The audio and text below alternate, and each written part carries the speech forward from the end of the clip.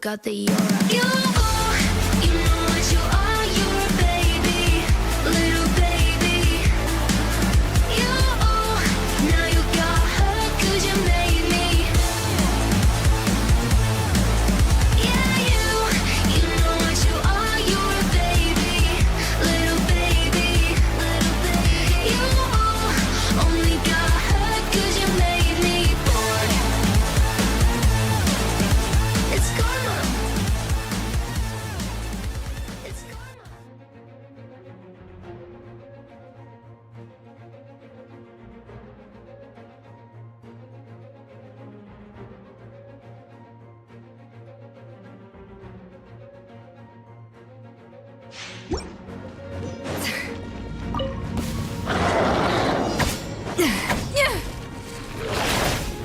At first, the flavor. Commencing cleanup! Rain cutter. Rain outlines your fate. Know my sword. Let's keep going, team. A dash of frosting.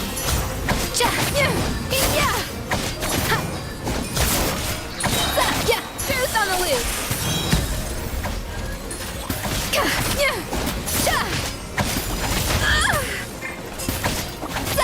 Let me weave you a verse. Huh?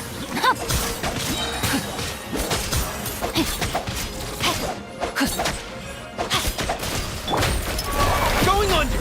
Frost is coming! Getting here! Now's our chance. Providing cover fire. The pinnacle of excellence. Off to the freezer. Rain cutter.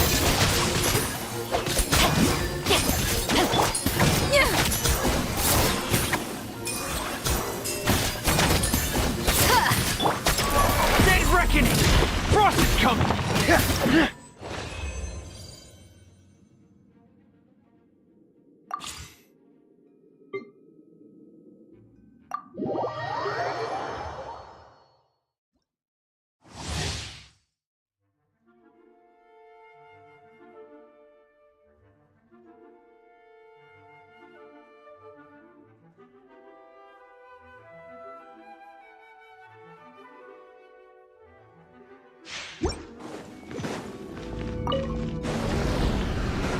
Attack! This one's got your name on it. Ha! Submit. It's no. Yeah. You're toast. Nice and spicy. I'm going in. A proper send-off from the Stina with love. Watch out! Coming at you.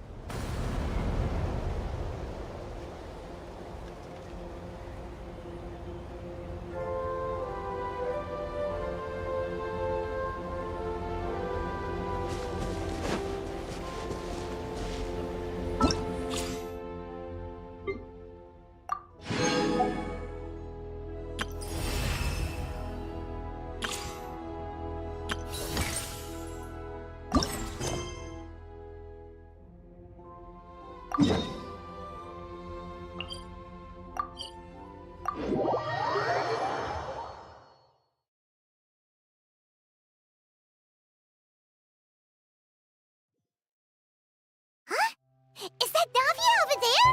Oh, it's been a while. Let's go say hi.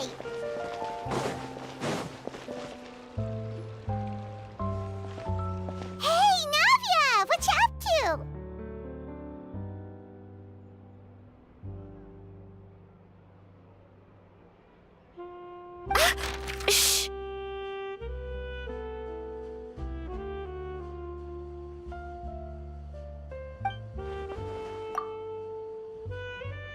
Get lost, Monica! I don't want to see you back here until you're ready to wake up and start doing things properly! Right now, you're a disgrace to my kitchen and to the Hotel de Boer name! It was an accident. I'm sorry, did you hear me asking for excuses? No, I'll do better, I promise. Why is she so aggressive? She won't even listen to what the poor girl has to say. Oh, hey, cut her some slack. You gotta at least hear her out. Wait! Huh? Who do you think you are telling me? Wait a sec.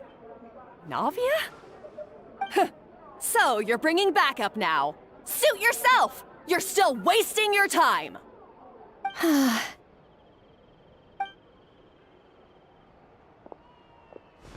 Savannah, is this how you always treat your staff? My staff is right. I'm the one in charge here now. And last time I checked, the Hotel de Boer doesn't take orders from the Spina di Rosula. Of course. How you run your kitchen is none of our business. But when a member of your staff is so overworked he becomes gravely ill, that most definitely is our business.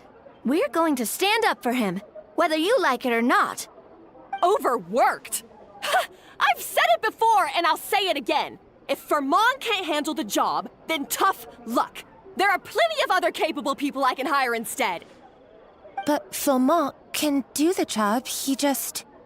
Monica, back inside, now! Huh? But you said I shouldn't come back until... Just do as you're told, and not another word out of you! Come on, we have work to do! Wow, what a horrible person. Sorry. Looks like I've dragged you into some drama again. Her name is Savannah. She's the new head chef at Hotel de Boer. Ever since she took the job, she's been enforcing a brutal work regime and putting a huge amount of pressure on her staff. One guy was so overworked, he collapsed from illness. He's been bedridden for days, and he can barely even talk properly. I'm sorry. It's all my fault. I don't deserve to be a chef. At his family's request, the Spina di Rosula is trying to mediate on his behalf.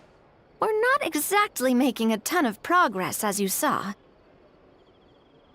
Savannah is adamant that Fermont's exhaustion and illness have nothing to do with her or how she's been running her kitchen. She's refusing to have any kind of meaningful dialogue with us. Our next thought was to talk to the other chefs at the restaurant and get a better idea of their working conditions. But with Savannah watching them like a hawk, no one has been willing to open up. And that's why I'm here, doing it the old-fashioned way. Camping out, watching, and waiting for an opportunity.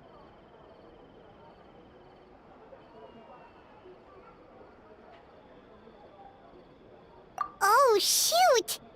It all makes sense now. Sorry. Paimon should have thunked before she spoke.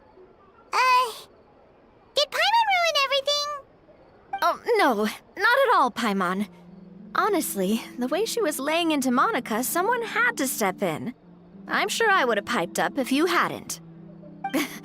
And besides, I don't really think I'm built for espionage.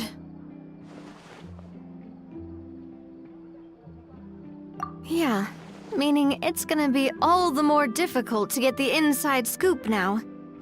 Oh, I might as well head back to the Fleuve Cendre then. We'll need to come up with a whole new game plan. Paimon will join you, 'cause this is kinda all Paimon's fault.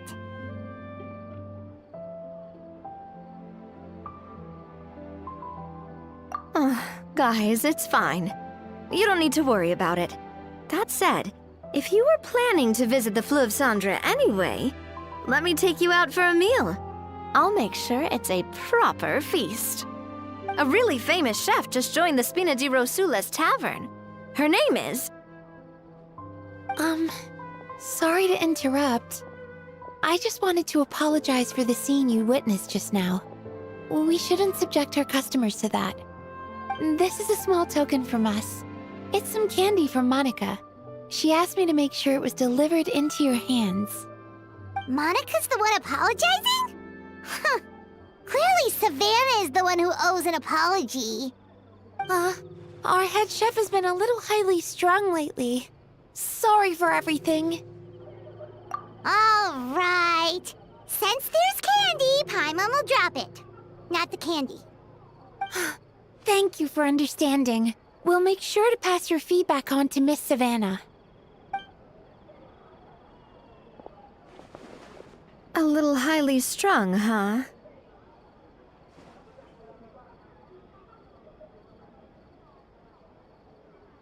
Paimon doesn't get it. How did someone like her even become head chef? Well, according to Fermat's family, she hasn't always been like this. But that's a story for another time. Let's try this candy. Oh, Paimon totally gets it. Come on, dig in! Huh? Hold on, there's something written on the wrapper. Find Escoffier?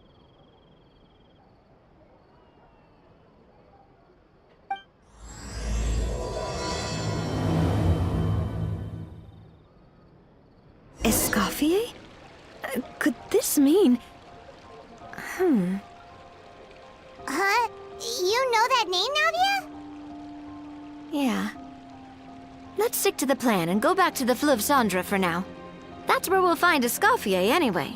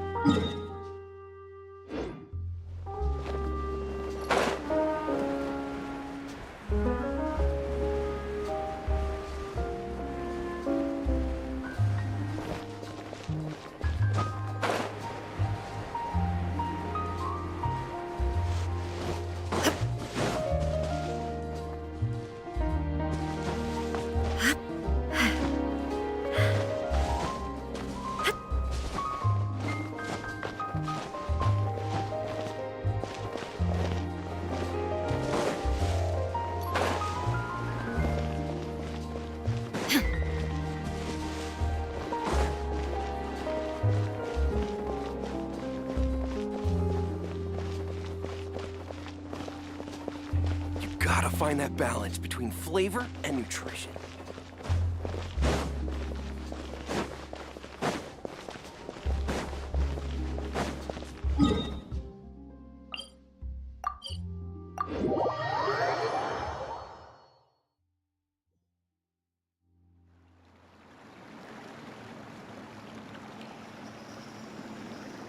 So, who is this Escoffier, anyway? Well, for starters, she used to be the head chef at the Hotel de Bourg, before Savannah. She recreated the legendary Gâteau de Bourg and restored the restaurant back to its former glory.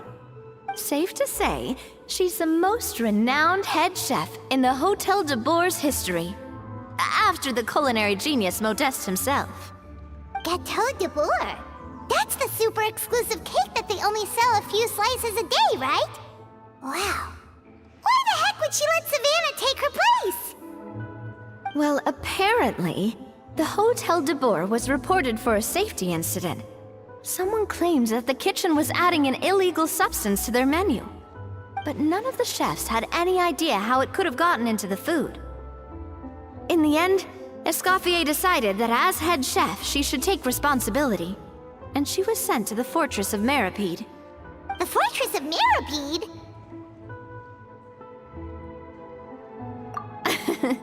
Well, you're right.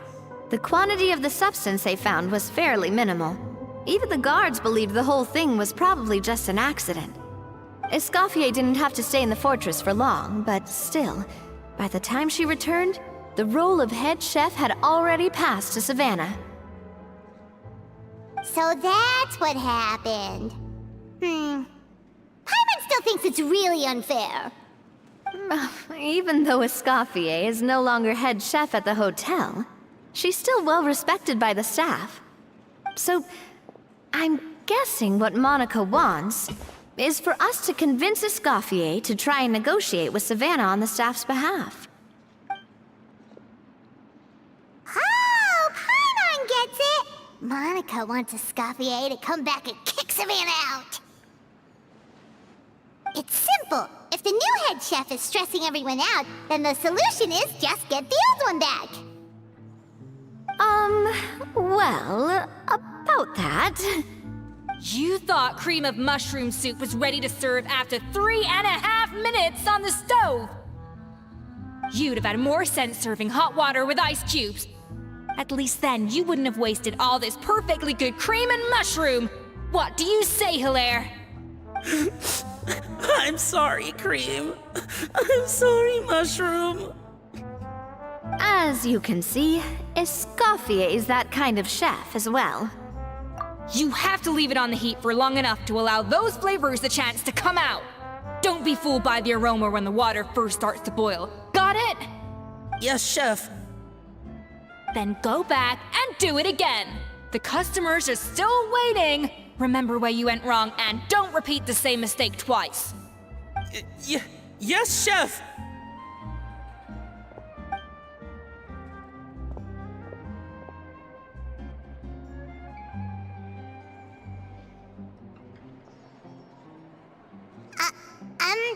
Excuse us, Waiting to be served? Sorry, we're pretty busy. I'm afraid you have to join the line. Oh, no, we're not here to eat. So you're not paying customers? Then I'm afraid the wait will be even longer. It's hard to talk to Escoffier when she's in the zone. Let's take a seat. We can catch up while we wait.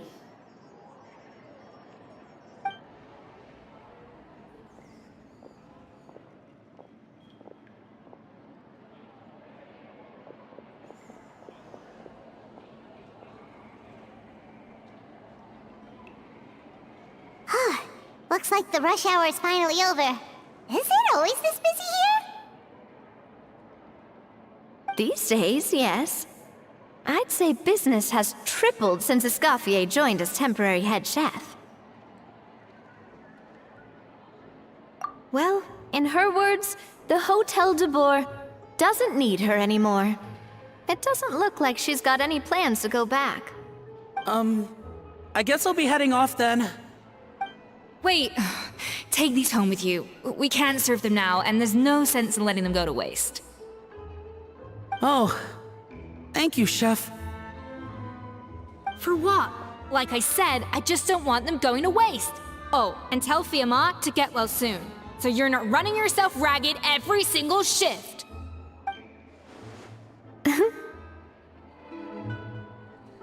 Fiamma. That's the second time we've heard that name. Who is that again? He's the chef that fell ill from stress. Hilaire is his son. And with Mom stuck at home taking care of Dad, he decided to pick up some work to help pay the bills. Escoffier knows their situation, so she's been making some extra food every day for him to take home. Hey, I heard that, Navia! I've told you before, no one's making extra food. Hilaire is making blunders in the kitchen, and I can't serve his failed dishes, so he might as well take them home. Yeah, failed dishes that just so happen to be nutritionally complete every single time. So, you two must be the world-famous traveler and her companion, Paimon, yes? Is there something I can help you with? Oh, so you know us already. We'll skip the introduction then. We're here to talk about Savannah. Oh, I certainly am. The Spina's headquarters are right next to the tavern. And I've lost count of the number of times Navi has come to pester me about it. But I don't work for the Hotel de Boer anymore. and being ex-head chef doesn't give me the right to interfere with their business. Besides, I'm the one who persuaded Savannah to take the job in the first place. What? Well, she was a much gentler person back then. A little timid, even. She wasn't at all confident that she was the right fit for the role. That's hard to believe. Are we definitely talking about the same Savannah here? Honestly, I do wonder if she's just emulating me. I mean, I'm not the most pleasant head chef to be around either. Anyway, suffice to say that given the history between us, it'll be tricky for me to tell her she's doing her job wrong without coming across like a huge hypocrite. Sayonara and the others probably think that Savannah gets it all from me. I wouldn't be so sure about that, Escoffier. Look at this note we got from Monica. She mentioned me. Whatever shortcomings you feel you have, it looks like Monica still trusts you. As for the others, well, how can you know what they think unless you ask them? Monica. Plus, it's not like we're asking you to storm in there and raise hell. We're only in the initial phase of our investigation. All we're trying to do is get the other chefs to open up to us. Oh, Monica. Oh, Monica! Escoffier? I can't believe her! Powdered sugar is supposed to be applied sparingly. Look at all that on the wrapper. It's thicker than the sole of my shoe. Unbelievable! I won't stand for this. She has to learn. Come on, we're going. Wait, so now she's,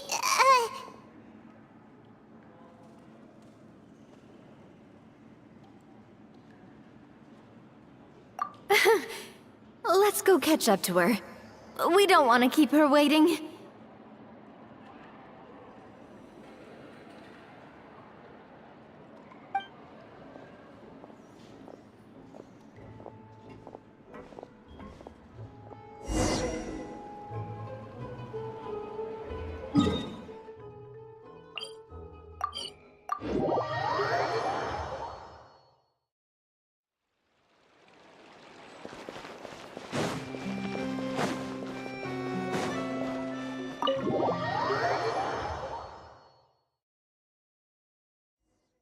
Wait, she looks like... Is that a Escoffier? I'm sorry. I'm so sorry.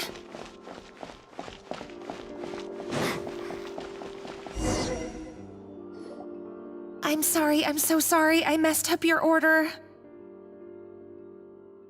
Oh, I wouldn't go that far. Maybe the taste is a little off, but if you hadn't brought it up, I don't think I would have noticed. But, please, you have to forgive me or Chef is gonna... Okay, I know. I'll kneel before you. What the heck? Get up, Monica!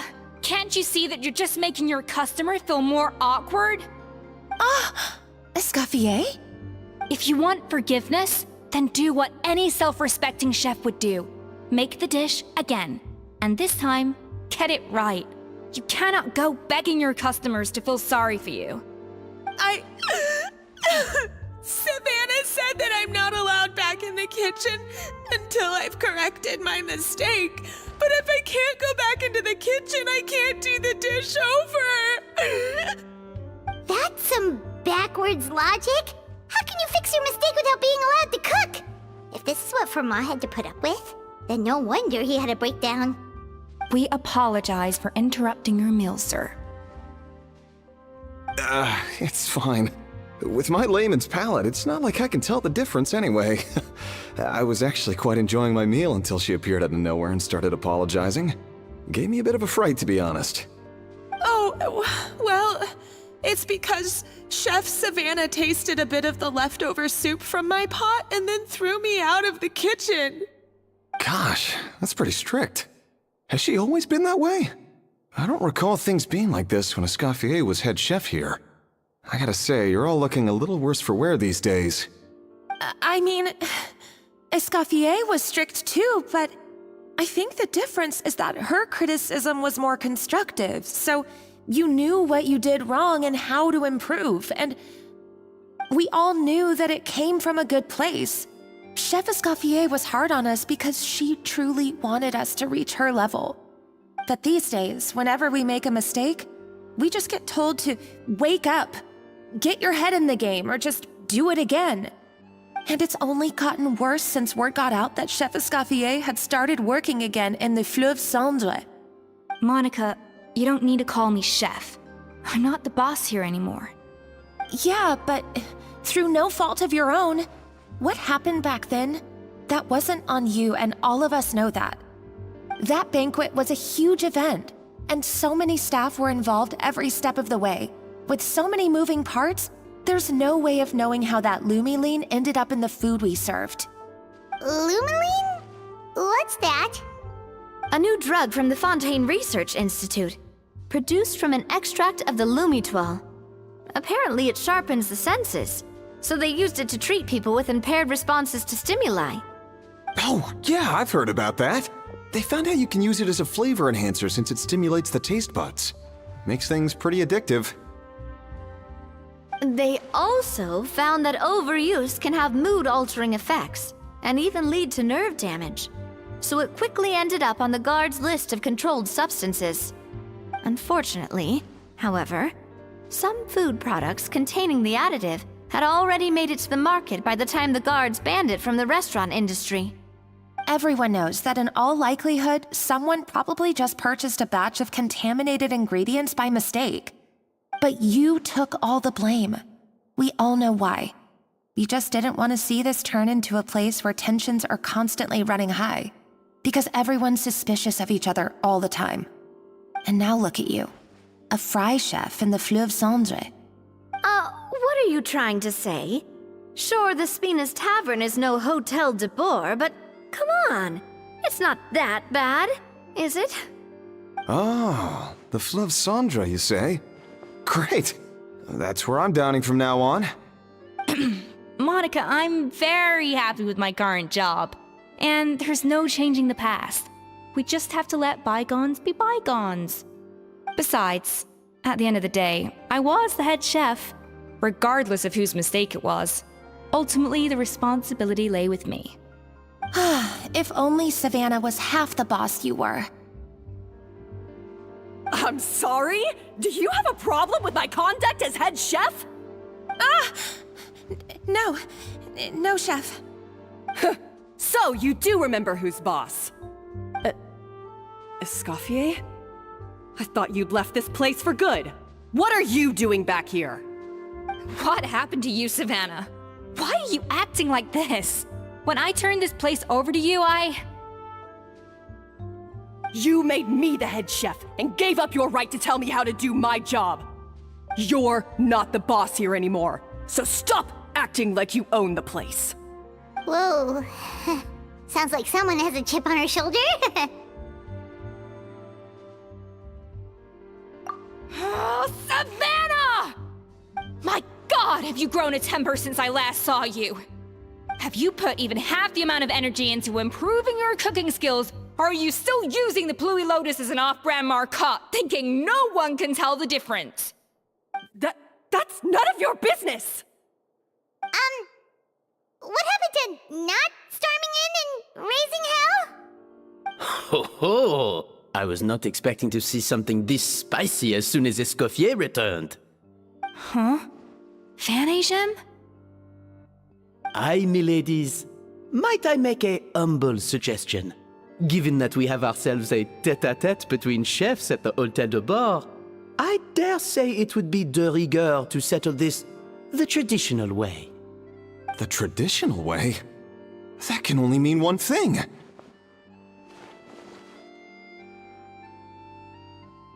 That's right! I'm talking, of course, about the tradition established by Modeste himself. The cooking contest! According to legend, the founders of Hotel de Boer, Modeste and Savelli, used this method to resolve all of their disputes. Everything from petty arguments over next week's menu to disagreements over the strategic direction of the restaurant. The cooking contest would decide who had the final say. Huh. Sounds like they had a lot of free time on their hands. Ah, well, it might sound that way to us. But in fact, the cooking contest played an enormous role in motivating chefs to hone their skills, reaching new heights of excellence in the culinary arts. And indeed, the reintroduction of this institution in recent years has surely been instrumental in transforming the Hôtel de Bord into the top-ranking restaurant in Fontaine.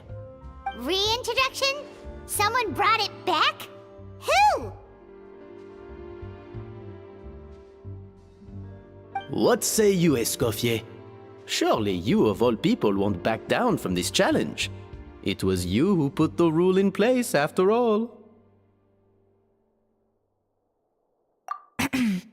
Sure, I reinstated it, but I'm not a chef at Hotel de Boer anymore. Isn't this bending the rules a little?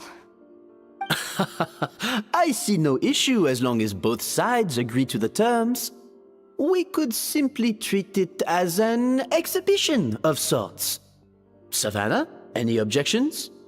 Exhibition. Huh. No. If we're going to battle it out, let's put it all on the line. If I lose, it's up to you what happens to me. I don't want anything to happen to you. But if you lose, you hand over the Codex de Board to me. What? The Codex de Boer?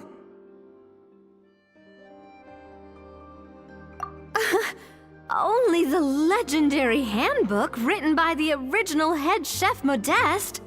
It contains all his secret recipes, including Gâteau de Boer. It's the greatest treasure in Fontaine's culinary world, and only the present and former head chefs of the Hôtel de Boer have the right to read it.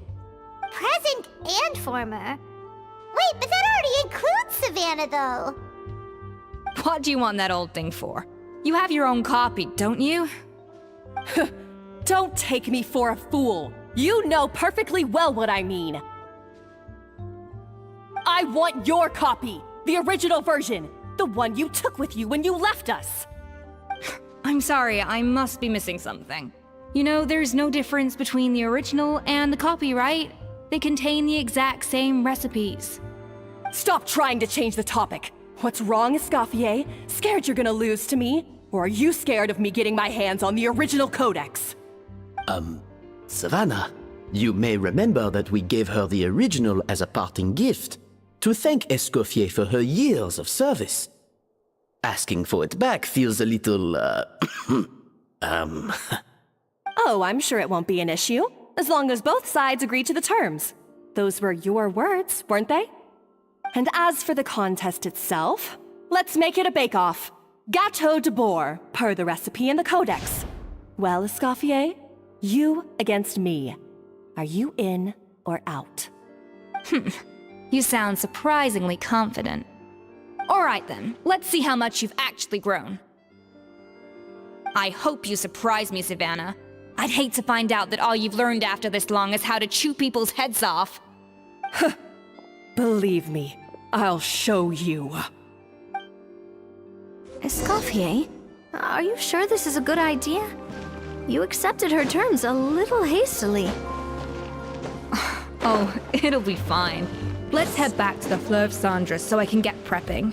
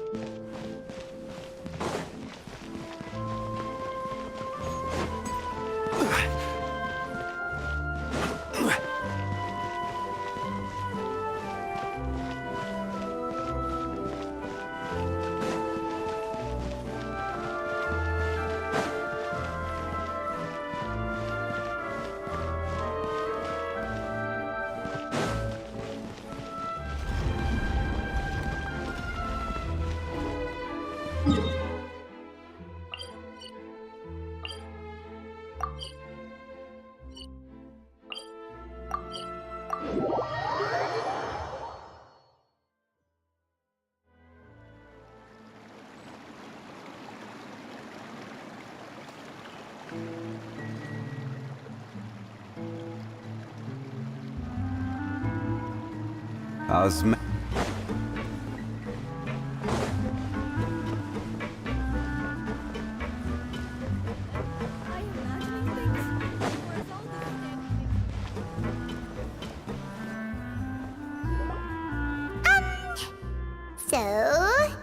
this whole bake-off thing kind of came out of nowhere. Was it really sensible to just go along with it? Well, I got a sense that she's holding something back. But we chefs always express ourselves in our cooking. So if she won't talk, this might be the best way to find out what's really going on with her. Huh? Holding back? Sure didn't sound that way to Paimon.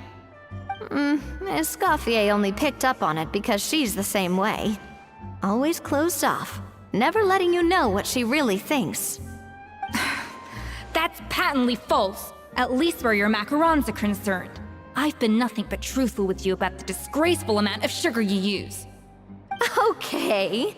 That's one case where you can keep your thoughts to yourself. Oh, that? Well, it's not so much a recipe book as a diary of Modeste's adventures. Back in the day, he and his good friend Savelli explored far and wide, partly adventuring, partly looking for new ingredients and developing new recipes. Their creations had an enormous influence on the course of Fontaine cuisine, turning it into a much more vibrant and diverse scene. For instance, legend has it that the original Gâteau de Bourg was made using a special secret ingredient that Modeste discovered on one of his adventures. So rare was the ingredient that they could never make more than 16 slices of the cake per day. But everyone who tried it claimed that it was one of the most blissful and invigorating things they had ever tasted. Modeste and Savelli went on to found the original Hôtel de Bourg, which catapulted them to stardom in Fontaine's culinary world. Especially Modeste. He was hailed as a once-in-a-generation genius, and over time, the recipes from his adventure log became known as the Codex de Bourg. Ah, Paimon's heard this kind of story before. Armed with the Codex, the Hôtel de Bourg took its rightful place as the finest restaurant in the land, serving those recipes for centuries to come. Something like that? What? No, of course not. Cooking is a constantly evolving art form. How could any restaurant survive if they only served food that was popular last century? Anyway, never mind centuries. Savelli and Modeste parted ways not even 10 years after their rise to fame. Then, Modeste passed away while he was still in his prime. And that was it. The end of the Hôtel de Bourg's heyday. It fell into decline, and for most of its history, it was just a nondescript place with a couple of cheap tables.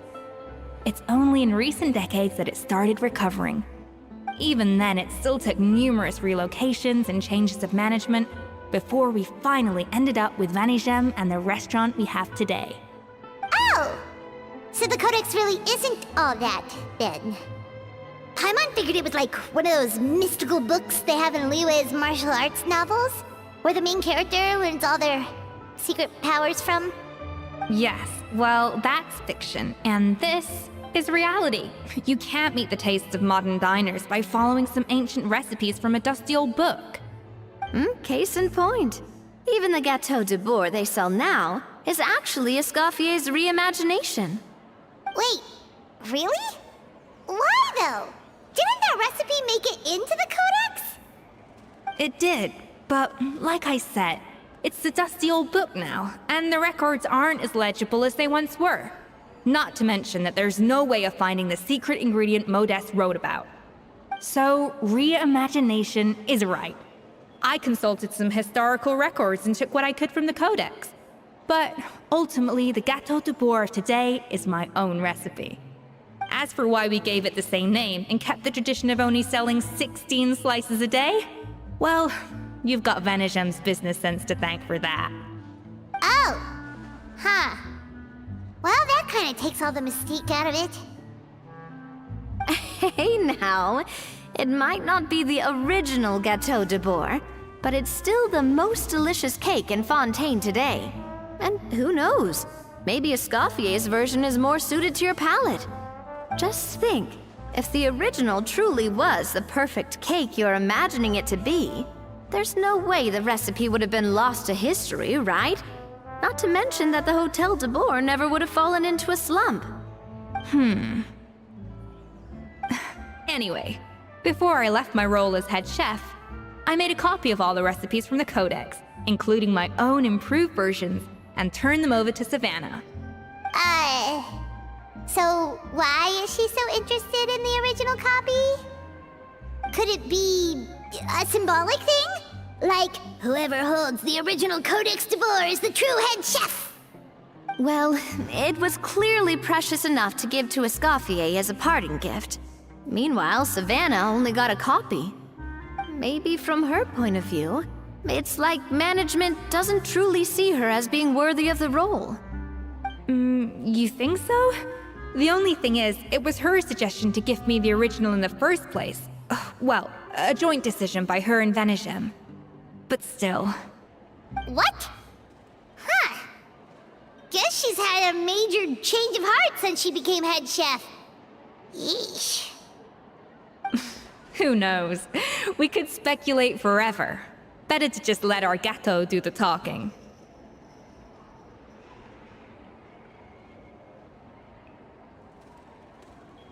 It means besting her in this bake-off, and then getting her to explain herself, even if I have to beat it out of her with a spatula.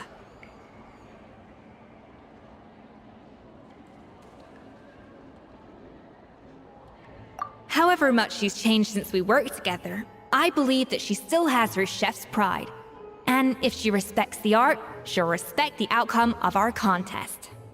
Well, I'm confident that you and your spatula can get justice for Froment. All you need to do now is win the contest. But that should be a breeze for you. Let's not get too ahead of ourselves. Gâteau de Boer is very complicated to make. Usually, it takes 3 chefs working in tandem to cover everything. Now, if I had to push it, I could probably do the work of 3 chefs myself. But I'd prefer to play it safe if I can find a couple of assistants in time. Well, that's easy. The 3 of us are veterans in the kitchen. You just need to pick 2 of us. Well, I have heard the Traveler is an accomplished cook, as well as a warrior. But be warned, I will hold you to exceptionally high standards. Think you're up to the task?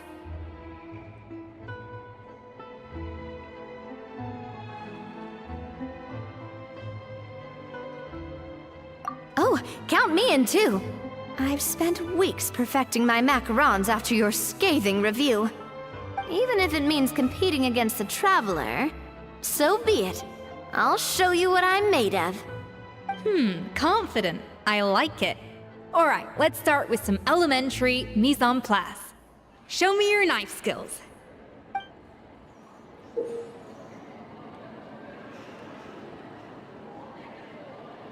I've always called it chopping stuff up, not mise en place. But it's basically the same thing, right? Oh, Navia. The difference in your case is that mise en place is... Looks like you found that easier than I expected. Yeah, thankfully it was pretty straightforward in the end. You made it sound like we'd be carving statues out of fruits or something. Well, brace yourself, because the next step is anything but straightforward.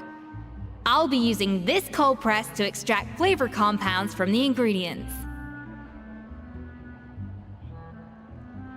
A kind of special food processor I got the Fontaine Research Institute to make for me.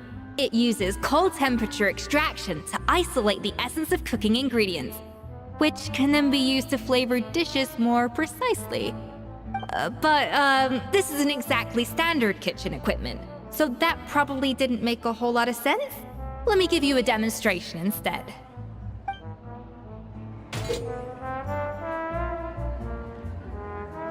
Custom-made equipment from the Fontaine Research Institute, huh? That's some pretty high-tech food prep. Paimon's never used anything this weird before. Cool! Not weird.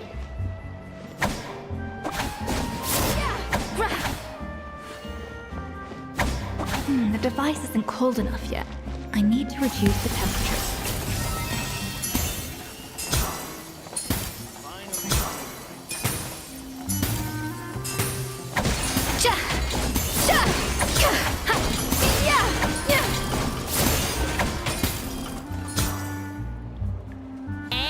done.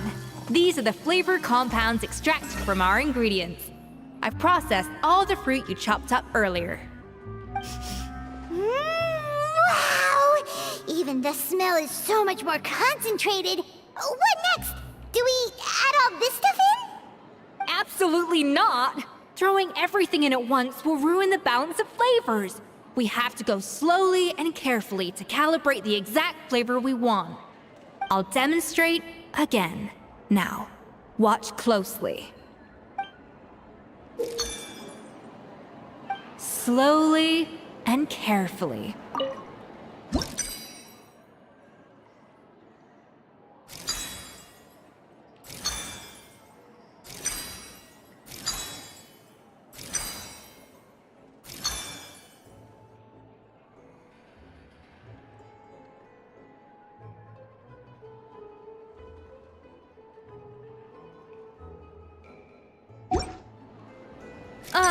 That didn't count.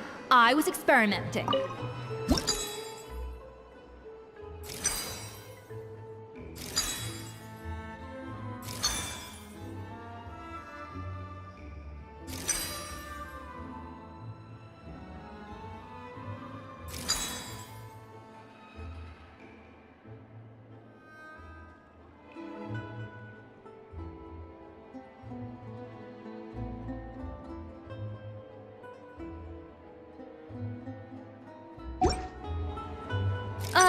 That didn't count. I was experimenting.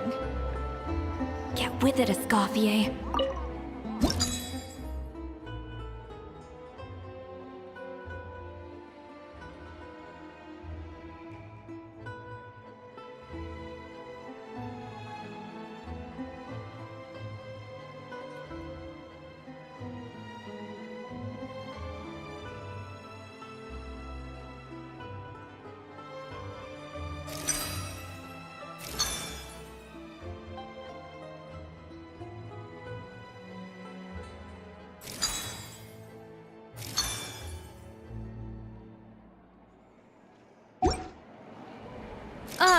That...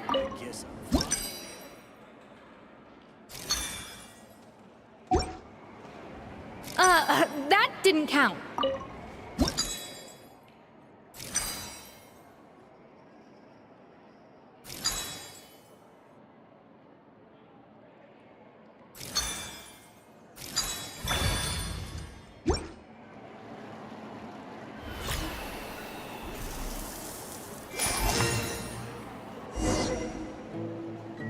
And voila! Now it's your turn.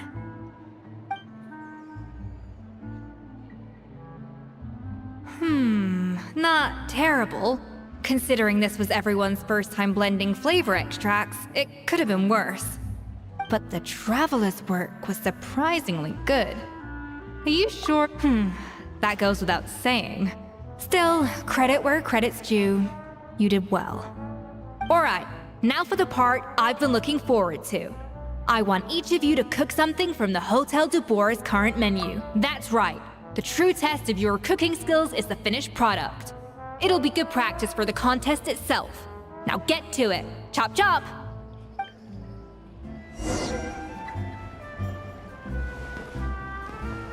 How's it going? Have you picked...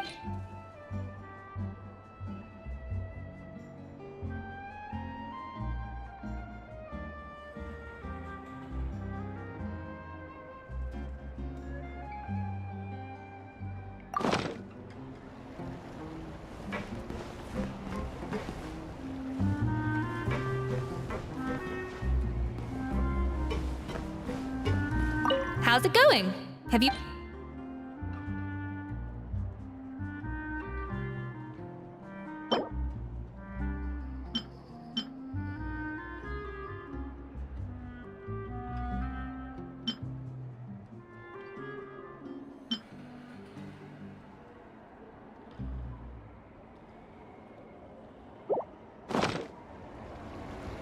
How's it going?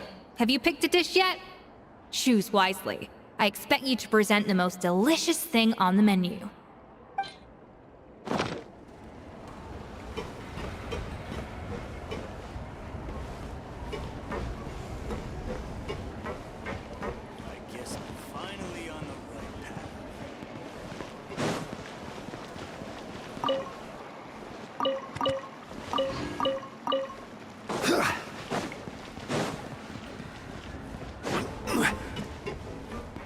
How's it going?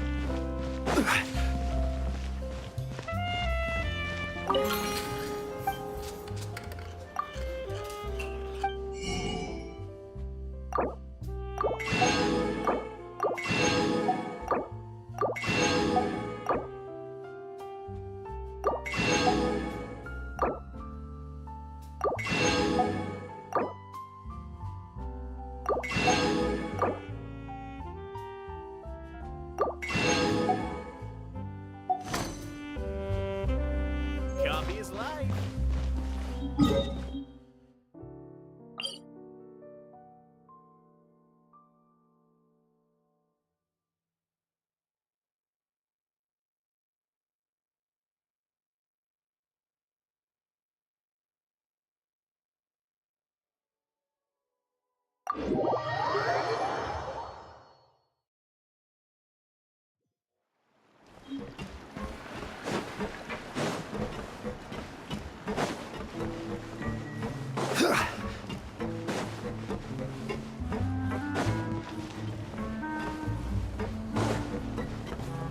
How's it going?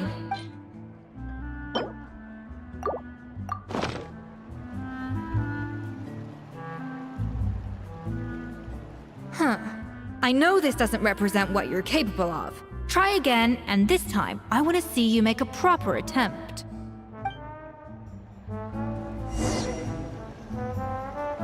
How's it going?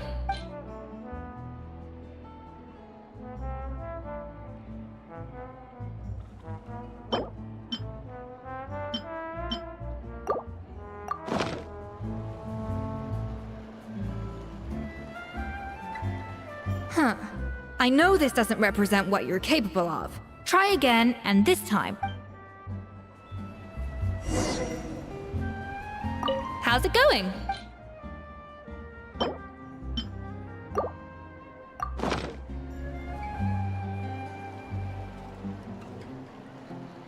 Huh. I know this doesn't represent what you're capable of. Try again, and this time.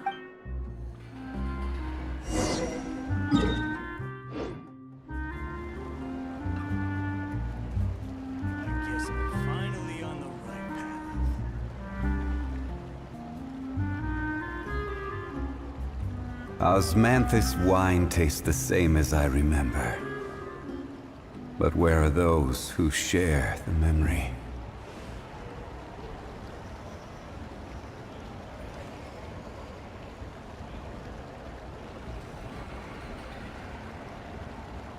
I guess I'm finally on the right path.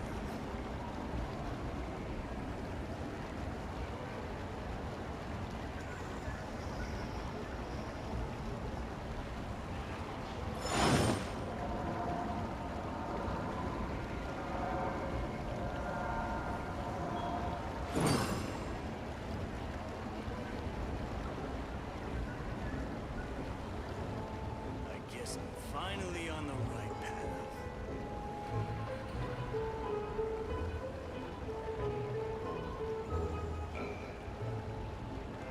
Osmanthus wine tastes the same as I remember. But where are those who share the memory?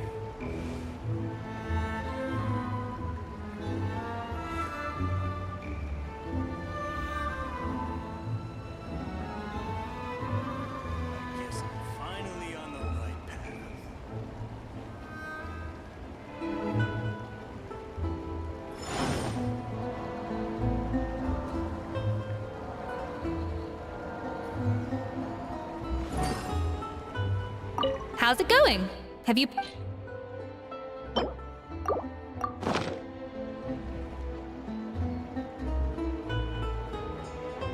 Huh. I know this doesn't represent what you're capable of. Try again, and this time.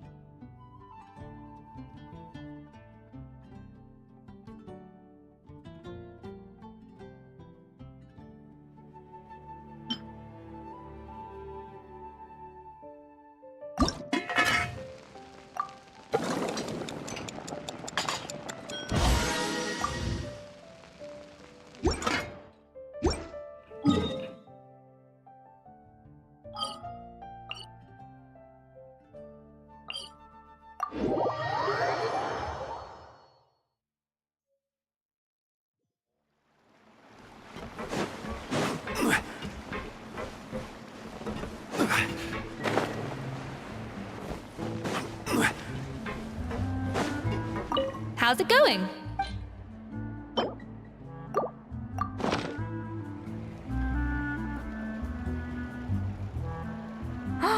Look at that! With the grace of a snow-winged goose, as I like to say. Now, let the grading commence.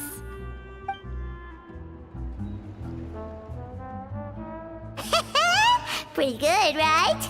Not to brag or anything, but Paimon's a bit of a connoisseur when it comes to la food.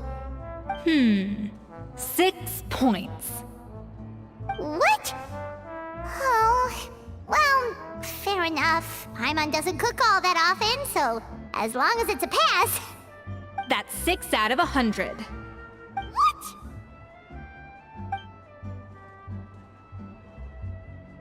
You say you're a connoisseur, but it's quite clear from this dish that you have far more experience consuming food than creating it.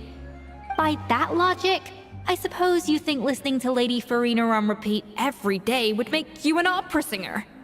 Aww. Me next, me next! I'll have you know that this batch of macarons has 2 whole tablespoons less sugar than my previous ones. So you went from 12 tablespoons to 10? Well, it's nice to know you actually measured it out.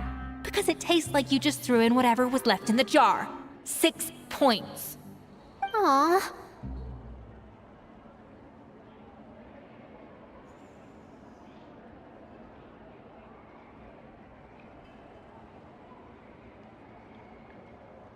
Now to the final dish.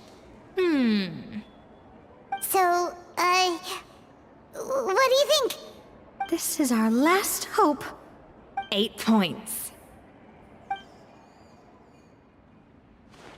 Darn, that's barely higher than what we got. Not exactly. The color is spot on. Beautiful aroma. Excellent presentation. I have to give this one 8 points out of 10. Maybe even 9 points. Huh? How did you pull that off?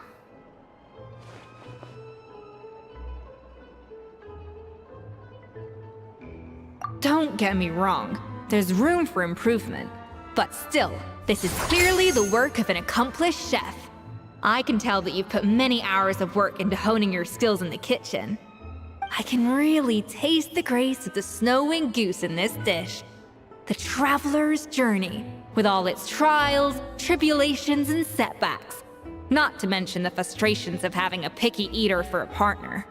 Hey, you made that last part up! No way did you taste that!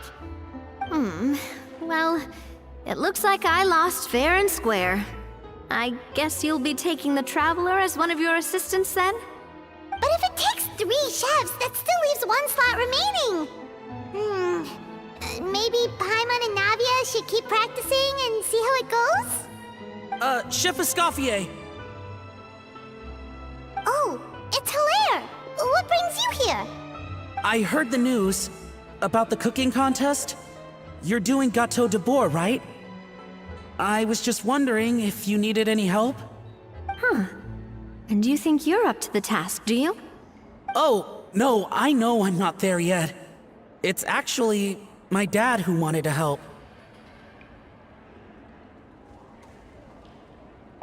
Firma, last I heard, you could barely get out of bed. Chef Escoffier, Navia, Traveler, thank you all so much for everything you're doing for me and my family. I've had enough of sitting around at home while you run yourselves ragged. If you let me, I'd like to help you win this cooking contest.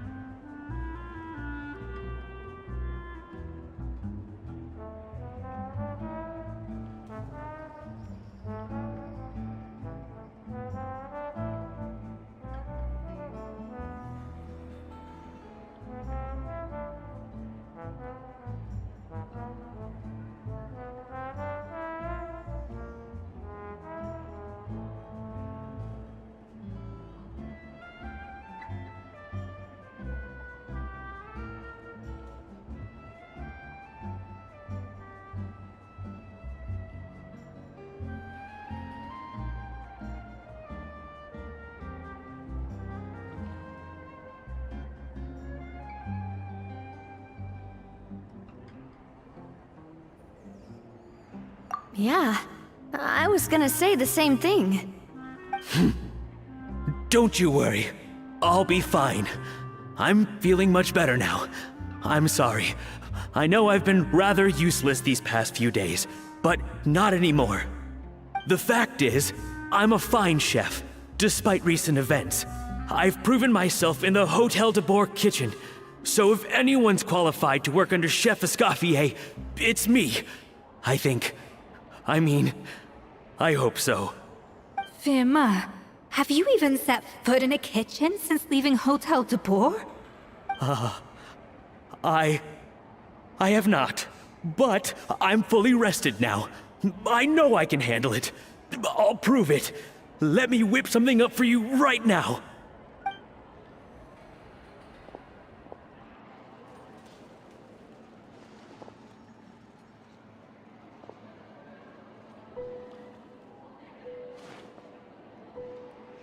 Huh?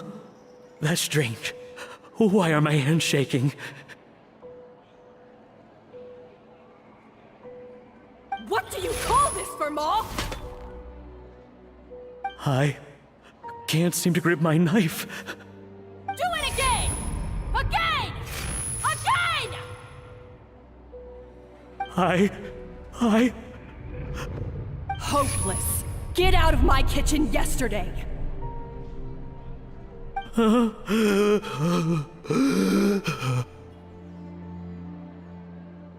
Dad, what's wrong? I don't understand. I was feeling so much better, and then Will I never be able to work in a kitchen again? Dad, talk to me. What happened? I think the real issue here is not physical exhaustion, but psychological trauma. Monica, when did you get here? Probably because you were all concentrating so hard on your cooking. I didn't want to interrupt your flow. But anyway, Firma, I'm so sorry. If only I'd known how serious your situation was, I would have stood up for you sooner. You have nothing to apologize for, Monica. During those long nights of redoing every order, you were the only person who looked out for me. Oh, come on. All I did was make you some tea. I doubt it was much help. Savannah was so ruthless toward you. I probably should have brought you something stronger. She sounds like the worst. All right, another Savannah horror story. Let's hear it. She's been getting harsher and harsher on us ever since she heard about Escoffier's new role in the Fleuve Cendre. Seems like no matter what we make, she'll find something wrong with it. What is this? It looks like a dog's been at it! In the trash now! Then she orders us to redo the dish again and again, but we never know what's going to make her happy. Do it again, do it again, do it again! Every time you remake it, you just get another earful from her. Either straighten yourself out, or get out of my kitchen! So now, it seems like just picking up a kitchen utensil gives me flashbacks of her yelling at me. Oh man, that must be awful. The more I want to get it perfect, the more my hands shake, and the more scared I am of making another mistake. How can you give up so easily, Firma? You weren't a quitter when you were working for me. And even under Savannah, you talk about working late into the night trying to perfect your dishes. That says to me that you still hadn't lost that determination to prove yourself. What changed? I don't know what's come over me. When I think back, I just remember feeling like my heart and my hands were growing heavier and heavier as the shift went on. Each time I had to redo a dish, my heart sank a little further. Maybe Savannah was right. Maybe I am just hopeless at this. Dad. I see. Well, it sounds like there are some deep issues at work here. Ones that won't be resolved by merely seeking compensation. I will win this contest, and after that, I encourage you to approach Savannah and talk this out. But what if you can't find another assistant in time? Clearly, I'm in no state to help out.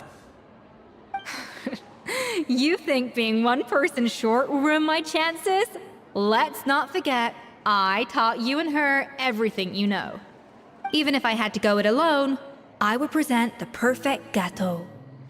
Oh, well, Paimon and Navia will still keep practicing, just in case. And so will I. Yeah! And if worse comes to worse, we can always get the Spina di Rosula to put out an emergency call for chefs. There's gotta be someone out there, right? Actually, I thought maybe I could help. That's sort of why I'm here. What? Why didn't you say so? I was going to, but then... well, this is the first chance I got. You do this for us? Thank you so much, Monica. Alright, fine by me. But aren't you still working for Savannah? Joining the other side seems like a guaranteed way to put your future employment in jeopardy. I know, but it's all right. I've made up my mind. With the way things are, I can't keep working for Savannah much longer anyway. Unless I want to become the next Fermat. I'm done with sucking it up. It's time to try and turn things around. If this cooking contest can get Savannah to see the error of her ways, then I'm sure she'll forgive me for this. Well, Paimon didn't think we'd be poaching from Savannah's staff to get our third person, but there you go. Anyway, Monica's a professional chef, so nothing could possibly go wrong now. Great! Then it's settled. And to congratulate you all on making the team, I propose a Spina-sponsored meal to celebrate. Spina-sponsored? Wait, you mean I'm cooking? Well, I promised the Traveler a feast in the Fleuve Cendre. And I know how much you've been looking forward to it. Yeah! Feast, feast, feast! Alright, if you insist, then prepare for some of the finest food of your lives.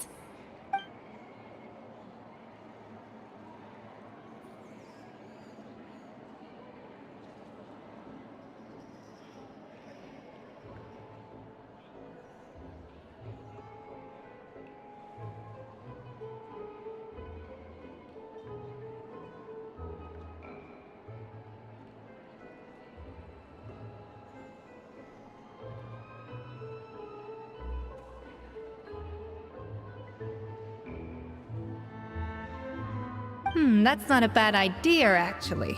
Wait, hold on. You need to finesse that further.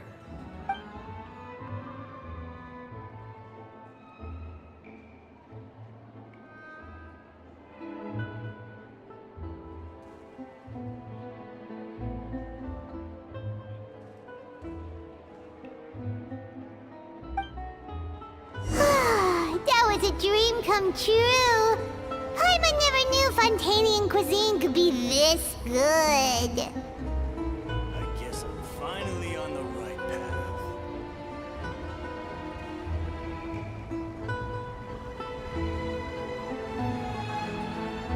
Where do you want to go next? If you'd like to see Liyue's tourist spot.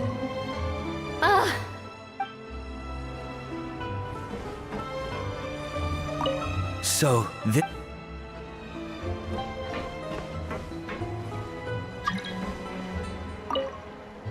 Wow.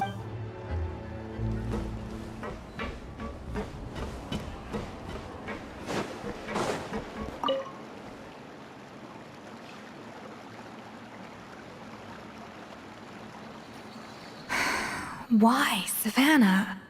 Why? Oh, nothing. I was just flicking through the original Codex de Boer.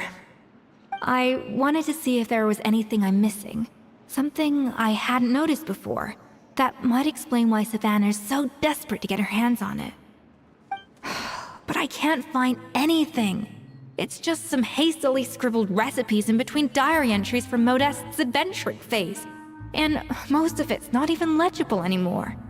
The copy I gave her not only has all the recipes in full, but even includes my own private tips and notes from years of experience. Surely that, yeah, maybe. Still, it's just hard we were. At least I always thought we were. She was a little shy, but meticulous with everything and everyone she dealt with. She made a few mistakes here and there, but she was quick to correct them whenever they were pointed out. And she was always striving to improve as a chef. Those qualities are why I recommended her to replace me as head chef. I never imagined for 1 second that she'd cause Fiamma and the other staff so much grief. Well, I mean to an extent, of course. I pushed hard for her to get the role. And the idea that she turned out like this because of me is difficult to come to terms with. I wonder if this is how Modeste, yes, with his good friend and co-founder of the Hotel de Bourg, Savelli. The story goes that after Modeste unveiled his Gâteau de Bourg and was hailed as a culinary genius, he was admired and adored by all.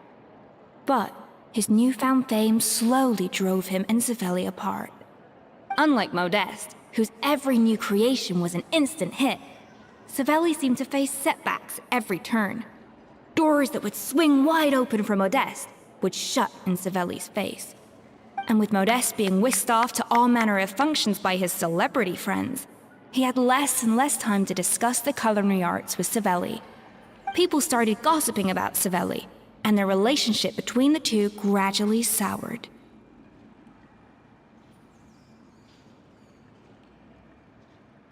Everything came to an abrupt end when Modeste, still in the prime of his life and still hailed as a genius, suddenly died from an acute illness.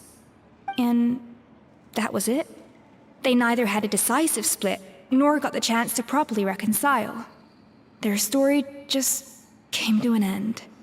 One rumor had it that Savelli actually killed Modeste out of jealousy, even as the latter was hoping to make amends.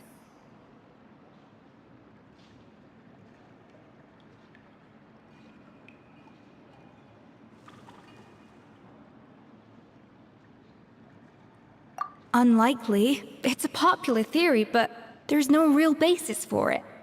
At least there are no records of Savelli ever being convicted of a crime. Still, beyond a point, there's no way of knowing what truly happened in the past. All we can do is try to make sure the present doesn't quite go as badly. And that's why I have to win this contest tomorrow. Then get the truth about everything that's been going on, even if it means cracking her open like a nut. Really? Well, I like the confidence. Don't let me down tomorrow, then. You better bring your A game.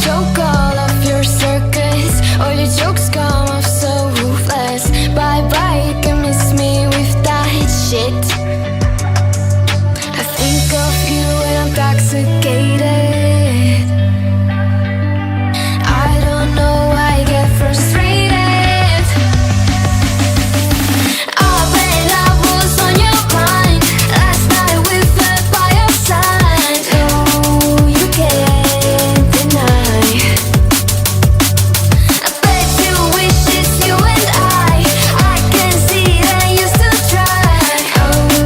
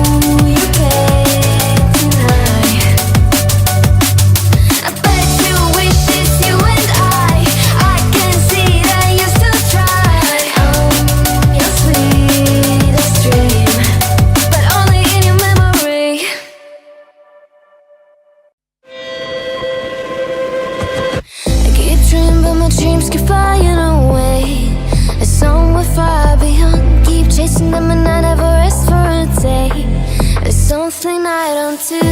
I feel the wind blowing my face, but that's alright.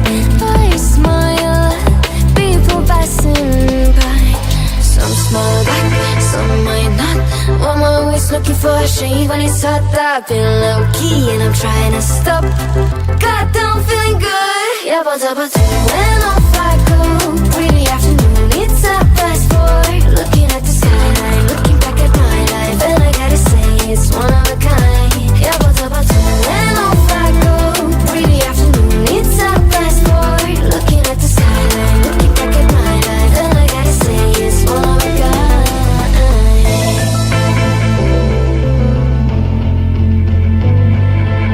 It's been a while since I ran into you on a street. I wonder if you moved. Hope everything is going amazing for you, and you're not feeling blue. I feel the rain pour down my face, but that's alright. I smile at people passing by. Some smile back, some might not. I'm always looking for a shade when it's hot. I've been low key and I'm trying to stop. God, I'm feeling good. Yeah, but when off I go. Really afternoon, it's a fast forward. Looking at the skyline, looking back at my life, and I gotta say it's one of a kind. Yeah, but when off I go. Really afternoon, it's a fast forward. Looking at the skyline, looking back at my life, and I gotta say it's one of a kind. I slip to the door, bind it to the blue. I slip to the door, bind it to the blue. I slip to the door, bind it to the blue. I slip to the door. God, I'm feeling good. Yeah, but when off I go. Really afternoon, it's a fast forward. Looking at the skyline, looking back at my life, and I gotta say it's one of a kind. Yeah, but when off I go. Really afternoon, it's a fast forward. Looking at the skyline, looking back at my life, and I gotta say it's one of a kind. Every day I want your touch, and every way I can't give it up. Anything just to feel the rush. This just ain't enough. Oh, we be my ride and die. Oh, we can do this every night. Oh, yeah. Will you be my ride and die? Will you be my ride and die? We can do this every night.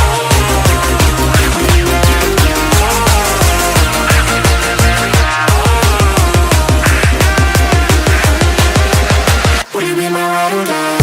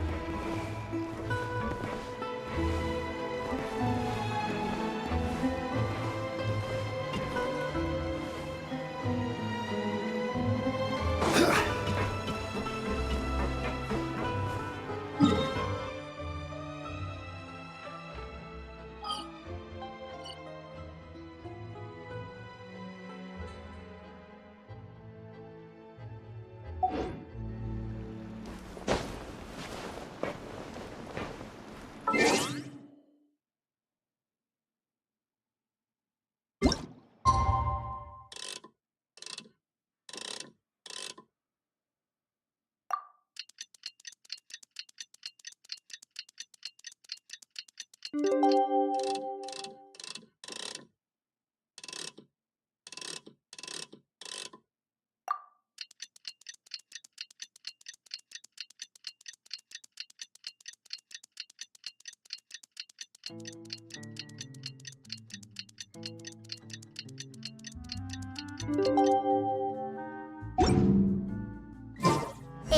cooking contest day! To the Hotel de Boer!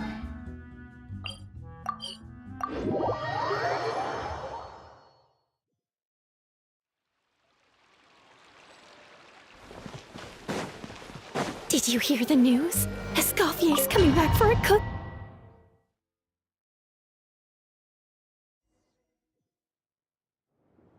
Mesdames et messieurs, welcome one and all to the Hotel de Boer and to this most exciting of cooking contests. Savannah, I've brought the original copy of the codex you asked for. Monica? Huh. In the interests of the labels will be placed out of sight under. As one of the judges, When my meal. Both contestants have taken their positions. Then, without further ado, let the Hotel de Boer cooking contest commence!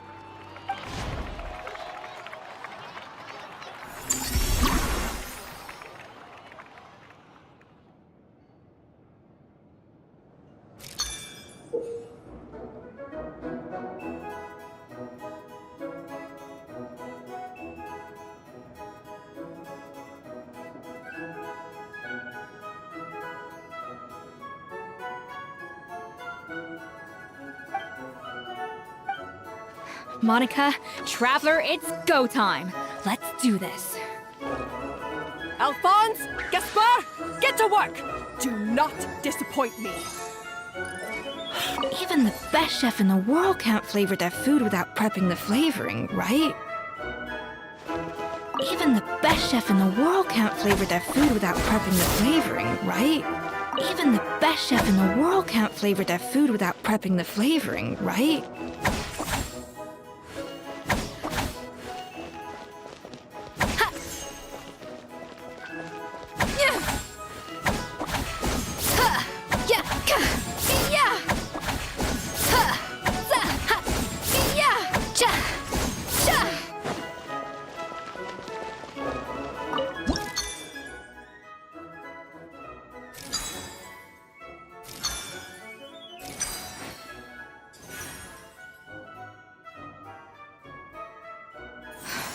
Stay calm, Escoffier. There has to be a way to balance the flavors. Just think.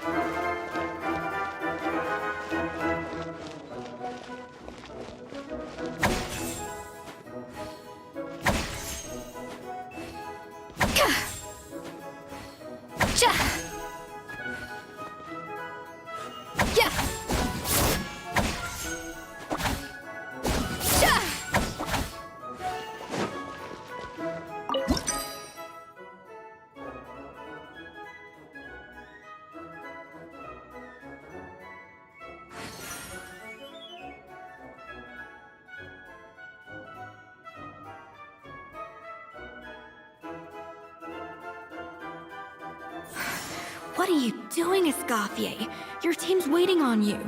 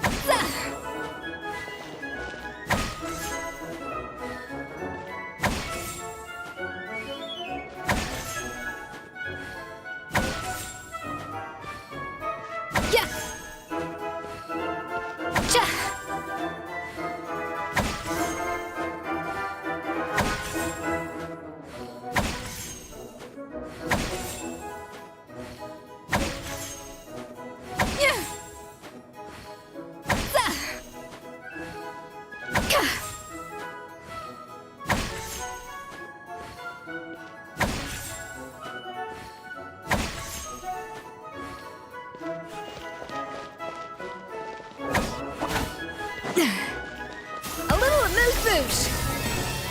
Yeah. Yeah. Cha.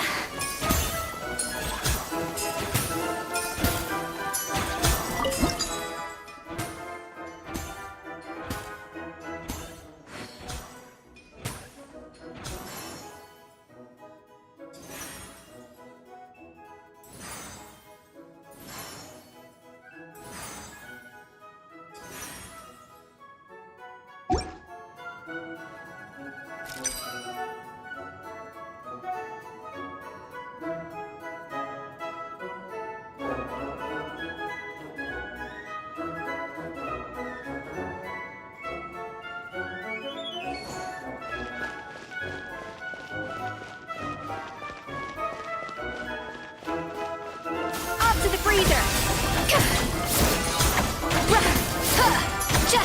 That should be enough flavoring. Now hurry up and balance the flavors.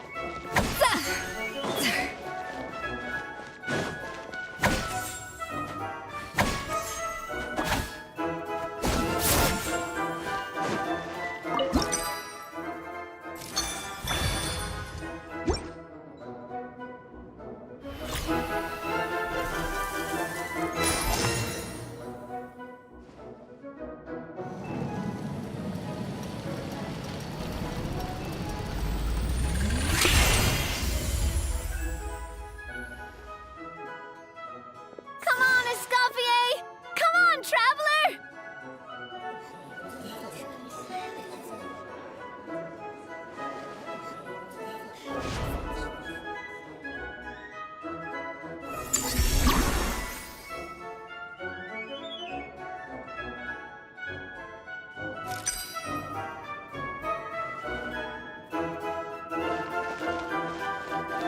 A little amuse-bouche. Cha. Rah. Ha. Yeah. Za. Cha. Yeah. Cha. Za.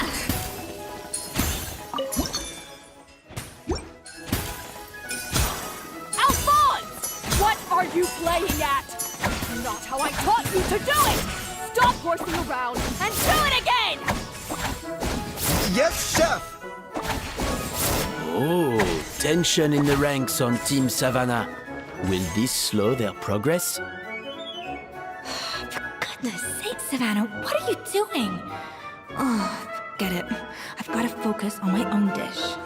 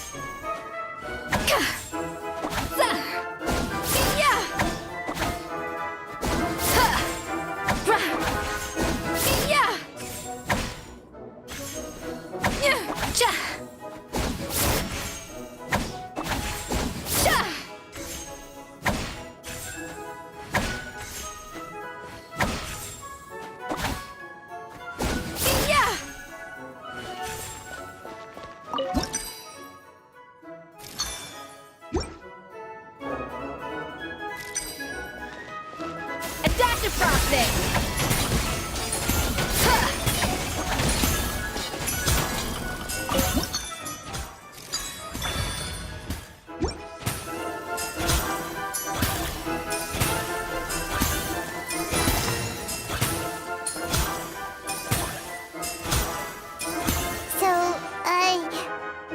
What do you think?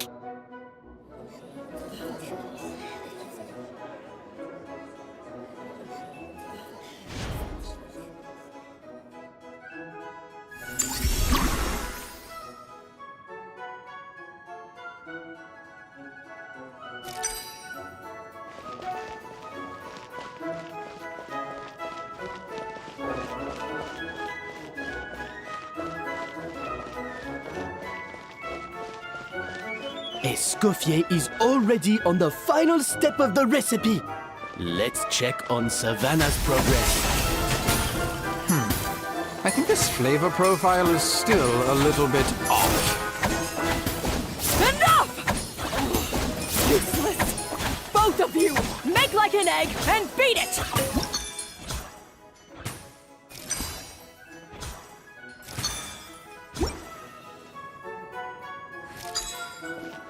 Wow! Is Savannah serious? Can she really make up for lost time working alone?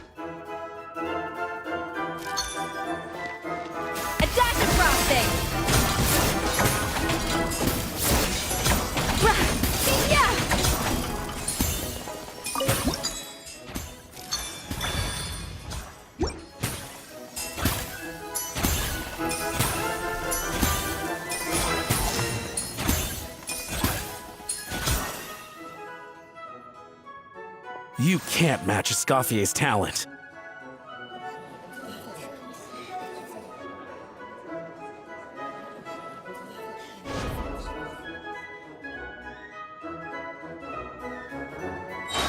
I present to you Gâteau de Bourg.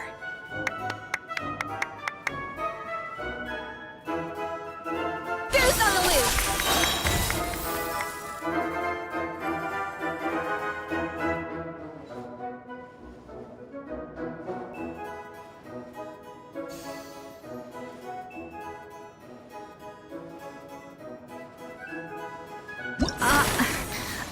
I was just exercising caution. I had to make sure everything was perfect.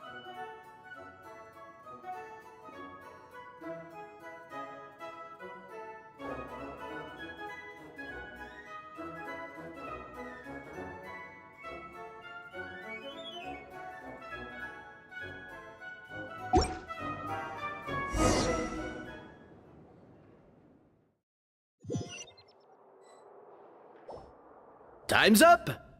Contestants, please take your dishes to the back.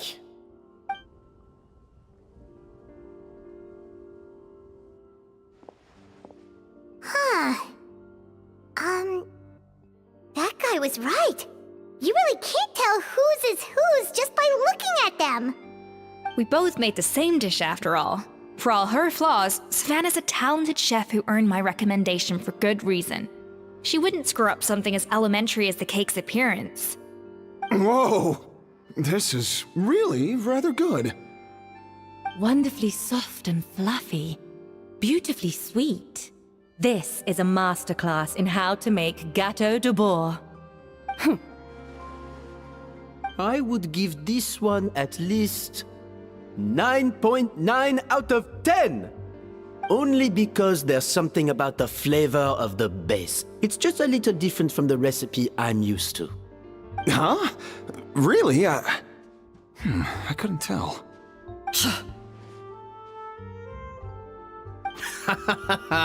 All right, on to gâteau number 2.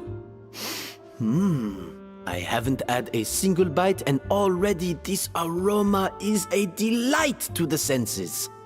I have a feeling that this gâteau will be a gâteau for the ages. How exciting!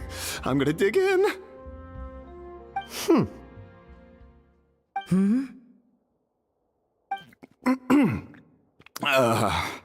I think maybe someone got a little carried away when they were adding the sugar. Not just the sugar, it's the flavors too. This is all over the place. Who made this? It appears the decision is unanimous. This gâteau is far below the standard we would expect. And Paimon thought this might actually be close. Turns out she can't bake to save her life.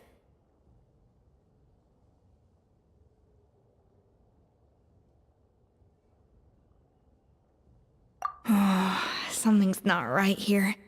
Savannah may not be perfect, but no way is she this sloppy.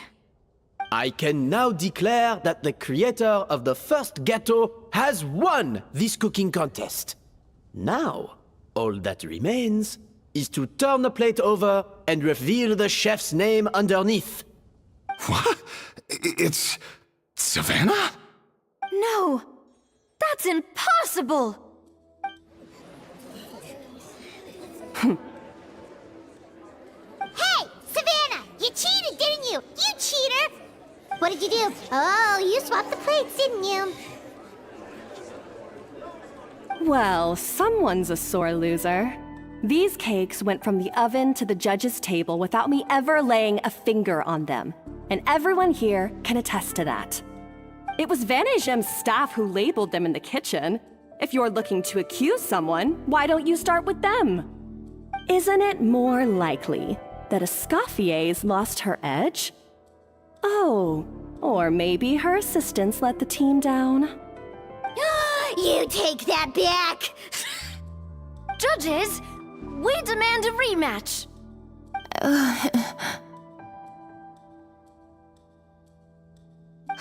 That's enough! What's done is done. As head chef, or rather as team lead, I take responsibility for the dish I served. Whatever went wrong and however it happened, I should have spotted it. Savannah, I didn't think you'd stoop this low just to beat me in a bake-off. What happened to your chef's pride? I don't know what you're talking about. If you want the Codex de Boer that much, you can have it. Scoffier, no! But you must promise me that you'll apologize to Firma and compensate him for everything you put him through. It's a little late to be negotiating terms. The contest is over and I won. That means you owe me the Codex, and I owe you nothing. Look, Savannah, you may have fooled everyone else, but can you really fool yourself? What I'm offering is to accept defeat without looking to expose what you've done.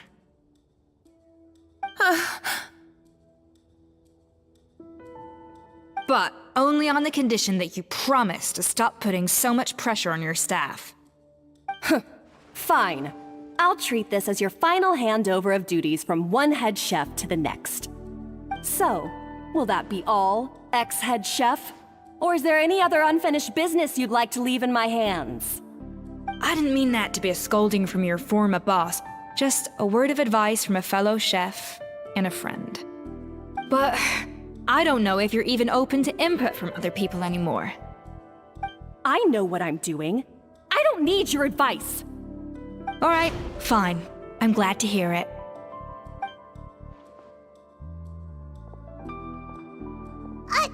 Escoffier! The Codex de Boer! Finally. Now, at long last, I will succeed. Escoffier?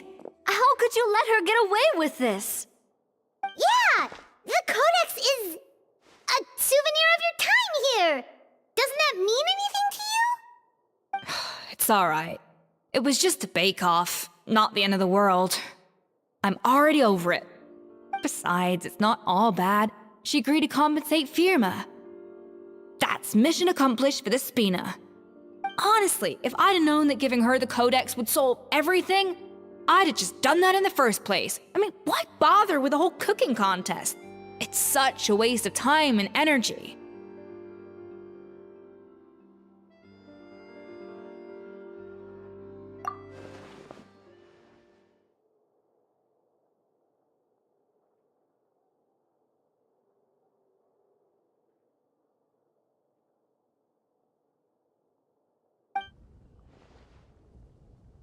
No.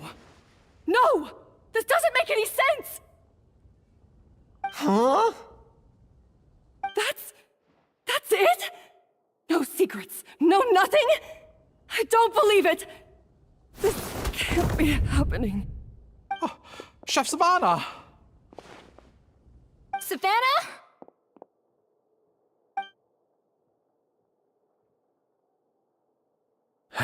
It's nothing life-threatening. Just a lot of pent-up stress and exhaustion. Oh, I knew it. Pent-up stress? The truth is, however hard she might be on the rest of us, the person she puts the most pressure on is herself. Yes, there are nights when she makes us redo things over and over into the wee hours. But for her, it's every night. She'll hide herself away in the kitchen, working on new techniques and recipes, and only realize how long she's been at it when we come to work the following morning. But why? Why would she do that? Our best guess is, she doesn't want to be seen as less of a chef than Escoffier. And there it is. Even so, that's no excuse for taking her anger out on the rest of you. Yeah, and it's definitely no excuse for cheating in the cooking contest. About that, we honestly have no idea how she did it. We were focused on our own work the whole time, like she asked. Leone and Algalia were the ones I tasked with labeling the cakes. I've already spoken to them both. They're at a loss to explain it too. Not to worry. Come on, join me downstairs. I'll interrogate the guilty gâteau myself.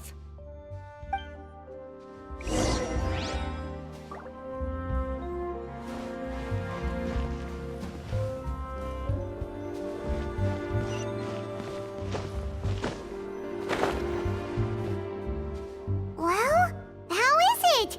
Have you figured out what it was? Oh, this is aggravated assault on my palate. I'd rather eat wet cement than this. Is it really that bad? I made sure to taste test it before it was served. Oh, relax. This isn't your cake. Savannah never switched the plates. The offending flavors are coming from in between the icing and the cake base, which means someone tampered with it while it was being made. Or in other words, we have a traitor in our midst.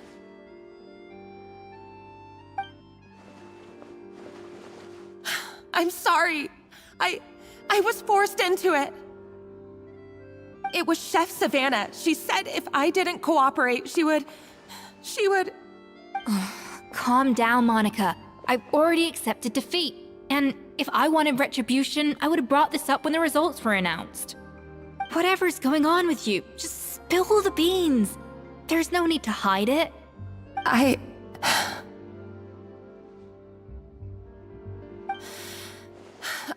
was the one who caused the food safety incident that one time. Food safety? Wait, you mean the Lumaline incident? So you procured the contaminated ingredients? I think so. Savannah and I were on procurement that day. I didn't check everything as well as I should have, and so I let contaminated ingredients make it into the kitchen. But I swear I didn't do it on purpose. I had no idea there was an issue with them, and I didn't know it would end up with Escoffier going to jail. But the last thing I expected was for Savannah to use it as leverage to blackmail me with...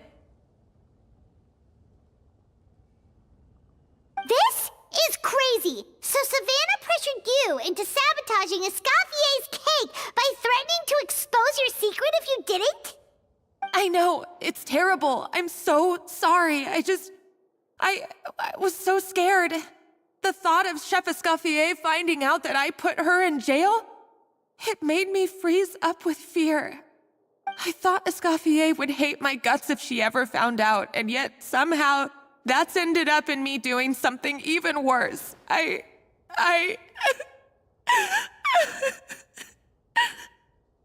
Seriously? All this fuss over a little slip-up?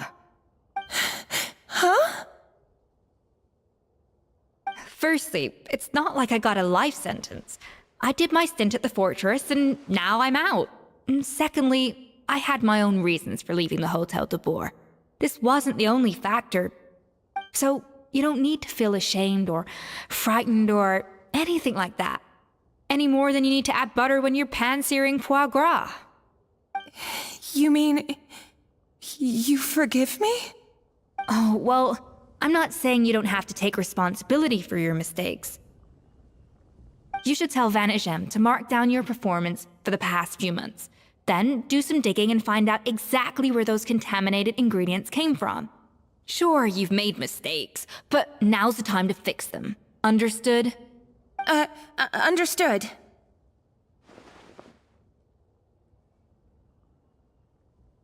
Good. Now, back to Savannah. What about the original codex would compel her to resort to blackmail? I have my suspicions. Not that I've got any proof to back them up, though. Ugh. What happened to me? I've overheard some customers murmuring about how the Hotel de Boer hasn't been the same since Escoffier left. They think our menu doesn't taste like it used to, especially our signature items.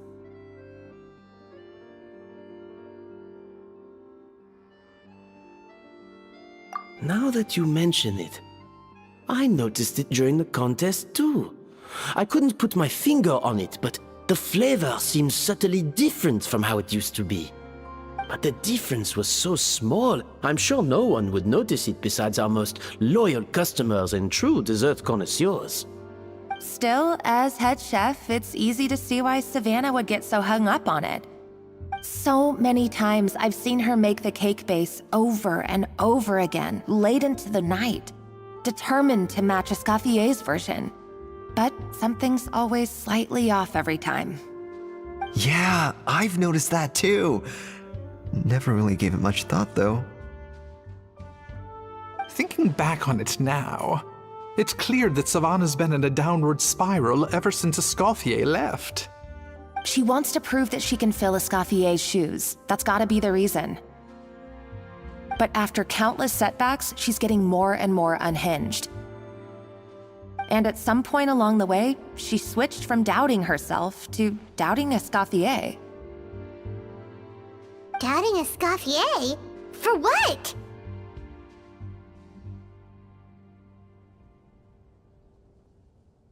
Yeah, it would explain why she was bent on getting the original at any cost.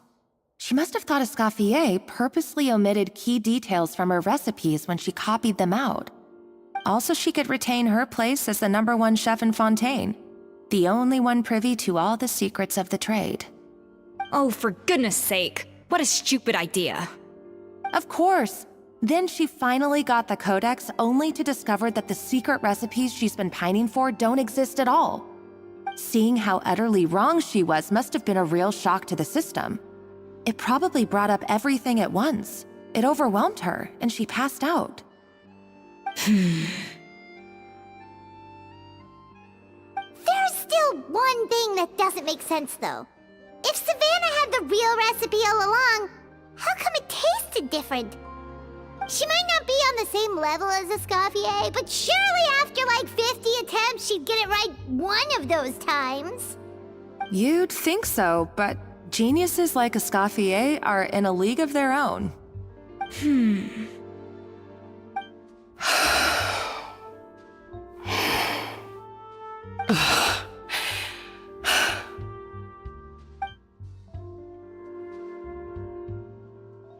New head chef, you say?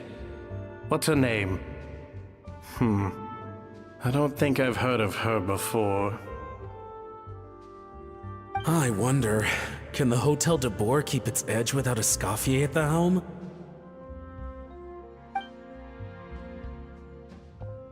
This tastes different from last time. Is it undercooked or something? Ugh!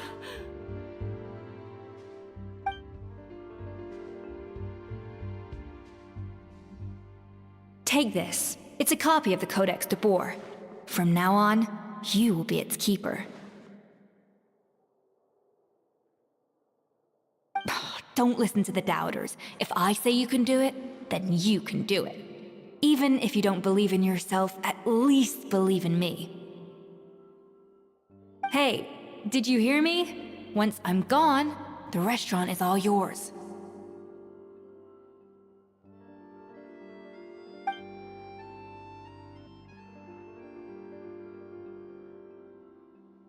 All this time, I've been blaming other people, but maybe I'm the problem.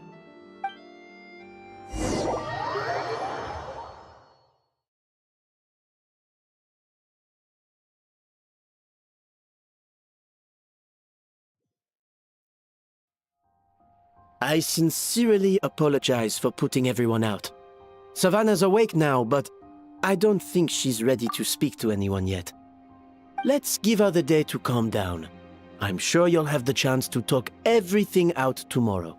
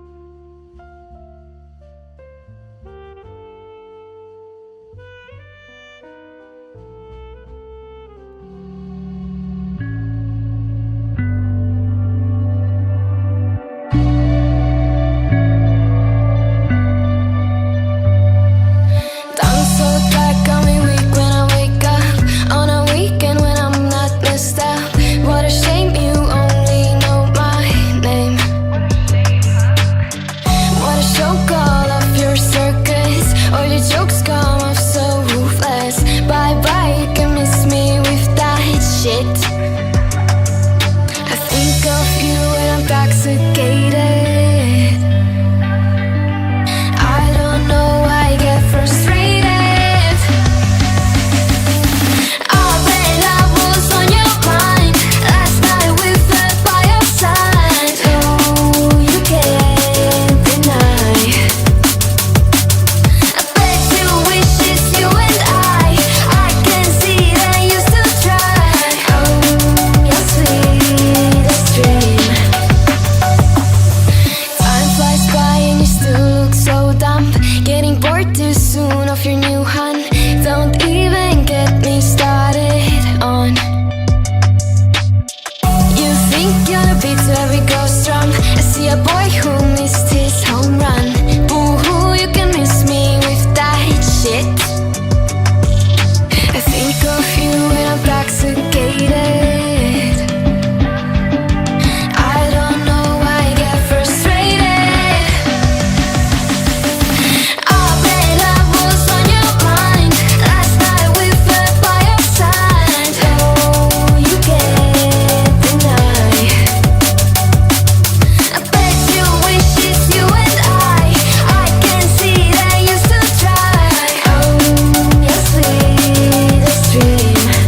But only in your memory. Only in your memory. By your side it's you and me. Only in your memory. You wish it's only you and me. I really need to get some sleep. Used to say it's you and me. Only in your memory. Only in your memory. Oh, babe, I was on your mind. Last night we fell by your side. Oh, you can't deny. I bet you wish it's you and I can see that you still try. Oh, your sweetest dream. But only in your memory.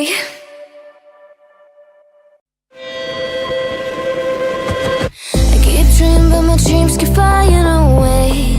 A song with far beyond. Keep chasing them and I never rest for a day. There's something I don't do. I feel the wind blowing my face, but that's alright. I smile at people passing by. Some smile back, some might not. Well, I'm always looking for a shade when it's hot. I've been low key and I'm trying to stop. Goddamn, feeling good. Yeah, but when off I go. Pretty afternoon, it's a fast forward. Looking at the skyline, looking back at my life, and I gotta say it's one of a kind. Yeah, but when off I go. Pretty afternoon, it's a fast forward. Looking at the skyline, looking back at my life, and I gotta say it's one of a kind.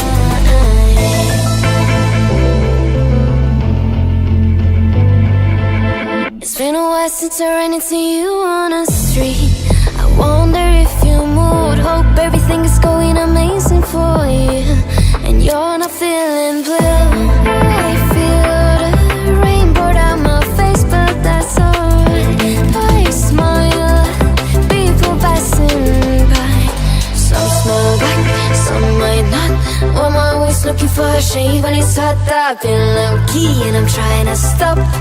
Goddamn, feeling good. Yeah, but when off I go. Pretty afternoon, it's a fast forward. Looking at the skyline, looking back at my life, and I gotta say it's one of a kind. Yeah, but when off I go. Pretty afternoon, it's a fast forward. Looking at the skyline, looking back at my life, and I gotta say it's one of a kind. I slip to the door, bind it to the blue. I slip to the door, bind it to the blue. I slip to the door, bind it to the blue.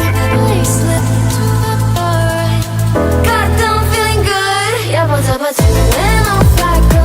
Pretty afternoon, it's a fast forward. Looking at the skyline, looking back at my life, and I gotta say it's one of a kind. Yeah, but when off I go. Pretty afternoon, it's a fast forward. Looking at the skyline, looking back at my life, and I gotta say it's one of a kind. Every day I want your touch, and every way I can't give it up. Anything just to feel the rush. This just ain't enough. Oh, will you be my ride or die? Oh, we can do this every night. Oh, yeah. Will you be my ride or die?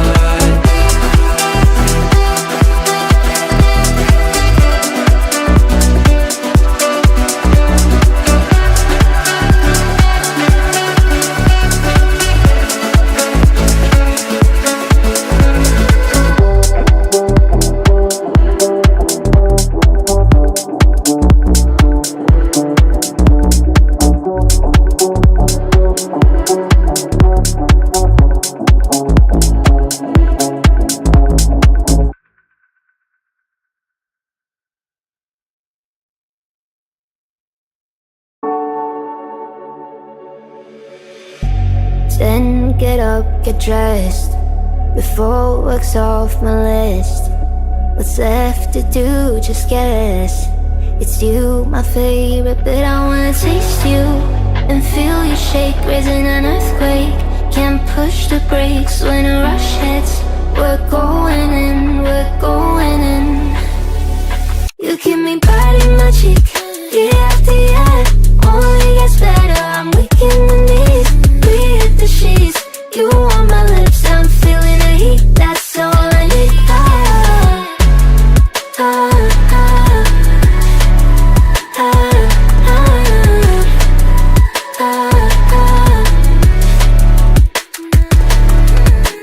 When a day's gone, we've only begun. That's the best part, when we get it on. I'm addicted, no denying it, 'cause you don't cross my mind, you live in it. I wanna taste you and feel you shake, raising an earthquake. Can't push the brakes when a rush hits. We're going in, we're going in. You keep me biting my cheek, year after year. Only gets better, I'm weak in the knees. We hit the sheets, you on my lips, I'm feeling the heat. That's all I need.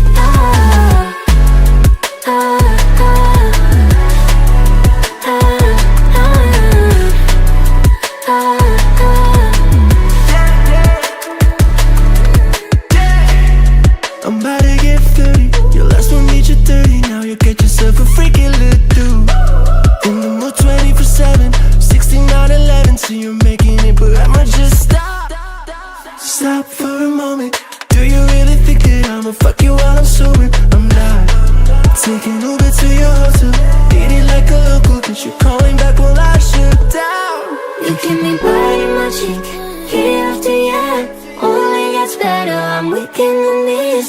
We hit the sheets, you on my lips, I'm feeling the heat. That's all I need.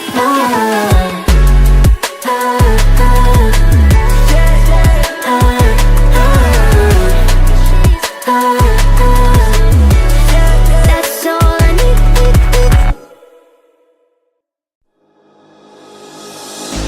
Father, you should know I've been going solo. Want my love, baby, earn it. Yeah, dancing on my own. See if you can follow. Got me feeling alive. Watch me go, lose control. Is this real? All I feel. Freak my signs. Every time, let's be real, be real, be real.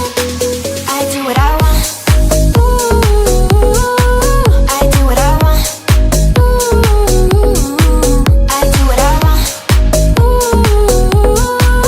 I do what I want. I want. Hear me now, I do what I want. Are you ready now? 'Cause it won't be easy.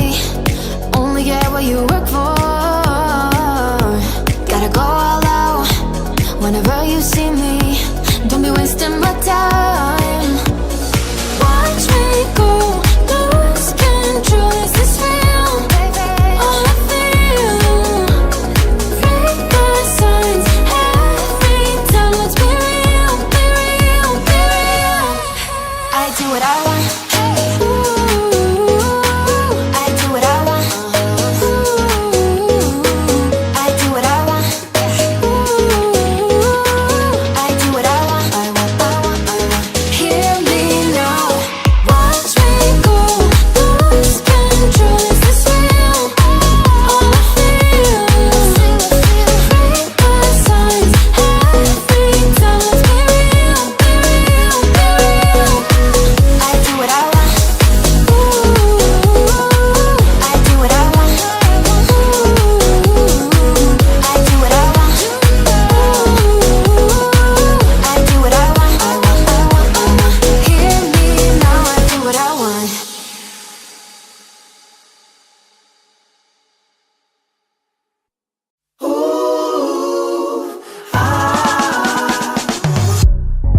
Talking to me with your eyes, I get a hint of the perfume that I like. Wear it like a disguise, I come around with the perfect alibi. midnight, pouring my heart out like it's water. Tick-tock, you know this night ain't getting younger. Feels like chasing a star up and down in the sky. I can't get enough of sweet, sweet love, like we're just a couple bees, please. I'm glued to you, honey, like leave me, and I'll be sticking to you. I'm glued to you, honey. I'm glued to you, honey. Hey. Ooh, I'm glued to you, honey, like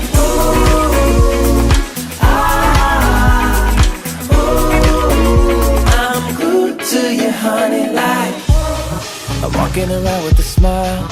You got me feeling like curfew after 9. Yeah, you're tearing it up with the style. You got me living a brand new kind of life.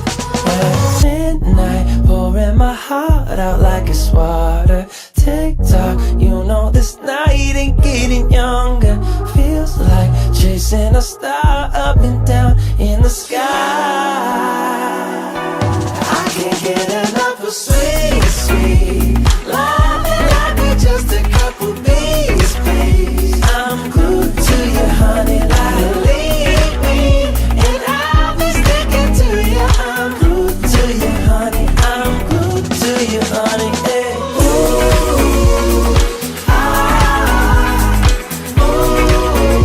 I'm glued to you, honey, like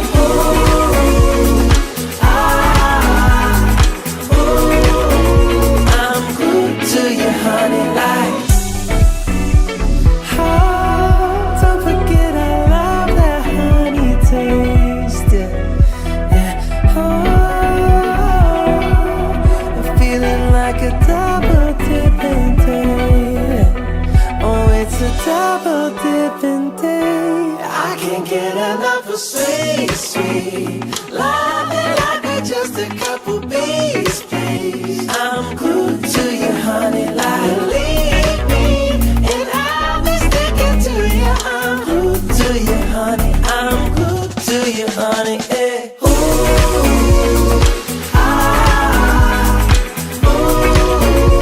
I'm glued to you, honey, like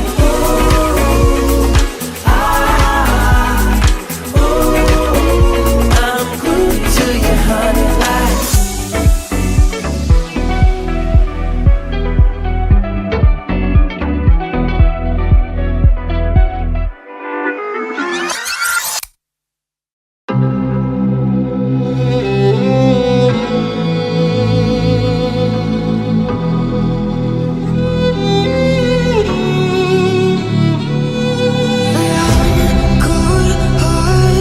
but I'm just getting started. My eyes on the target. Love, love.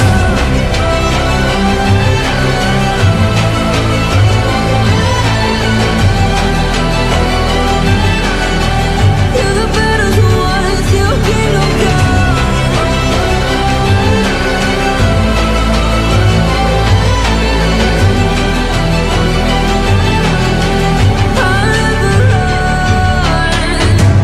best to give me your loyalty, 'cause I'm taking the world, you'll see. They'll be calling me,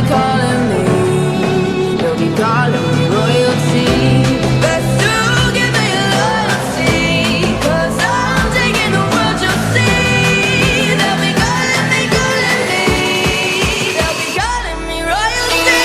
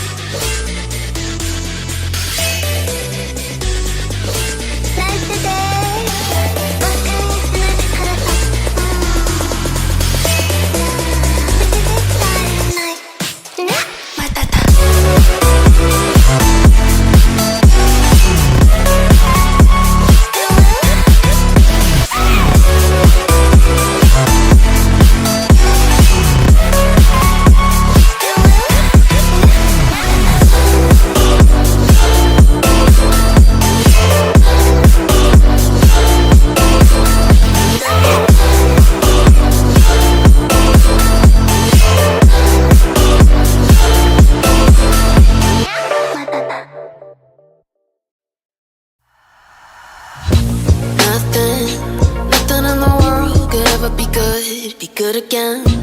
I've been nothing but a girl who really should be nothing less. Don't mess up, and don't you tell us so how you actually feel.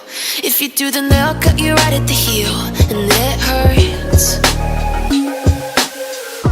No one can save you.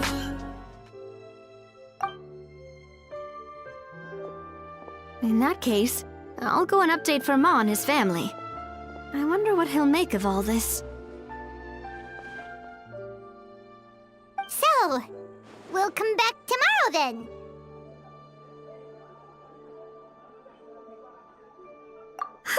That was a long day. I think I've earned myself a sweet treat when I get back home. Oh, nice! Macarons? Or are you gonna switch it up this time?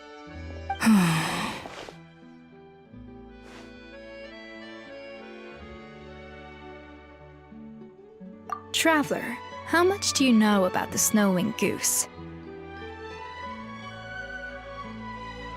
Every year, they migrate long distances in search of a suitable home. There's always one goose at the front whose job is to lead the flock. Fontaine poets often use the image of that goose to explore the ideas about leadership and genius. They usually imagine someone who's a cut above the rest, a model of perfection. But what those poets don't know is that during a migration, the lead goose is always changing. Once the lead goose shows signs of fatigue, it retreats to the back of the flock and allows another goose to take its place. So the truth is that leadership, with all the responsibilities and pressures that come with it, it's something that everyone takes turns at. But we humans completely miss that fact when we project our own ideas about social hierarchies onto them. I guess what I'm saying is, I don't buy into this notion that there's some sort of gulf between normal and genius. Cooking is a science, not magic. Given the same ingredients, same recipe, and same environment, I see no reason why two different people shouldn't be able to create the exact same dish. Of course, some people have a more sensitive palate than others, and some people are just born bolder or more conscientious. But these are all variables that can be accounted for with time and practice. I'd have no reason to expect so much from others if I believed that perfection can only come from the hands of a genius. Okay, I've made up my mind. I'm gonna get to the bottom of why Savannah failed. And come tomorrow, I'll give her the scolding of her life, pointing out all the mistakes she's made along the way. Then she'll finally see the error of her ways.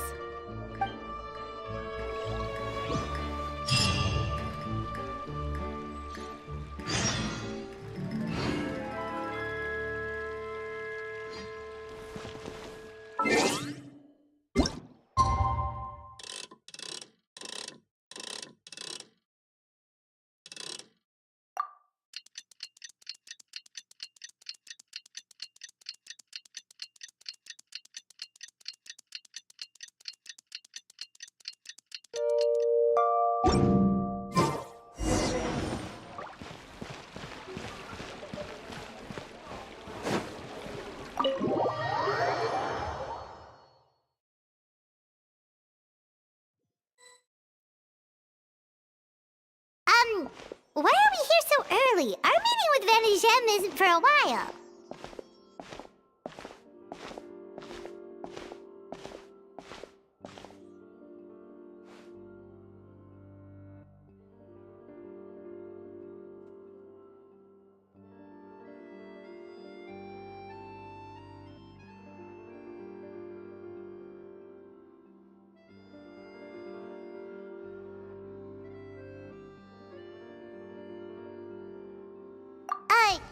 Check on her? Why? What happened? Oh no. Escoffier, are you alright?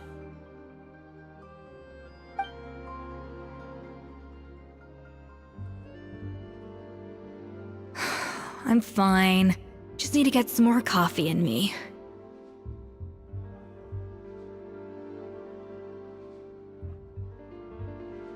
Huh? What happened to my coffee? Did I really drink it all? All right. Thanks. I appreciate it. Well, there's cooking facilities here. Or we could just grab a cup of coffee from Cafe Lutece, but either way, hurry!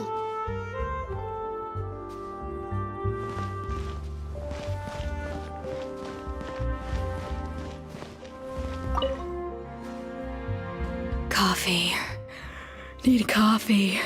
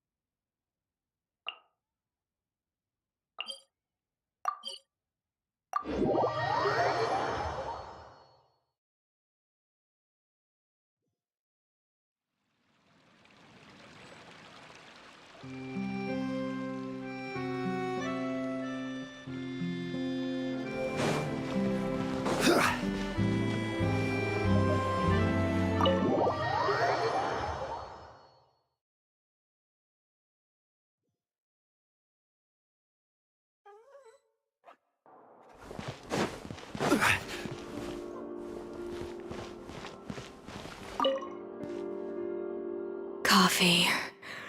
Need coffee.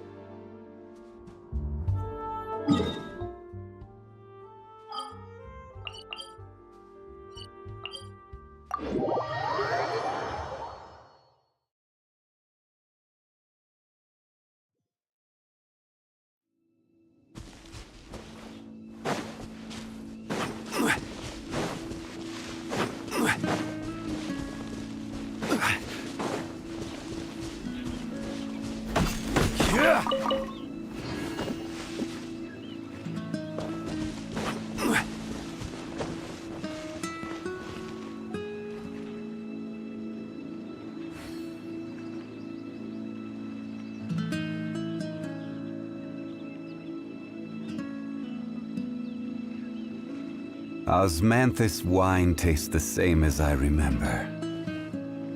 But where are those who Quake!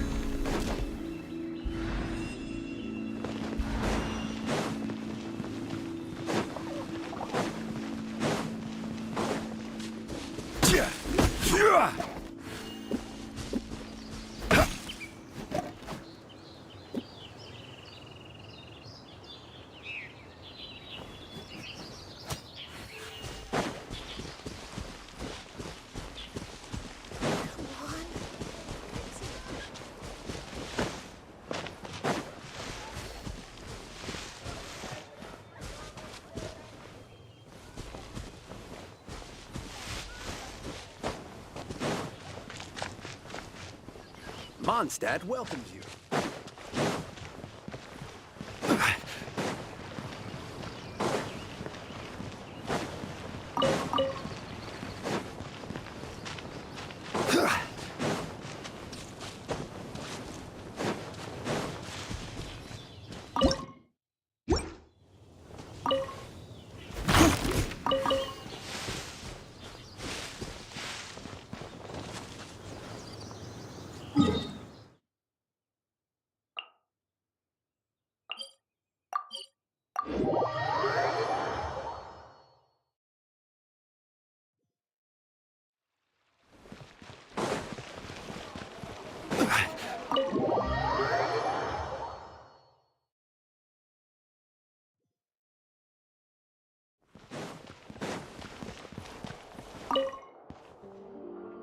Coffee.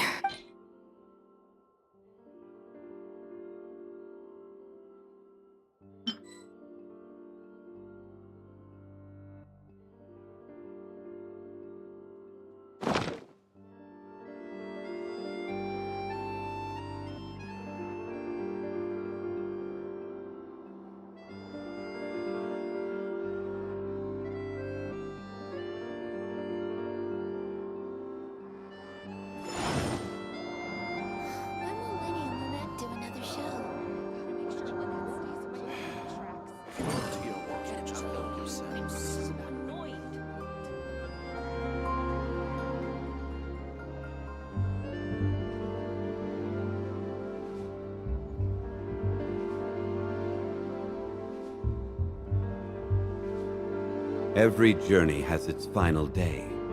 Don't rush. When will Lenny and Lynette do another show?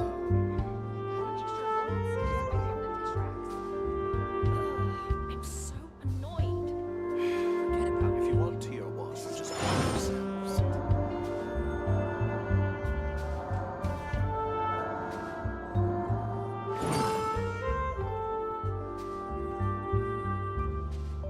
When will Lenny and Lynette do another show?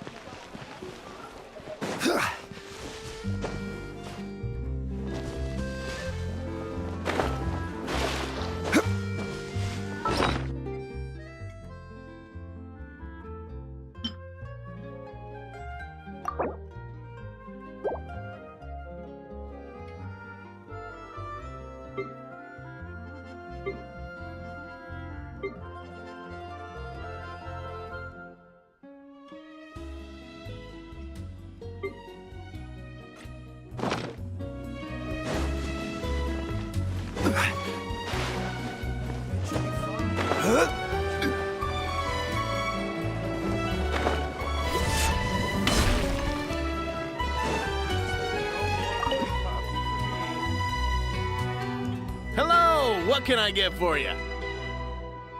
Sure thing. We're here to go. Huh?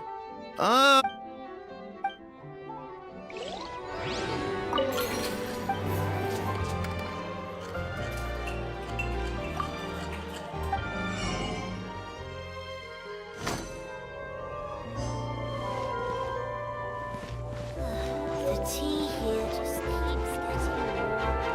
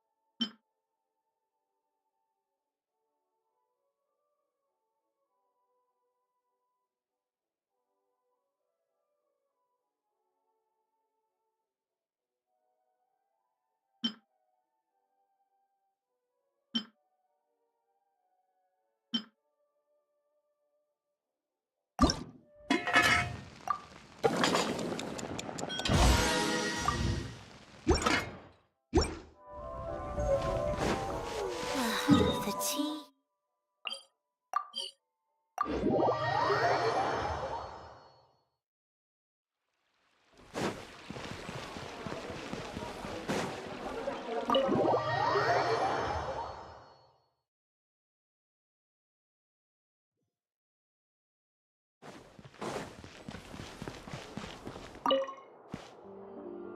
Coffee.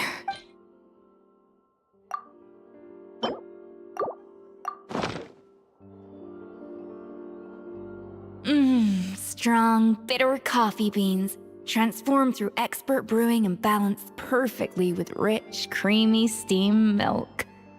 Wonderful. I feel much better now. Thank you so much, Traveler and Paimon. Glad to hear it, but make sure to catch up in your sleep when you get the I think I figured out where the problem lies. Honestly, it's ridiculous. I don't know whether to laugh or cry. Wait, what investigation? What are you guys talking about? I'll save it for when everyone else gets here.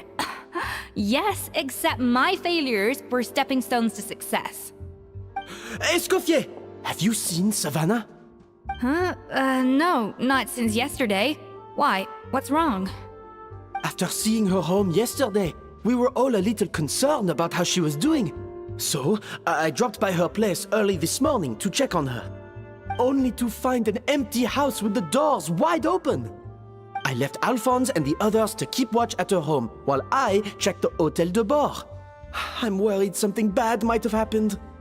If she's not here, then where could she be?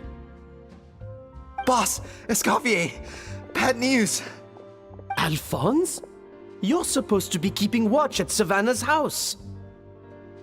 We were, but then, just after you left, we found this stuff in her house. Oh, looks like a map with a bunch of random places circled. What does it mean? Wait a second. This feels familiar. I'm sure these places are all connected somehow. Of course, from the Codex. They're all placed. Yeah, but I don't understand. The adventure logs in the Codex are too fragmented to be of any use. How come this map shows all the missing details? The Codex de Bord? Then, this place marked in red out at sea. Could that be the fabled birthplace of Gâteau de Bord? Seriously? So now she set her sights on finding the original recipe and beating Escoffier that way? Geez, Savannah. Anything to overcome a gâteau plateau, huh? Ugh, idiot! Does she have a death wish? Those ruins are thousands of years old. Hold on, there's more. Besides the map, we also found these letters.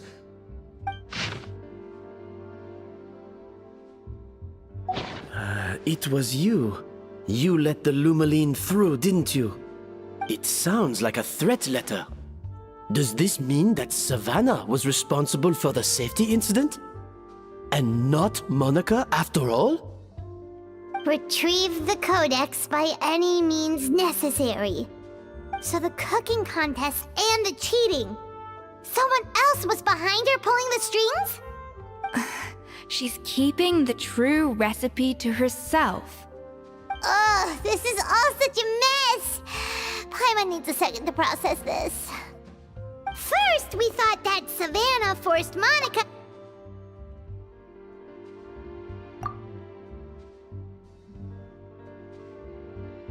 You're finally here. Of course. I should have put two and two together as soon as I read your threat letter. The food safety incident, the demand for a cooking contest, the instruction to blackmail Monica, even the suggestion that Escoffier was keeping secrets from me. It was all part of your grand plan, wasn't it, Monica?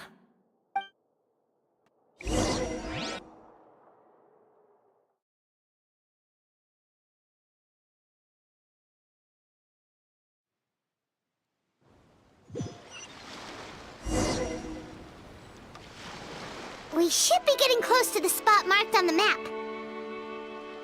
Of all the stupid things she's done, this really takes the cake. The moment we find her, I'm gonna curse the living daylights out of her.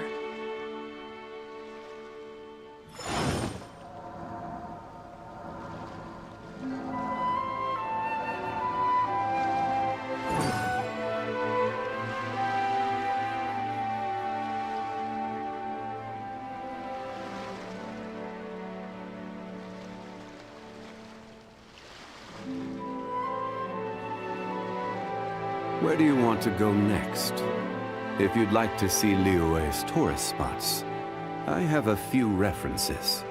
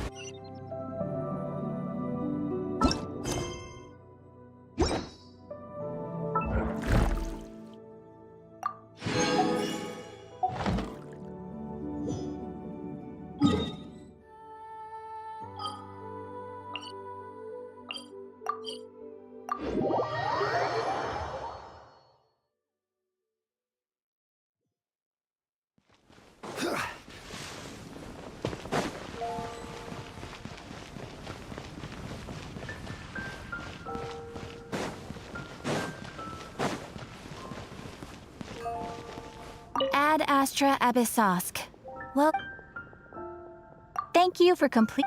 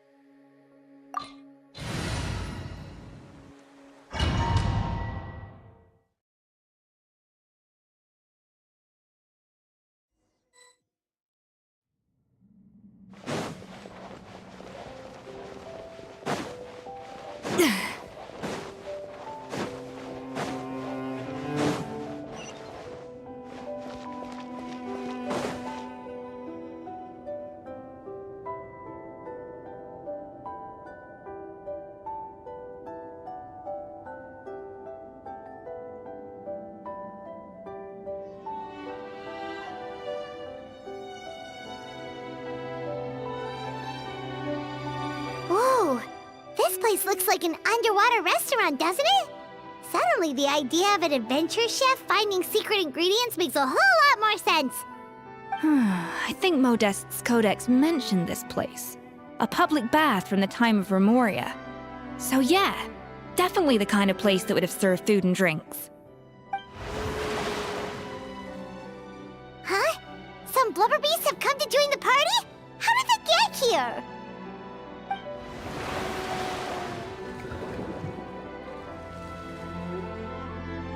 Aw, they ran off!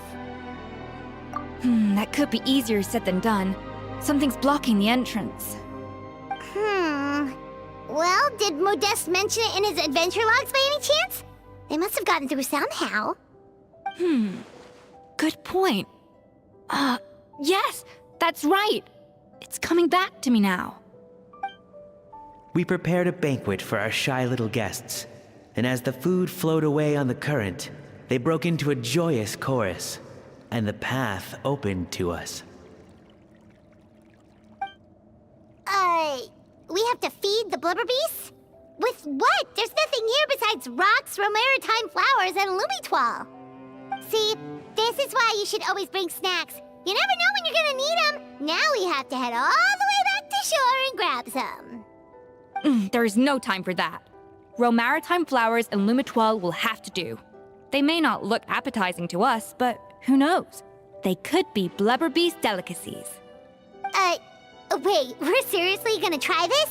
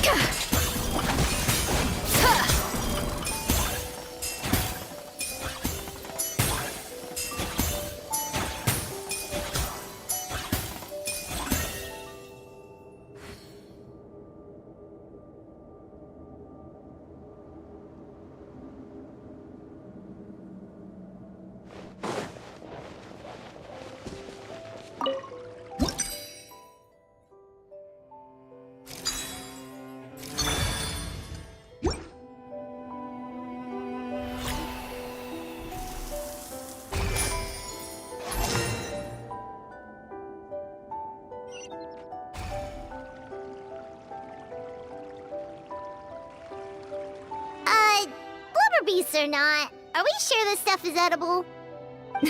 Trust me, they'll love it. Oh, good question. If we try to put them in the pool, we'll probably just scare them off again, and who knows how long they'll be gone. Yes, we can't afford to wait for them to double back. What was it that Modeste said again? Something about the food flowing away on the current.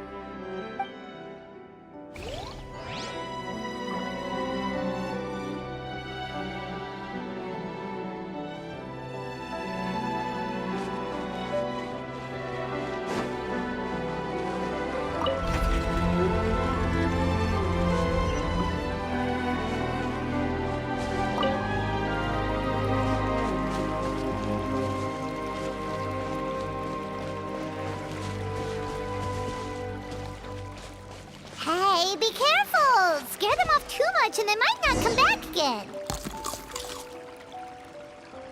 Wow, it's really singing! It must taste better than Paimon thought!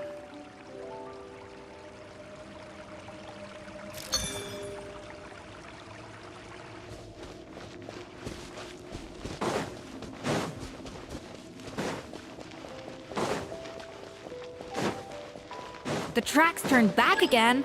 Ugh, so annoying.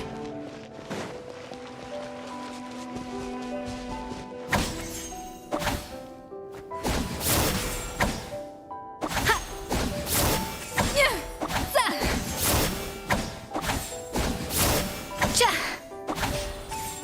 Cha! Ra! Yeah! Yeah! Ka! Za! Cha! Yeah!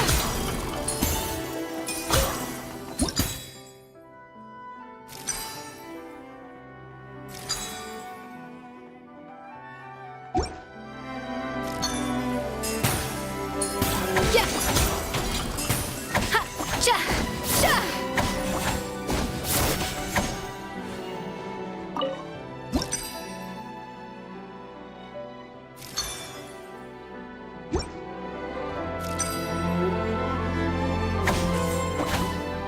Ha!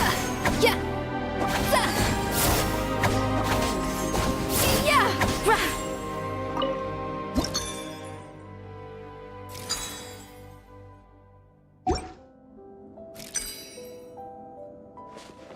Off to the freezer!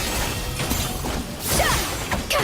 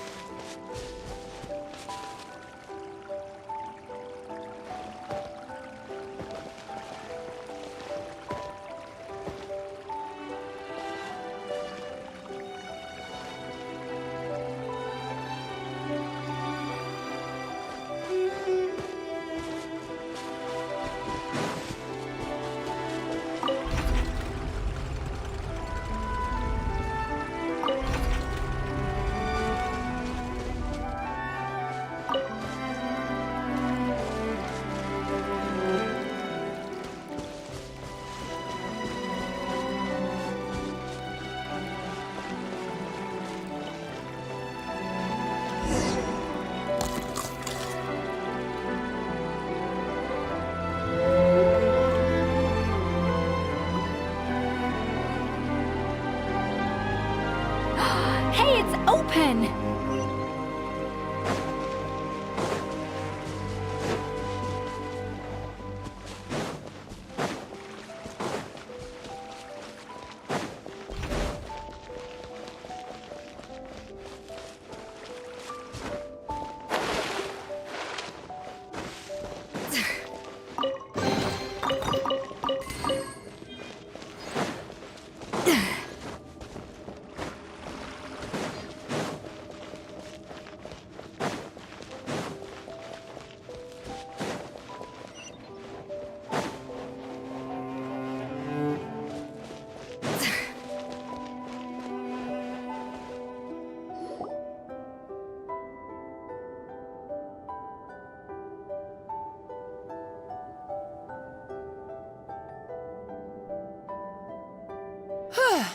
Hey, give me your water.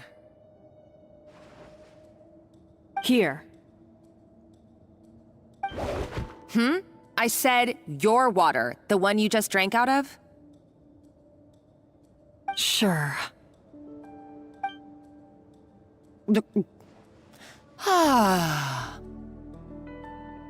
All those years slaving away under Escoffier, and then you. Today, it's finally paying off. Not only have I found the ruin that Savelli kept hidden, but I also get to boss you around like my little lapdog. Hey, go scout ahead for me.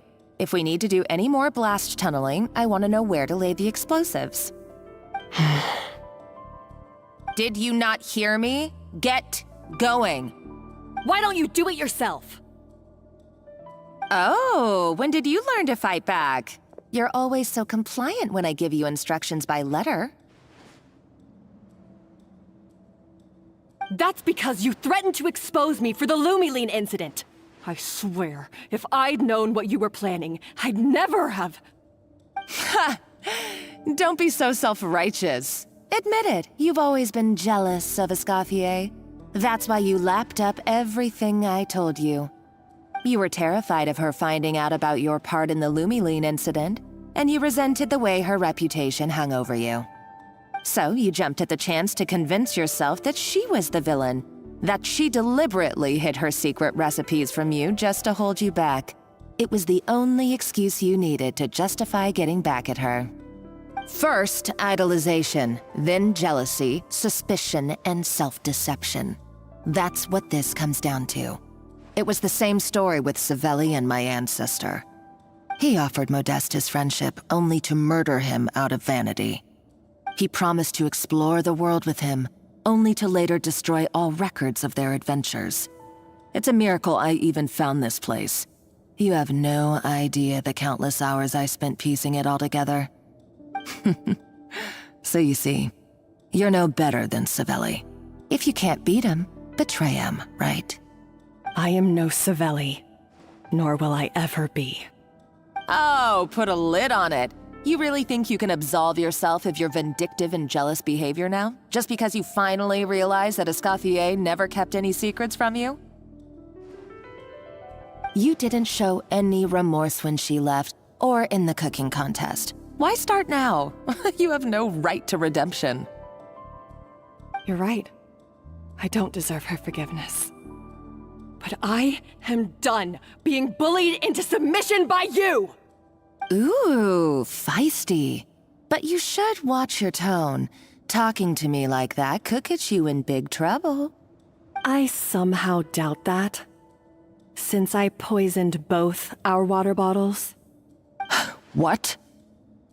Ever since I learned the truth, I've been biding my time, waiting for this moment.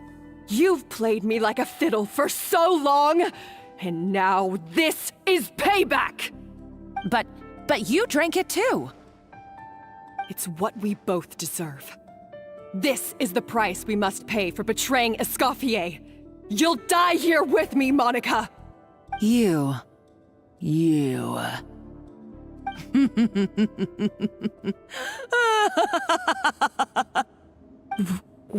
What's so funny? Oh, you're too much. I thought I'd play along for a bit just to amuse myself. You gave a very rousing performance. I saw your dumb plan a mile off. There's no poison in these bottles, just clean, fresh water. No. Revenge is a dish best served cold, you know? Did you really think your half-baked plot would fool me? You're a lousy chef, and you make a lousy villain, too. A complete waste of space. No wonder you never amounted to anything. Everything I ever did was a failure. And now, I failed again, for the last time. Hey, why don't you try your hand at being a comedian in your next life? You got a good laugh out of me. But now the show's over. You should have just done like I asked, Savannah. All I wanted you to do was scout the ruins for me. But you had your chance, and now it's time to say goodbye. Stop right there! Let her go, Monica! We've got you surrounded! Escoffier? Ugh, looks like I'll have to keep you around for a little longer. You can't! Stay back if you want her alive! Escoffier and the Traveler. I can't take you both on in combat, but if you so much as flinch, I can end Savannah's life in a heartbeat. Monica, what are you hoping to achieve by this? You're about to commit murder, and for what? A recipe? A recipe? You chefs are all blinded by your myopic focus on kitchen affairs. Well, some of us actually have bigger fish to fry. Modeste had a secret. The truth behind his so-called genius, the je ne sais quoi factor in his Gâteau de Bourg, and it's right here in these ruins. Are you serious? You're here because of a Gâteau de Bourg obsession? You've gone completely mad! I couldn't care less about the cake itself. No, the real treasure is the secret ingredient that Modeste sourced from these ruins. He and Savelli were fools. A priceless treasure of Remoria in the palms of their hands, and they thought, ooh, this would go great in our cake mix. We're talking about a powerful stimulant that also sharpens the senses. That's no cooking ingredient. It's a groundbreaking drug. That's right, I've done my research. It was a drug that Remoria developed for their war machine. I could make a killing by selling it to the treasure hoarders or the Fatui. Will you listen to yourself? You're completely delusional. My eyes are wide open. Just wait till I get my hands on this treasure. You'll see what a fool you've been.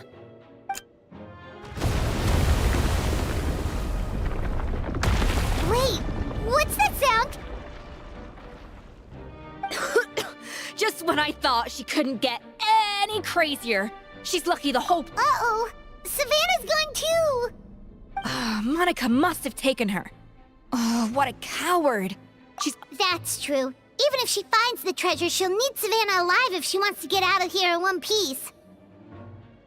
Oh, well, our path's been blocked, so let's look for another route.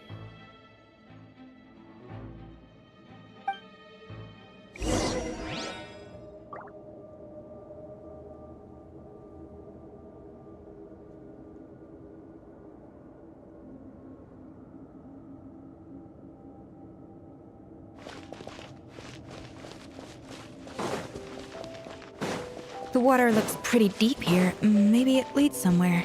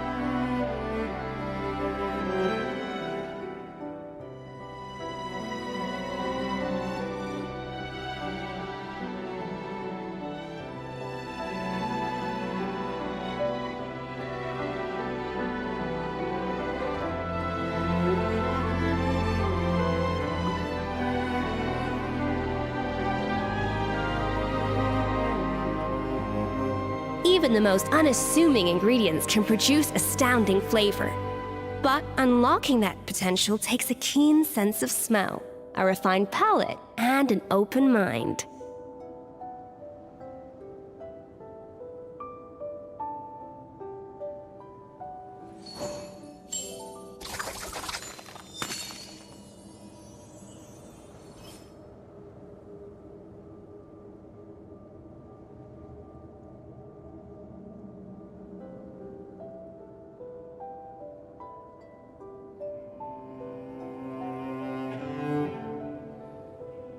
An important part of cooking is making sure the ingredients absorb the flavors in the dish. To that end, a chef must be able to wield a knife with the same level of precision as a surgeon. Practice makes perfect.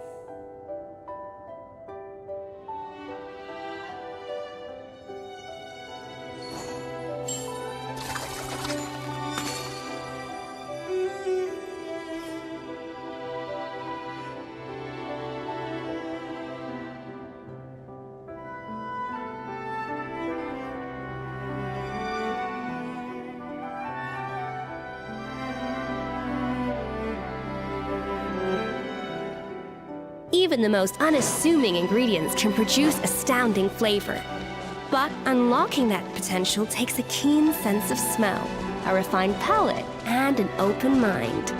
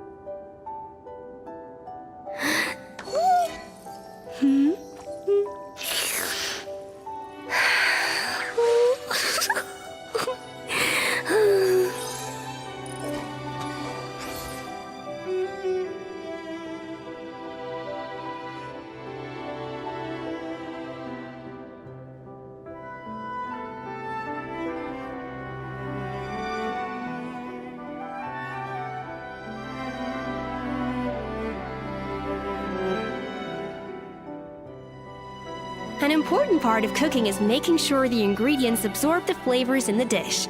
To that end, a chef must be able to wield a knife with the same level of precision as a surgeon. Practice makes perfect.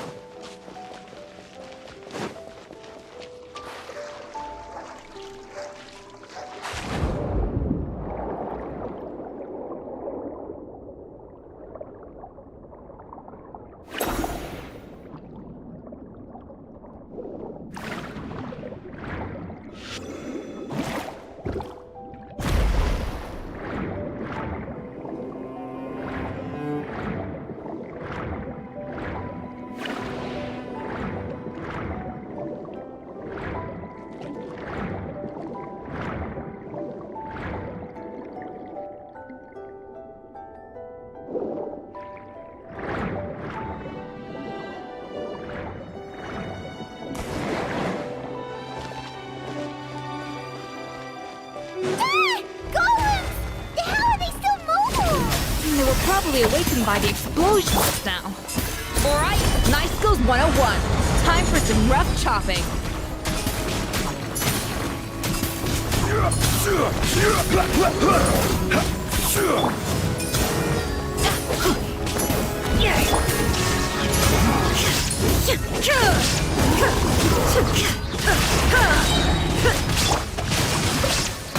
Rain outlines your fate.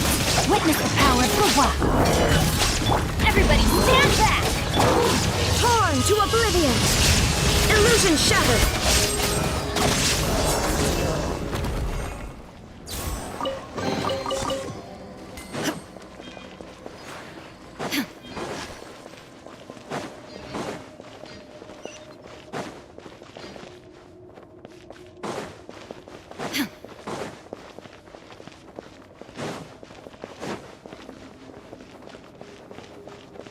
Another door?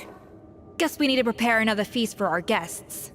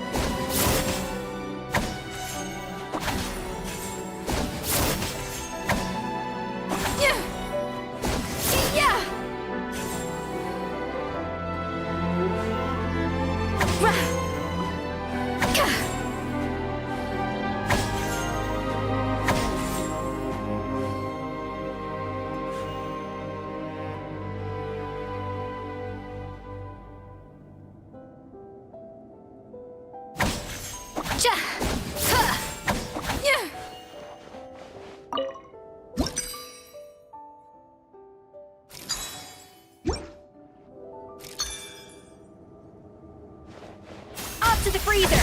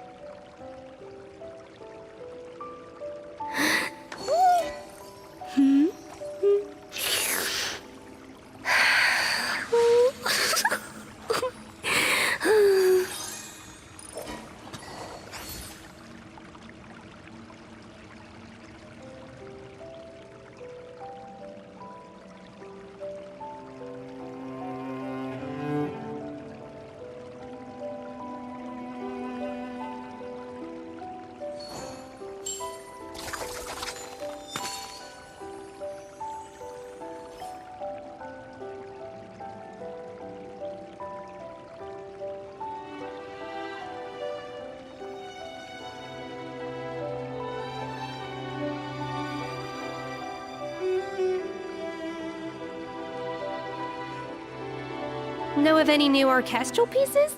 I like to swap out the background music in the kitchen once in a while. It's a great way to find new inspiration.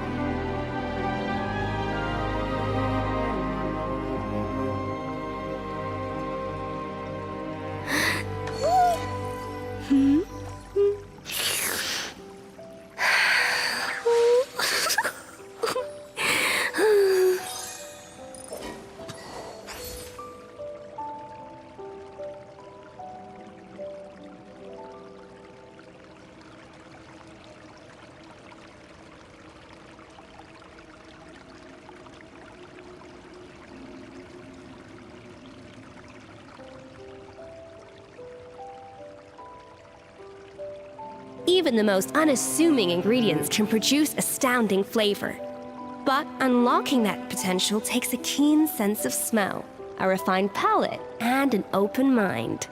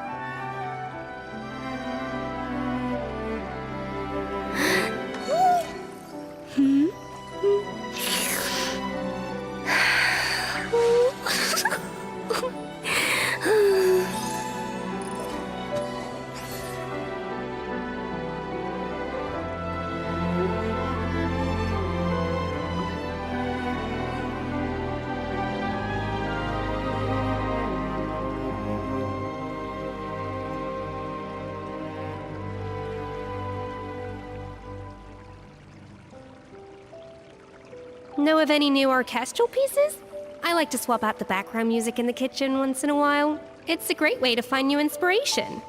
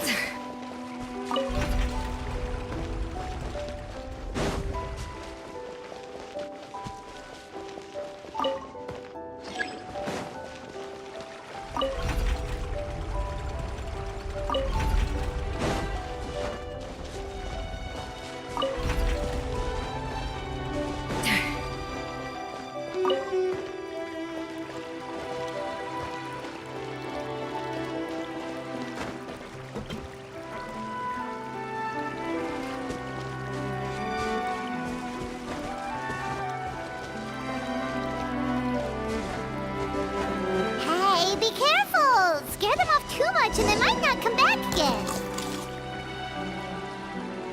It seems to really like the texture of Rome maritime flowers.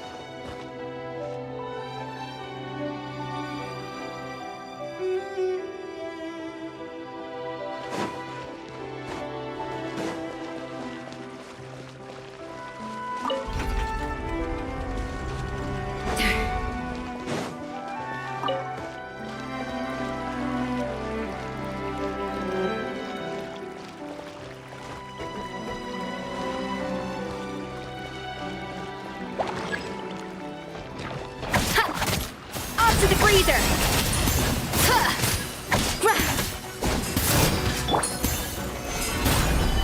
This is order.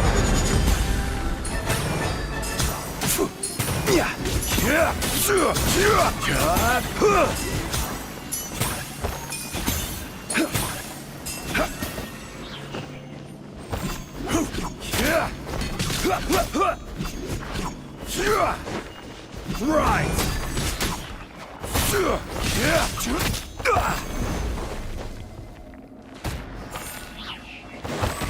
Crumble.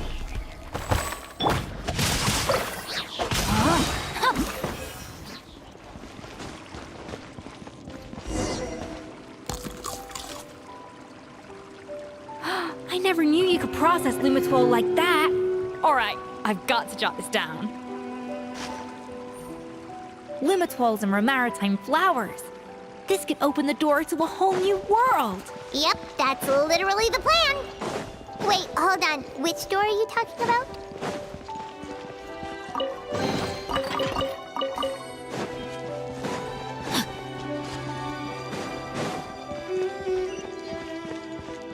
Time to act. Body and mind. Time to act.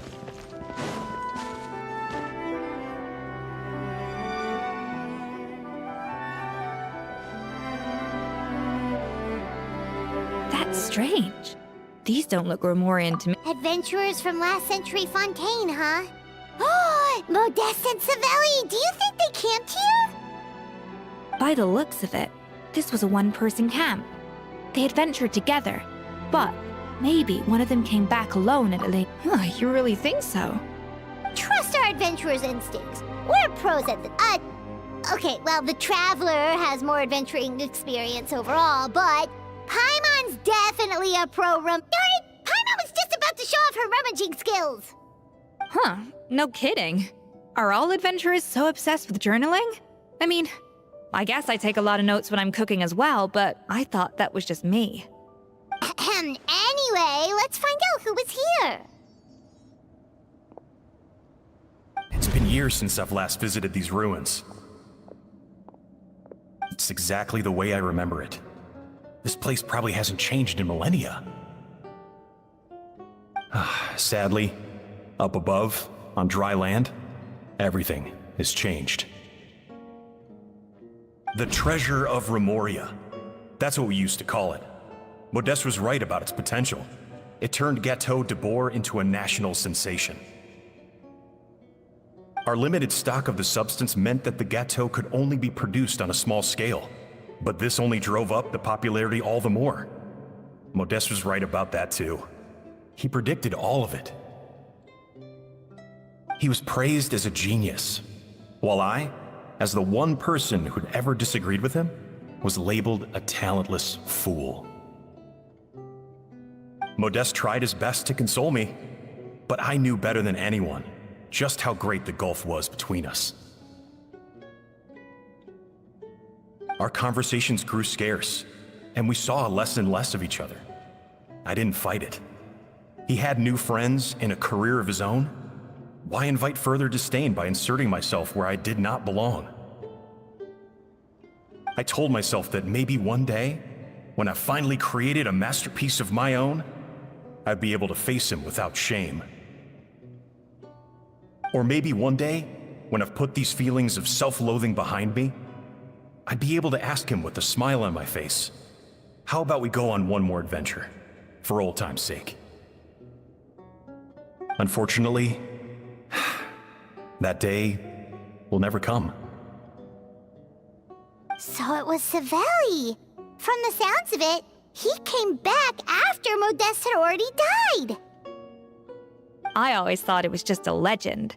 But if it's true, then this must be the place where they found their secret ingredient, the birthplace of Gateau de Bourg. In that case, what does that say about the death of... The taste of Gateau de Bourg has changed. Modeste was convinced of this, even though everyone swore they couldn't tell. Being the perfectionist that he was, he refused to accept even the slightest flaw in his work. He stopped all sales of the product, locked himself away in the kitchen, and worked day and night, vowing to find out where he had gone wrong. But as he baked and taste tested over and over again, he found he only strayed further and further from the original taste. It was only when he was sipping on coffee one day and realized he could not taste the bitterness that the truth finally dawned on him. What had changed was not the gâteau, but his sense of taste. The treasure of Remoria stimulates the senses, taste included, and invigorates the spirit. In the short term, it offers people the ultimate gourmet experience, but in the long term, it dulls their senses entirely. In hindsight, it made perfect sense. After all, why would a culture that sought liberation from the constraints of their bodies care for the loss of their senses? But we realized it too late. We were just too late. Over the course of his many culinary experiments, Modeste exhausted the remaining supply of the treasure of Remoria. He consumed it all himself. The finest culinary talent of his generation now faced a future in which he would never be able to taste anything ever again. Finally, in despair, he took his own life. And because we had become estranged, I could not be there to stop him, to offer some words of comfort, or even to say goodbye. Yet despite everything, he sent me his final letter. The treasure of Remoria? Guess Monica was really onto something. It really was a kind of drug. So, Modeste chose to end his own life. Then, why all the rumors that Savelli murdered him? Also, neither the Codex nor any other contemporary records make any mention of the treasure of Remoria. It's almost as if someone deliberately erased it from history. Modeste told me everything in his final letter. His was a tale of how even a genius could fail, and how much more devastating it is when it happens. Did he hope I would gain some personal catharsis from knowing the truth? Or maybe he wished for me to warn the public about the dangers of Gateau de Bourg, proving that I had been right all along. But if the public ever learned how Modeste's greatest triumph became his undoing, his fall from grace would be swift and merciless. One minute a genius, the next a joke. It would surely spell the end for his restaurant too. What would be his legacy then? How would future generations view everything we built together? I fear the scorn I have faced these last years would pale in comparison to the scorn shown to him by the history books. I cannot let that come to pass. I will do what I must to protect his name. It will mean tampering with his notes to remove the damning details, leaving mere fragments of our story behind. It may lead his family to suspect me of having a hand in his demise. But if that's the price of destroying all evidence of my crimes, then so be it. I would rather the world believe a tale of genius and jealousy than see his reputation in tatters. The final loose end is the evidence here, at the bottom of the sea. Huh? What's wrong? Did Didn't we say Savannah should be safe for now? So we thought, but if Monica finds out what happened to the treasure, there's no telling what she might do.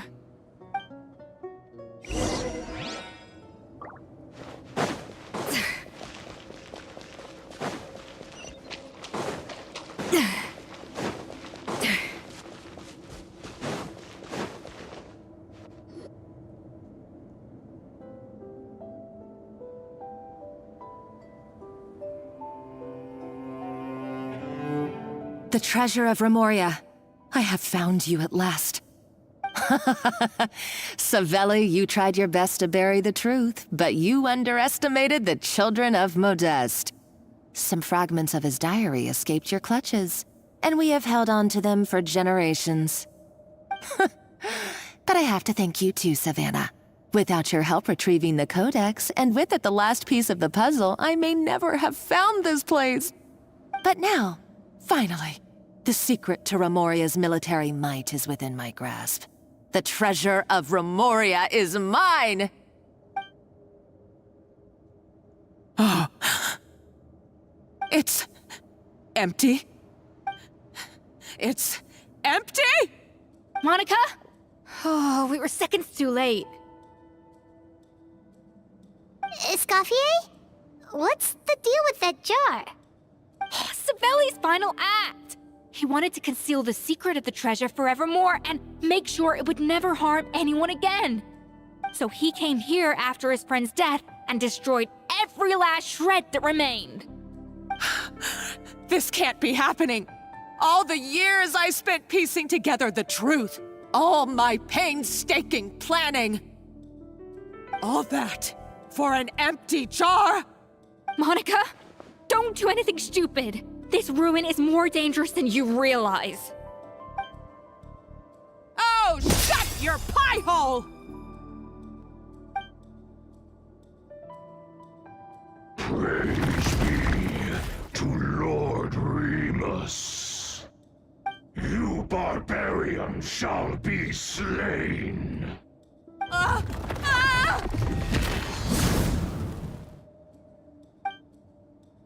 She's a nutcase! A liability to herself and everyone else! Well, now it's up to us to clean up the mess she's made. Take these golems out! Go in! Inazuma shines eternal!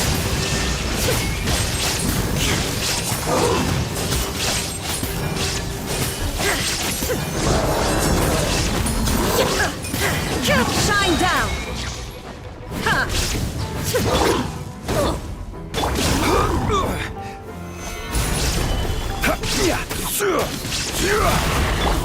Let me read you a verse. Know my sword. Rain outlines your fate.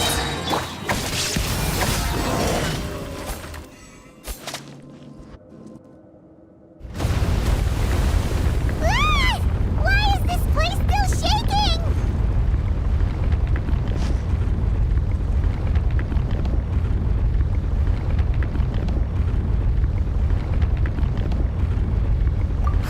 Either way, it's all her fault. Enough chit-chat. Let's get out of here, Traveler Escoffier, come on! Okay, I'm coming. Oh, no you don't. If I can't get what I want, neither will any of you. I've got nothing to show for my life's work so far.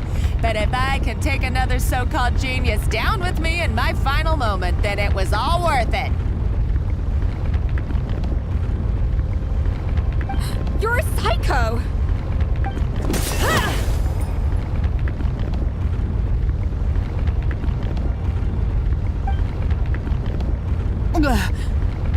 Savannah? Oh, when did you wake up?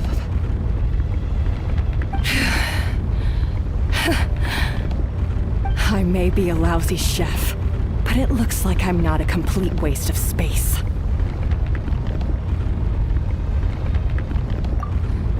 Traveler?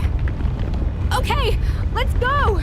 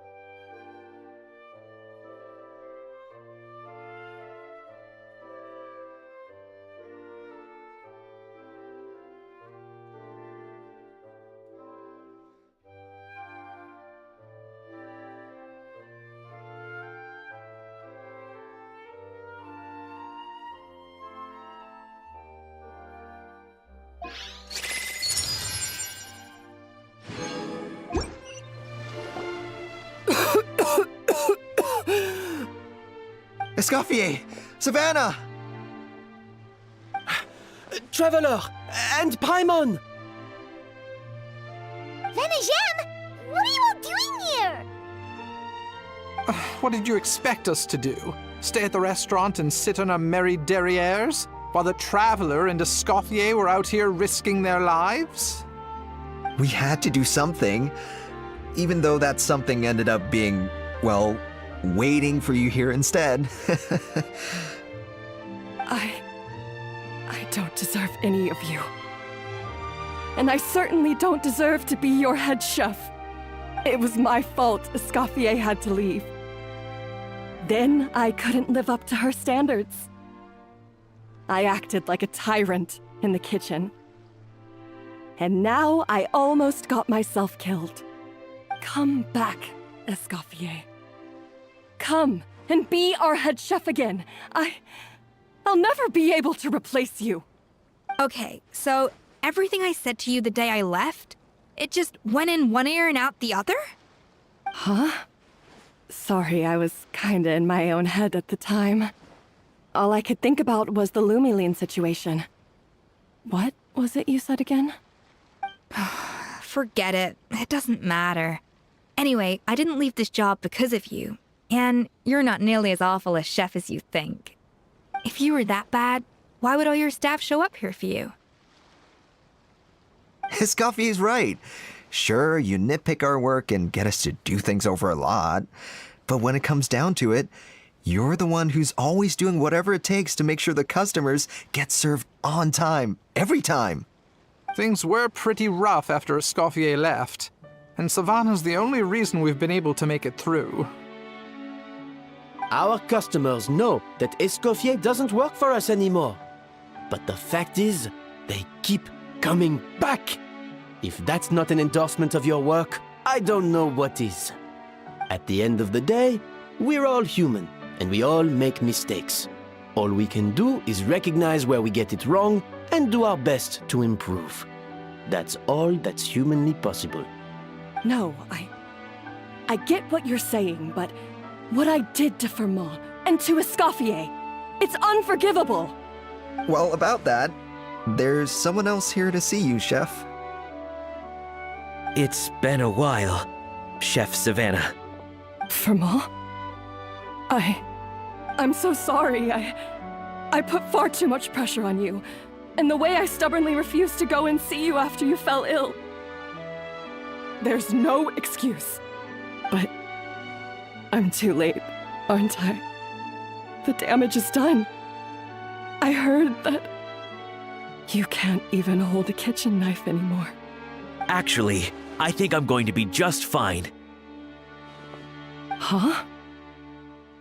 We thought Firmin's problem was purely psychological in nature. But after the threat letter came to light, it got Firmin thinking. And then he remembered the tea that Monica used to give him every night. And as it turns out, she was lacing it with Lumiline the whole time. No way! Doesn't that cause nerve damage? It can. High doses pose a risk of serious nervous and sensory complications.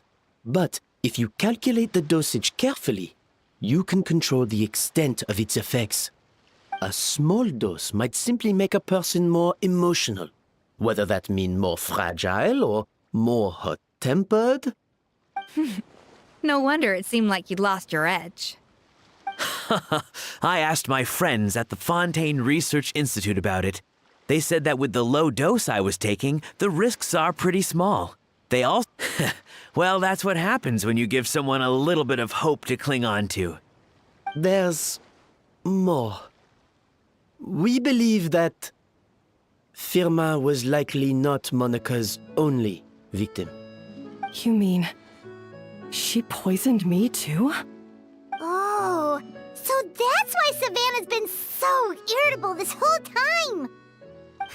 Let's not be too quick to blame everything on the Lumiline. That stuff can only amplify what's already there. So tasty food will seem like the most delicious thing in the world, while food you don't particularly care for will become utterly revolting. So you better make sure you reflect on your behavior and apologize to every single person you've wronged. I will. I'm sorry. There's still one question that's really bugging me. Why is it that no matter what I do, my Gâteau de Bourg never tastes the same as yours? Is it just... I mean, is it because you're a genius and I'm not? It's because the heating element in your oven is broken, you silly goose. What? Huh?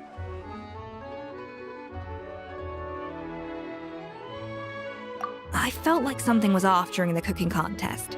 Once I got around to checking all the equipment, I noticed it right away.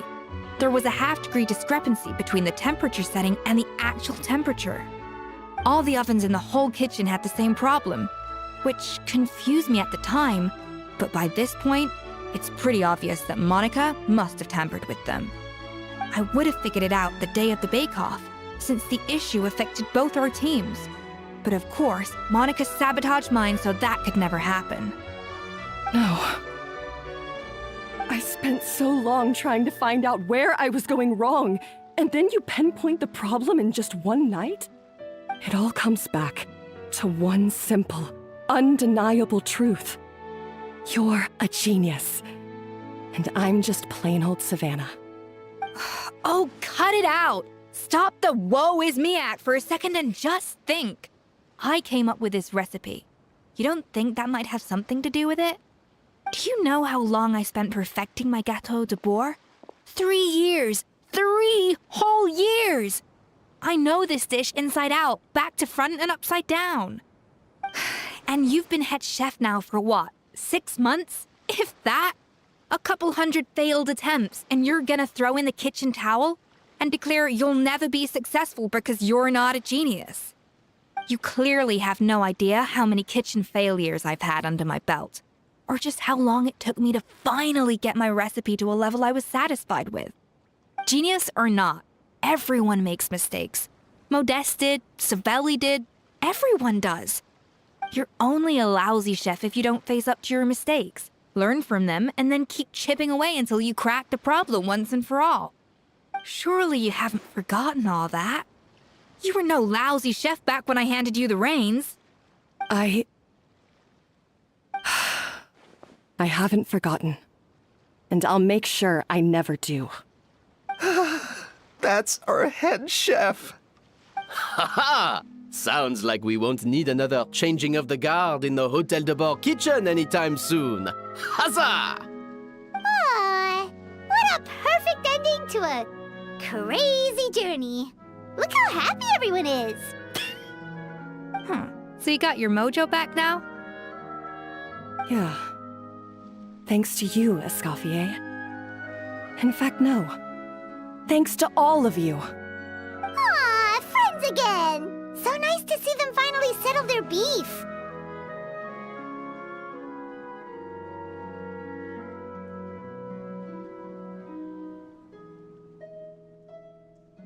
Good. So now that's out of the way. It's time for payback. You cheated in our last bake-off, and I demand a rematch right now. Huh?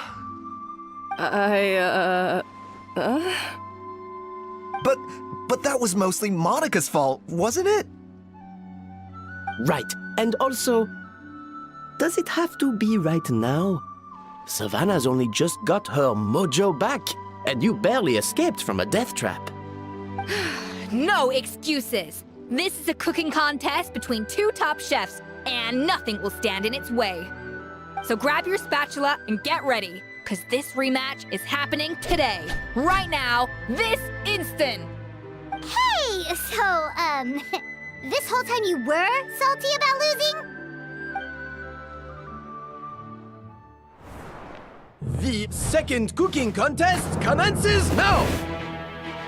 This time, no more games, and no holding back!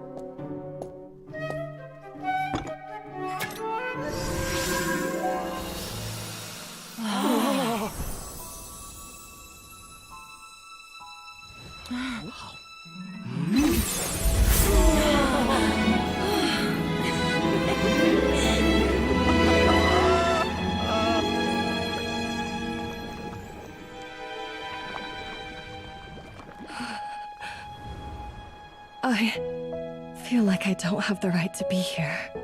Hey, what are you so afraid of? You can't unbake it now. And if you don't serve it, then good or bad, you'll never find out how to improve. If you're too scared to fail, you'll never know what real success tastes like. So? Embrace your failure. Taste it. Digest it. That's the way to success. I don't know. Sounds like it's easier said than done. I'll do it.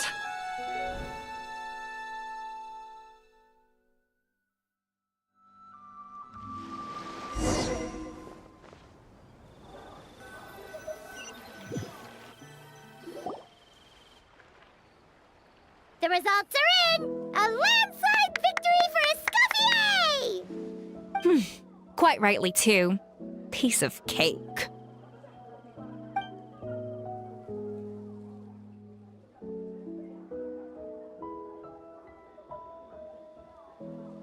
Oh yeah, look at that! Savannah looks pretty chipper too, considering she lost.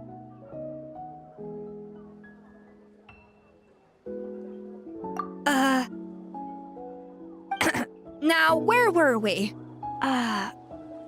Yes. Do you have any more questions for me after everything that's happened?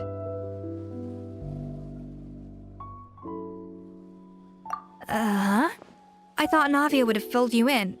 And actually, I said all this to Savannah before I left. Although, as we saw, I don't think any of it sank in. I had 2 reasons for leaving.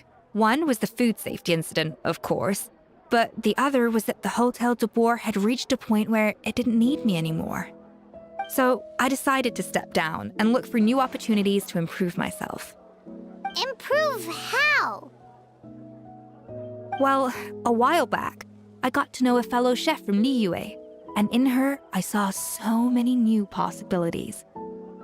She has that same adventurous spirit that Modeste and Sibeli had in their youth. Slime mucus, lizard tails. With her, nothing's off the table. There's a whole world of new flavors out there waiting to be explored, hiding away in ingredients we overlook. Case in point, remember those Romaritime flowers down in the ruins? I used them in the cooking contest just now. Did you taste the difference? What? Paimon didn't notice at all. Half of the art of cooking is dissecting the recipes of previous chefs and figuring out the exact constellation of elements that gave their work its signature taste. And the other half, it lies in freeing yourself from the confines of the kitchen. You've got to go out and explore the endless possibilities out there. Uh-oh. Paimon's suddenly not sure she wants to try your cooking anymore.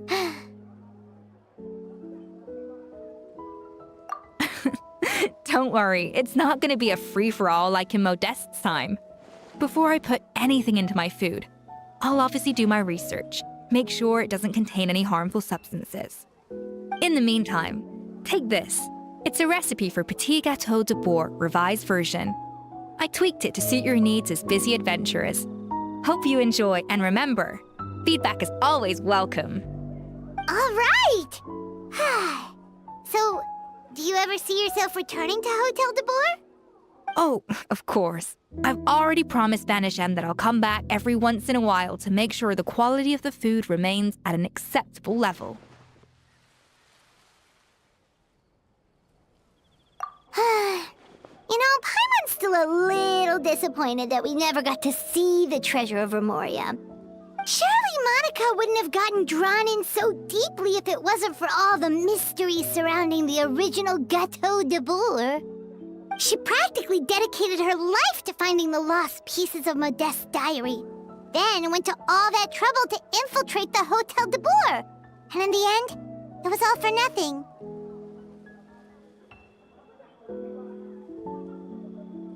Since you mentioned the treasure, between Modeste's writings and what we saw in those ruins, I think I may have figured out the truth.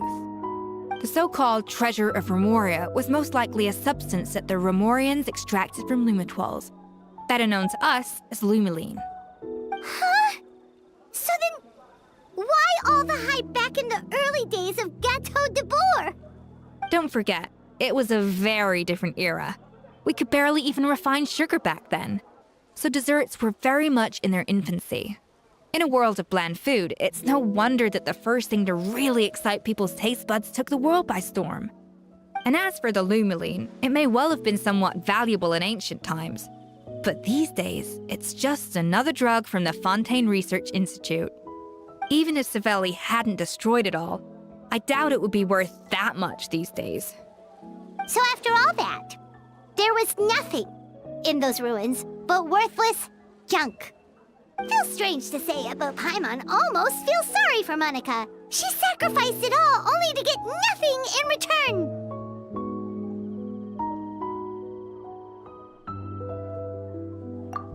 Hey! Huh? Navia? You just got back from that underwater ruin, right? Well, check it out. They ran a special issue. Did you see anything like this down there? Freshly unearthed from the ruins of Remoria, a magnificent jar thought to be over 1,000 years old. Experts say it has immense artistic and historical value. It could be worth an absolute fortune. Wait, isn't that the jar they used to hold the treasure? If only it was still in one piece. Some butterfingers must have dropped it or something. Ugh, it's such a shame.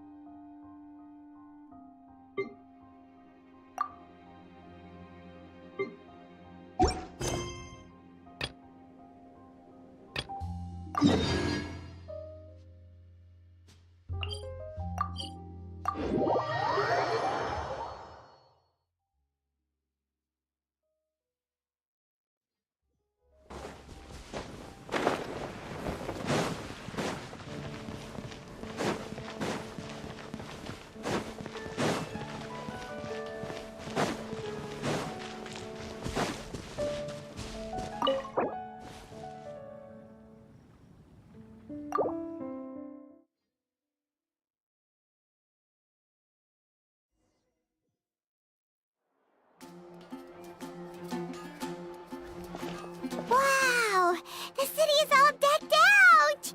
Oh, it's beautiful. Festival season means no commissions, which means no Mora. But Catherine's always looking out for us, so we should still drop by and say hello.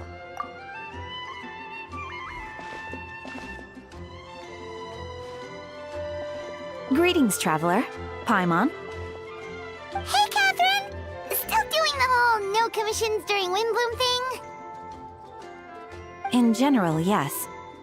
The people of Mondstadt don't delegate their work to others this time of year. But...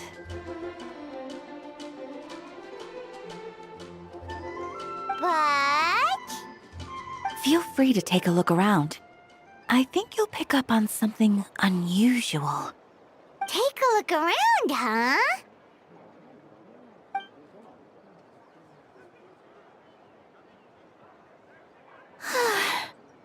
It's finally Windbloom. And here I am ruining everything. You're a bit tired. No big deal. Give it some time. How about doing something fun tonight?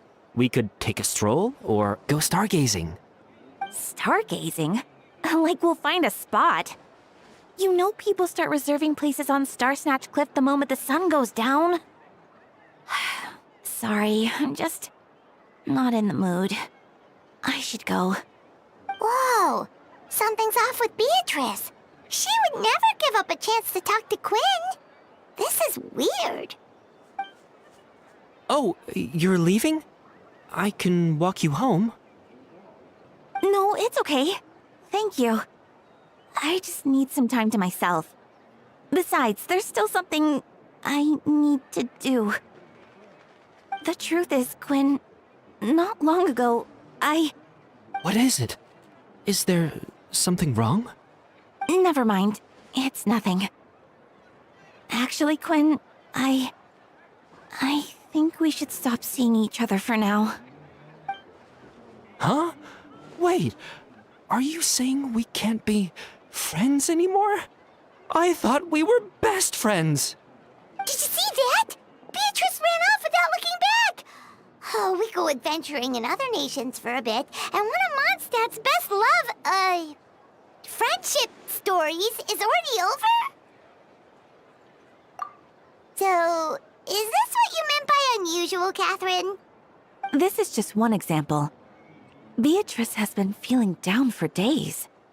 But that's not all. Oh, it's the honorary knight in Paimon. Is something wrong? You don't look so good.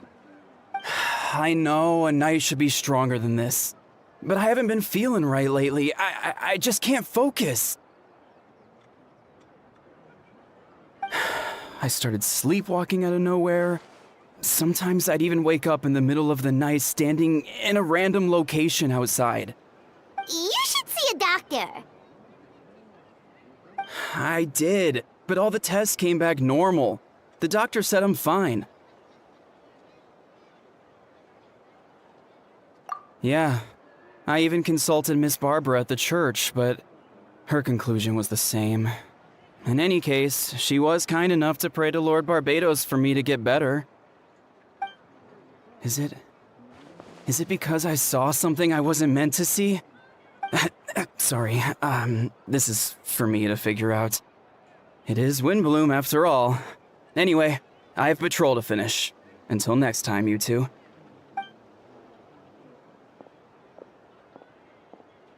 Huh. Is it something in the air, maybe?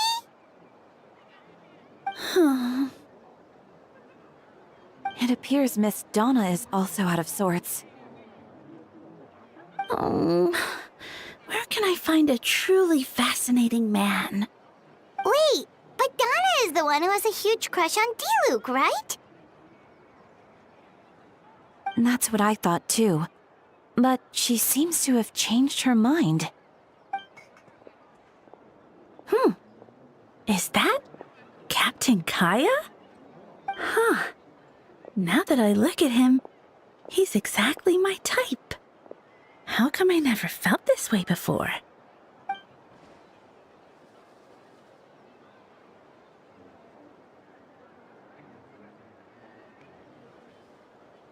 Oh, no. Of course not. I'm sorry, Captain. Just pretend I didn't say anything. And, have a happy Windbloom.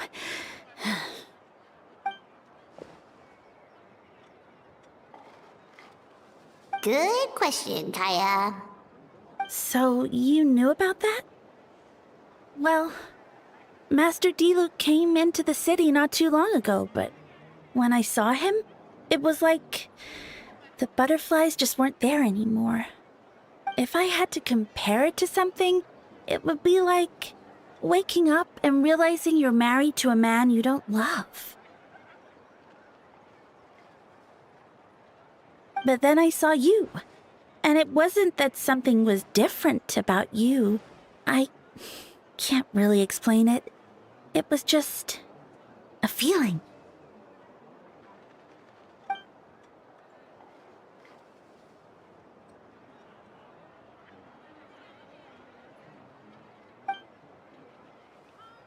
Oh, here he comes. Well, surprised to see us?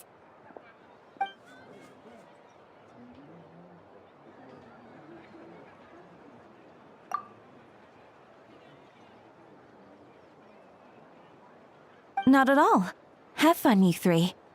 So, you said you were looking for us.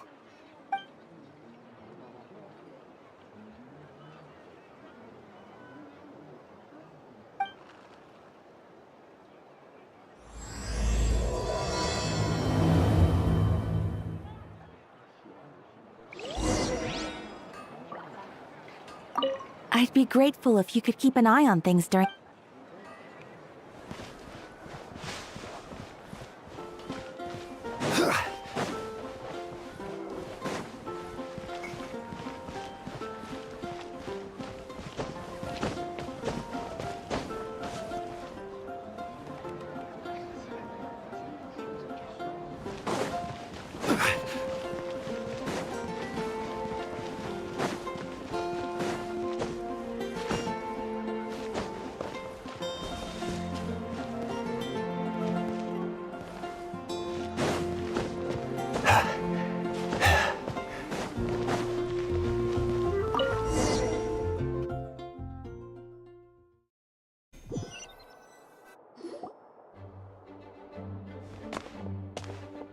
Ah, Kaya, you found them.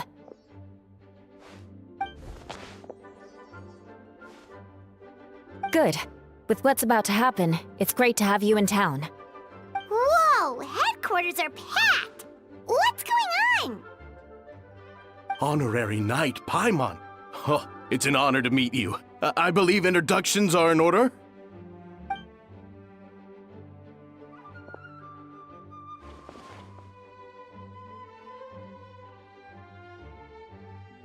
Oh, you're all captains? That's right. Master Jean is waiting for you inside. She'll explain everything. Jean!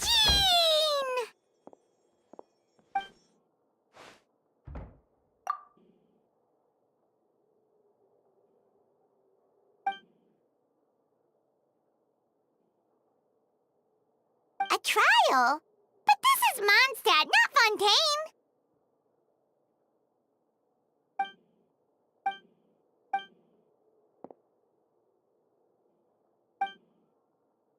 Which means...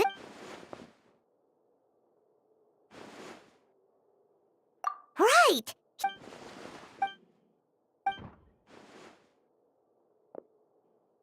Albedo is the one on trial? Oh...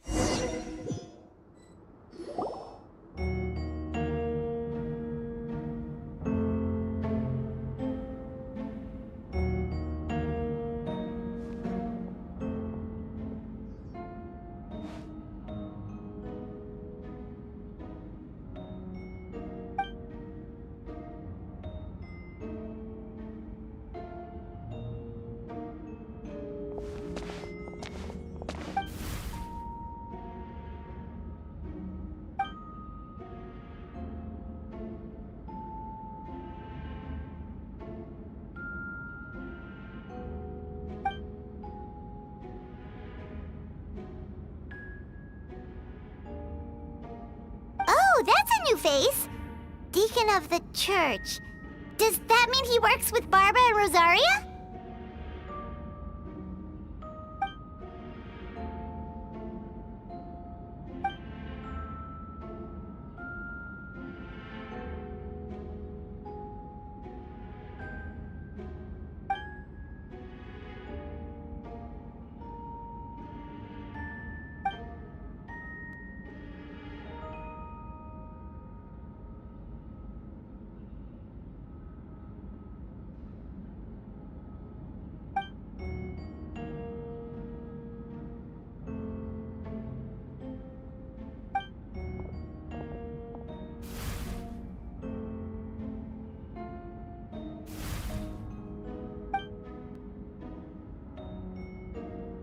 Ready to proceed.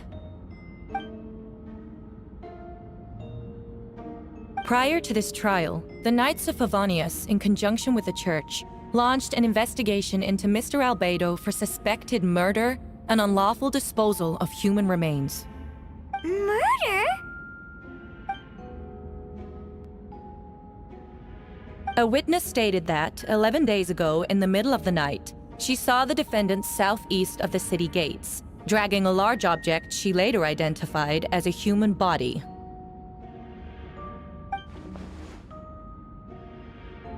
No. We now call that witness to the stand. Beatrice, please tell us what you saw.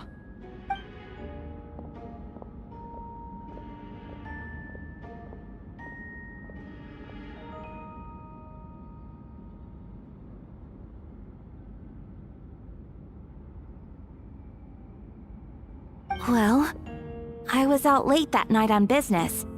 And when I came back, I saw someone in the moonlight that looked like Mr. Albedo. He was dragging a huge bag of some kind. I thought it was strange, so I followed him. Then, there was a sudden flash of golden light. The bag opened, and inside there was a body! Mr. Albedo's vision allows him to manipulate the ground with ease. So he buried it, and then removed any traces on the ground. Before he left, it seemed like he looked in my direction. Maybe it was just my imagination, but I was terrified thinking he might kill me too. Luckily, he didn't see me.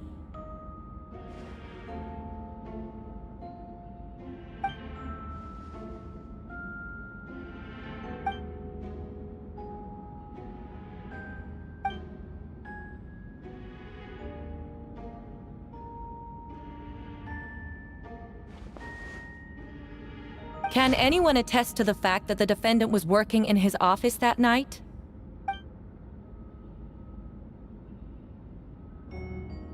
Then the length of the report is not a sufficient alibi.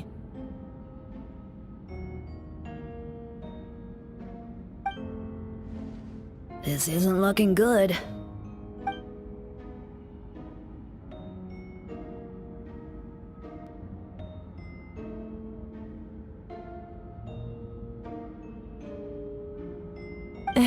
Not yet.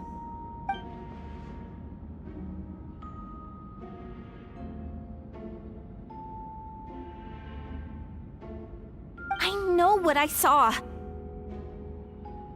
I'm telling the truth, Miss Hertha, I swear. Also, didn't you say that speaking out would help protect the people of Mondstadt? Otherwise, I'd never put myself out here like this. You're doing the right thing. Besides, the investigation wasn't fruitless. A single men's shoe and a torn piece of fabric were found in the bushes near the crime scene. The same location the witness described. If no crime occurred, then is all this just a coincidence?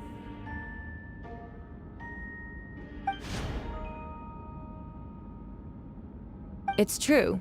No one has been reported missing. However, Miss Beatrice harbors no ill will toward the defendant. Her testimony clearly points to a crime, and she has no reason to lie.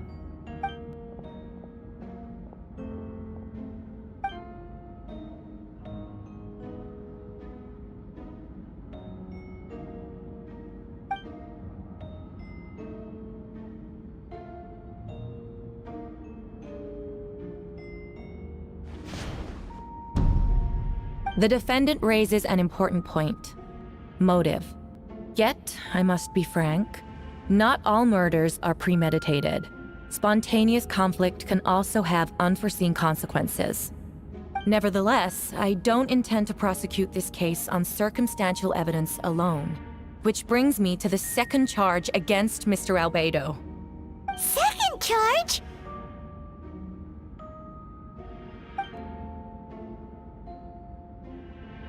"7 days ago, at dawn, a witness saw the defendant dispose of the body of an adult male in the area between Dragonspine and Dawn Winery. I now call the second witness to the stand." Wait, that's...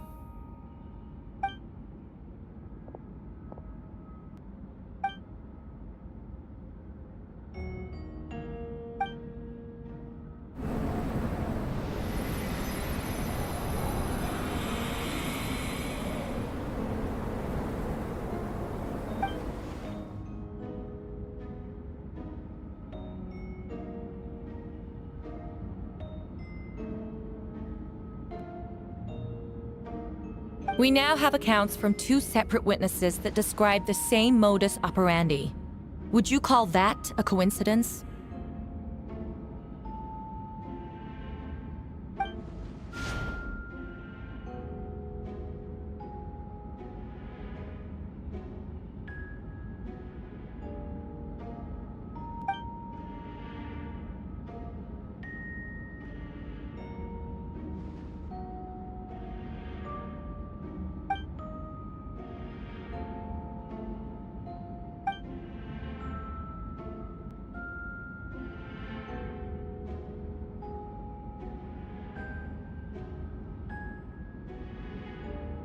Before you suggest a lack of evidence, Mr. Kaya, you should know. After the defendant left that morning, the witness found this where the body was buried.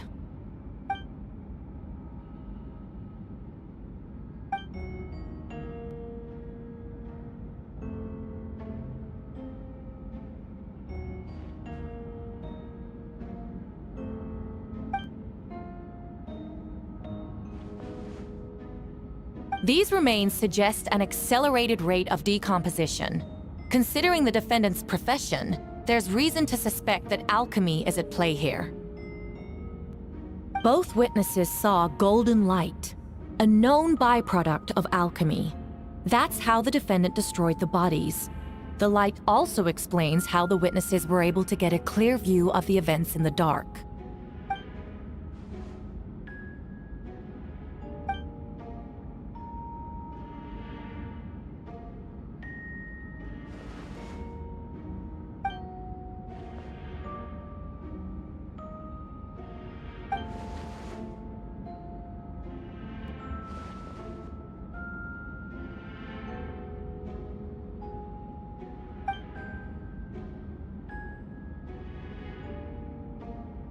You're certain Mr. Albedo was present the whole time?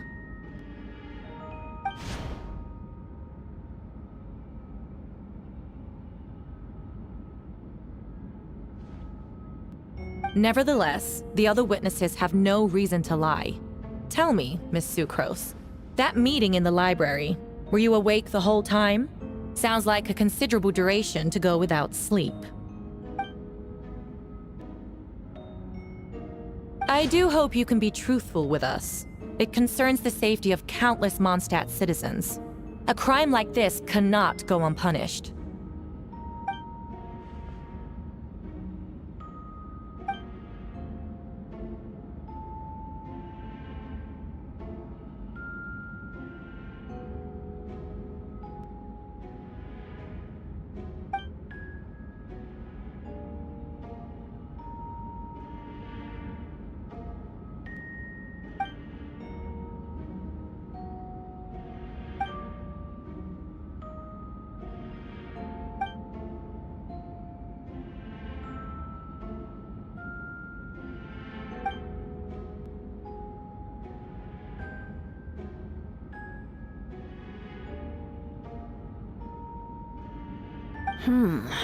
No conclusive evidence of guilt. But the witness accounts do match to an extent that can't be dismissed. This is a tricky one. Allow me to submit another piece of evidence. The investigators intercepted one of Mr. Albedo's correspondences. I will now read the pertinent parts to the court.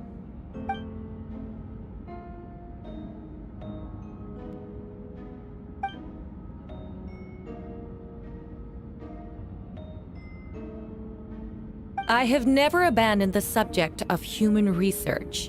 In fact, delving deeper into Dragonspine has led me to realize that the concept of life could be further expanded and transformed into that of birth. The mystery of human birth is often linked to death. As such, death is the most suitable material for the creation of new life. To that end, we must engage in a process of putrefaction and refinement.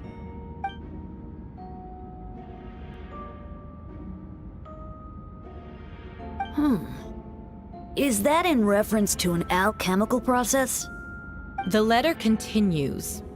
Experimental trials have been carried out in the northwestern part of Dragonspine, in the area southeast of Mondstadt's main gate. The data is as expected. Just as you endeavored to do, I too shall take up the path of creation and break through current limitations to reach a new realm of living beings.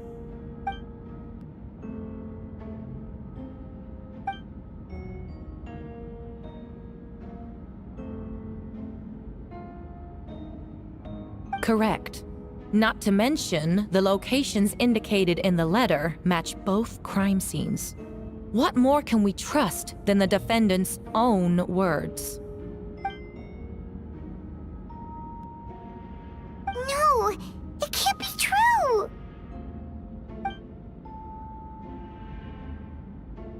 A guilty verdict cannot be delivered without sufficient evidence. In order to protect all parties involved, that is what our principles demand. My original assessment was that we lacked said evidence. But now, it seems the only remaining questions are the identities of the victims and the specific alchemical process used in this case.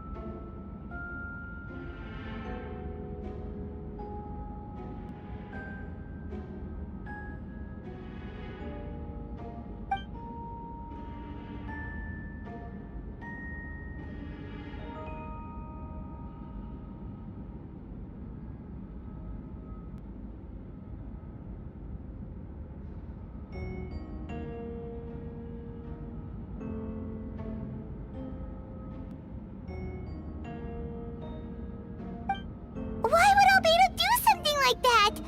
Oh, this has to be a nightmare!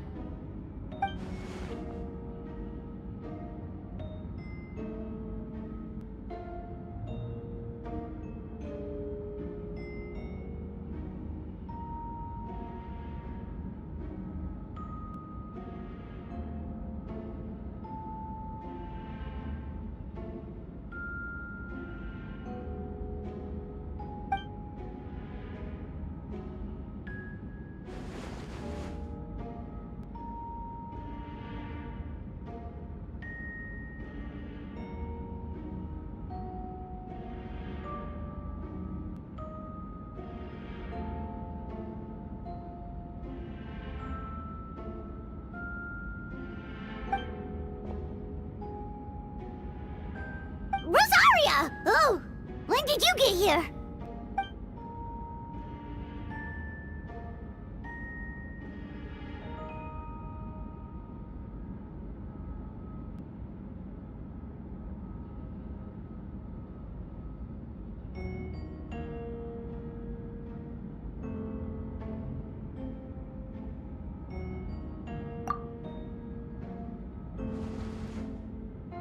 Who is he?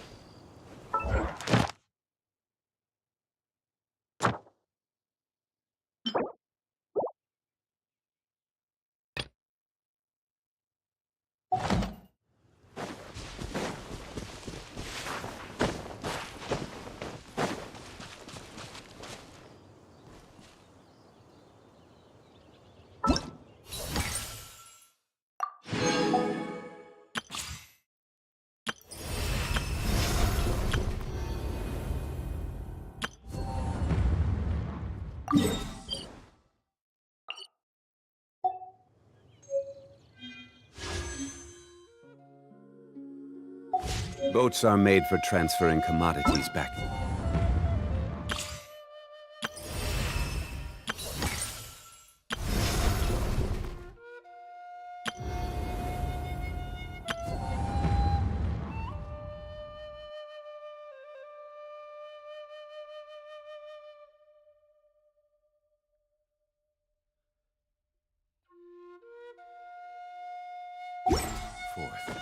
And those that come across Lior tend to stay a while. So it is where many things come to settle.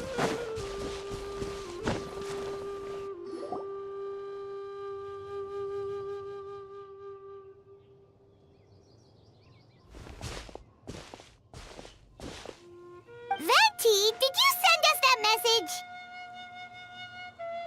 No, I did. Whoa, where did you come from? Wait, Venti, do you know this guy? His name is, what is his name again? Didn't think I was that unmemorable. That's right. I noticed you during the trial. The legendary honorary knight. You seem to have a lot of thoughts on your minds, so I thought we should have a chat. After all, I am the Herald of Barbados. If the people of Mondstadt are in danger, I should keep the Animo Archon in the loop. Wait then, you know about... About what? The fact that my tavern-hopping nomad of a friend is Barbados himself?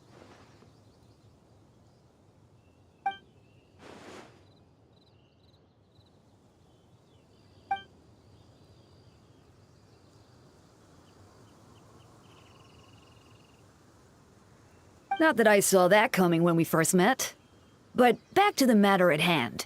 I believe you two already know about Albedo's background.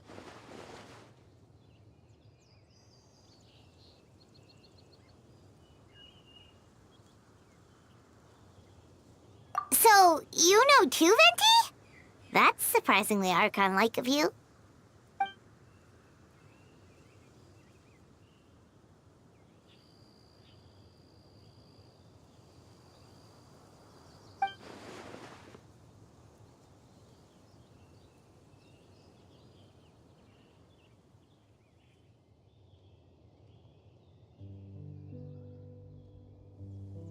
A synthetic being loses control of their sanity and goes on a killing spree. That's how a novel would frame the story, and people are inclined to agree. Albedo has told us before that humans often value the ordinary over the transcendent and miraculous. And the slightest difference is perceived as other, a very common phenomenon.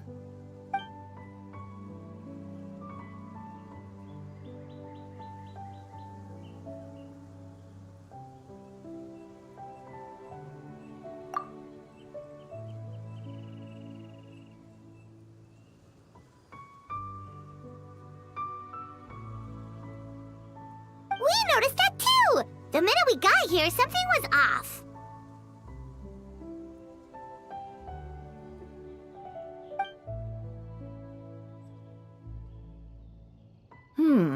I've picked up on most of those too.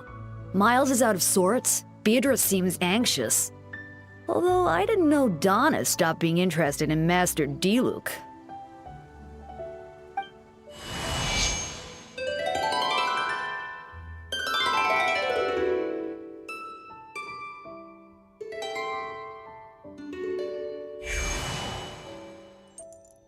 What are you getting at, Tone Deaf Bard?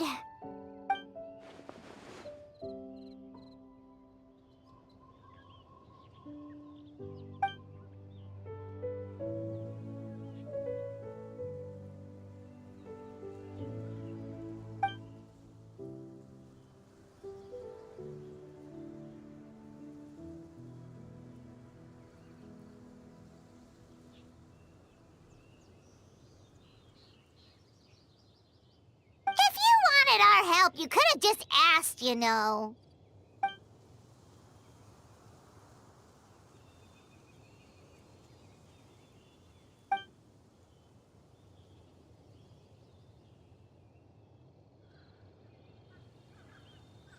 Ooh! Paimon Jumpy Dumpty!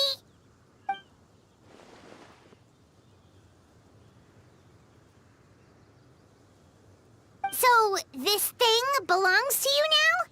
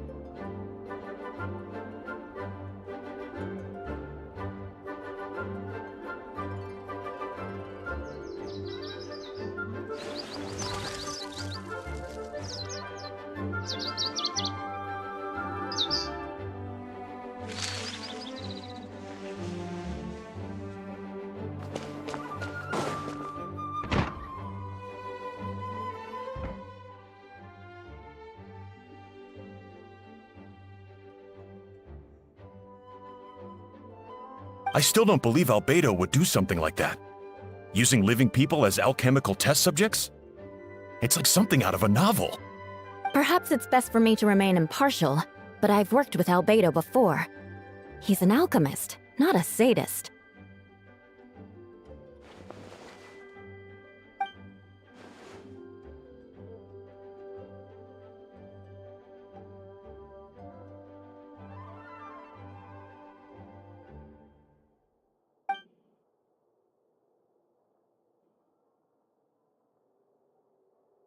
Hey, Jean!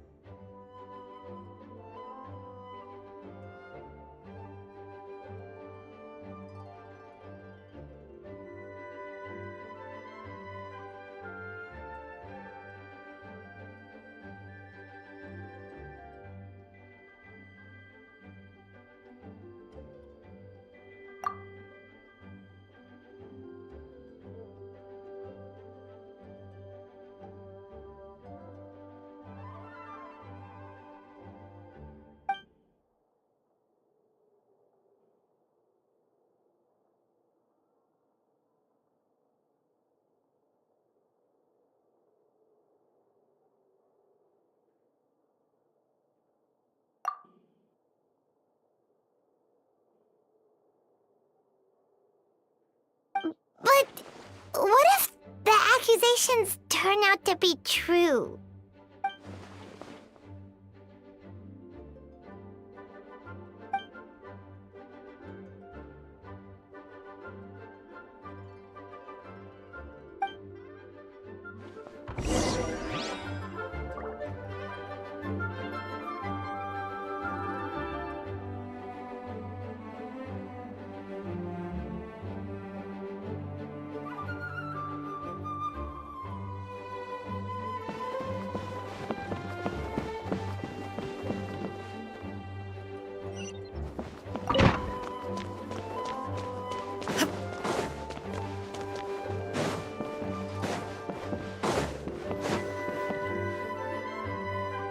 Wait, Captain Kaya!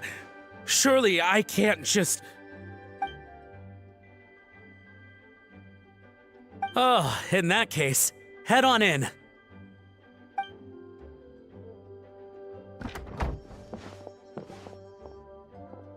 So this is Albedo's office.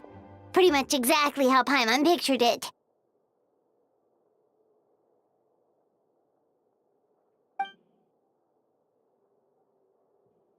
Right back at ya.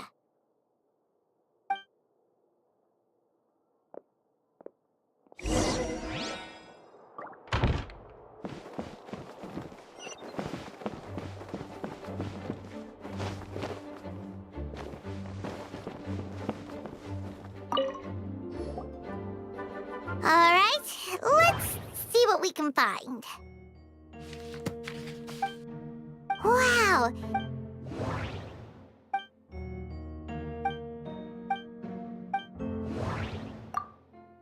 Wait, it looks like there's a hidden compartment under the desk!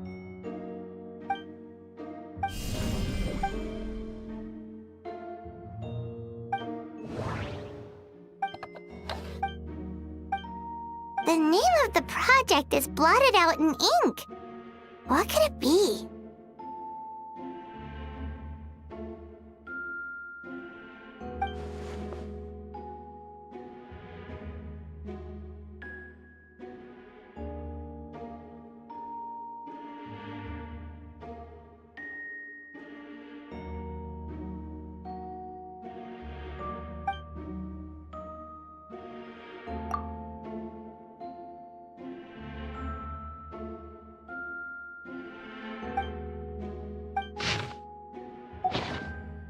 Huh. What does this mean?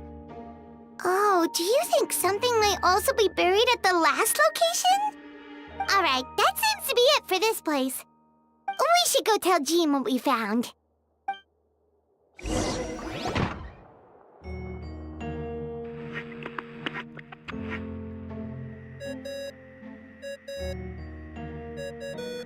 Oh, Vent is calling! Let's answer!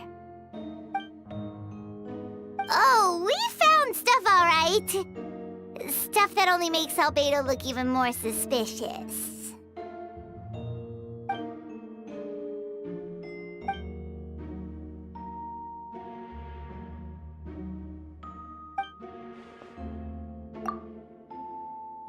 Yeah, he's our friend. And maybe he's...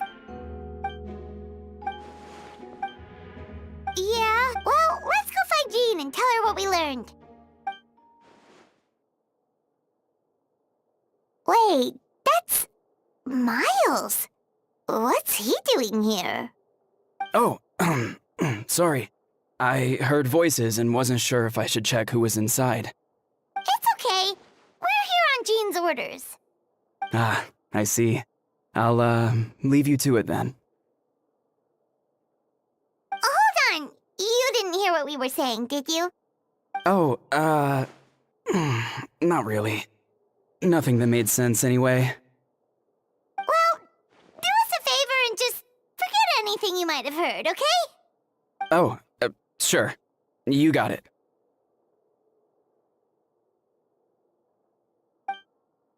That map we found in the hidden compartment seems important. We should check out the marked locations.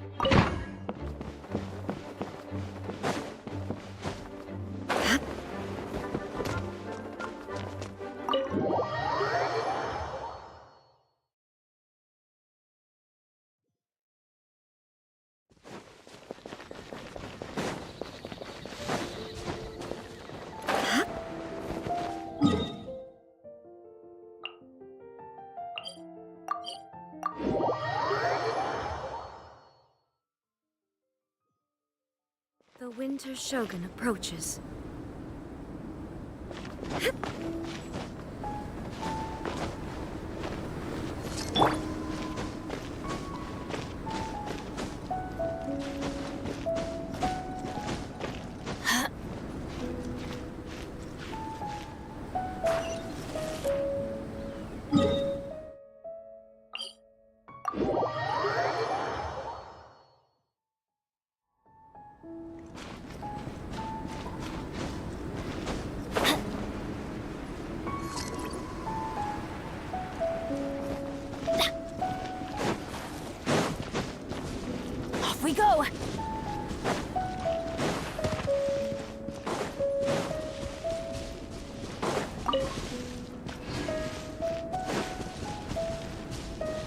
adventure. We should be getting...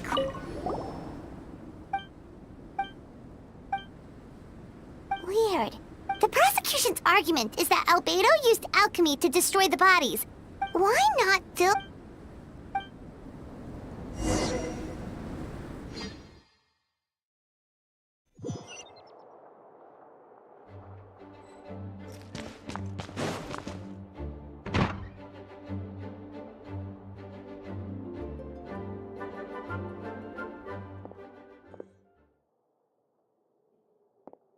Yeah, but none of it helps Albedo's case.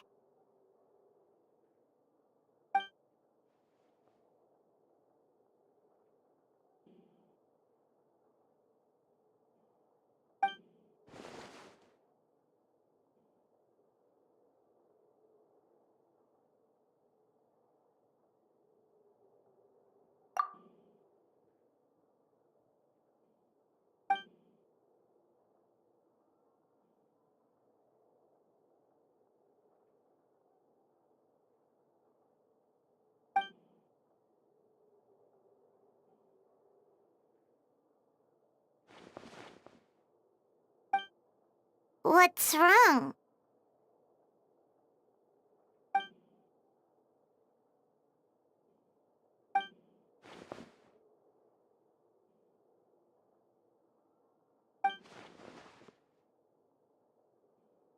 Yeah, not when the charges are so serious. Hmm.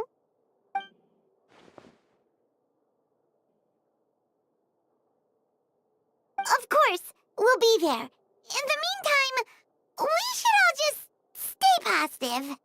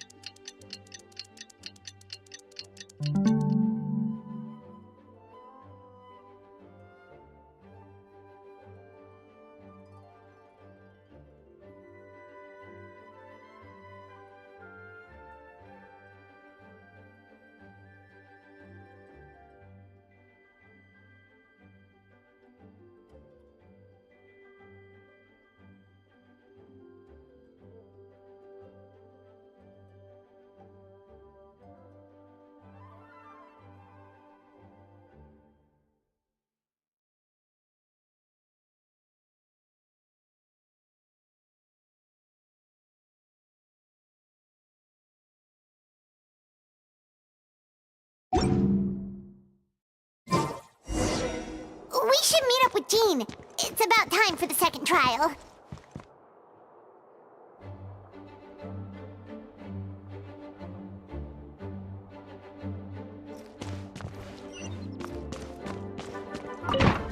Off we go.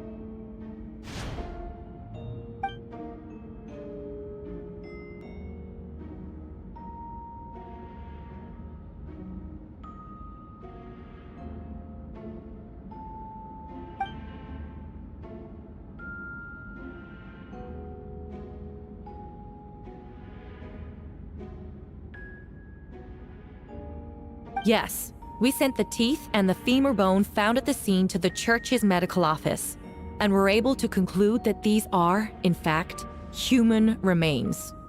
In addition, the investigators were able to identify several Mondstadt citizens who appear to have been missing for quite some time. Forensic analysis of the remains allowed us to pinpoint the age and gender of the deceased. Interestingly, one of the missing individuals matches that profile to a T. The medical office couldn't spare the personnel, so Miss Rosaria is here to present the results to the court.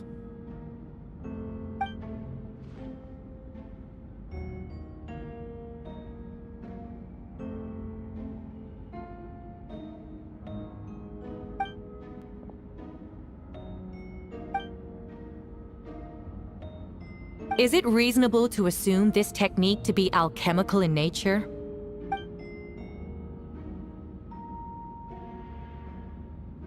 Thank you for your testimony.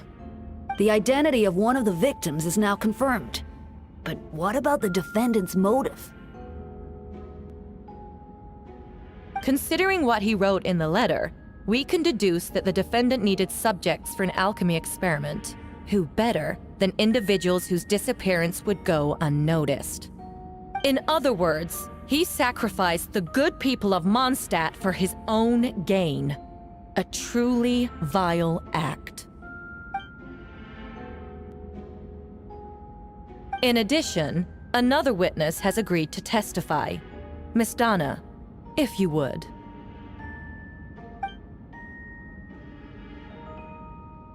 Wait, Donna from the flower shop? I'm sorry it took so long for me to come forward. But the night Master Diluc saw Mr. Albedo, I was there too.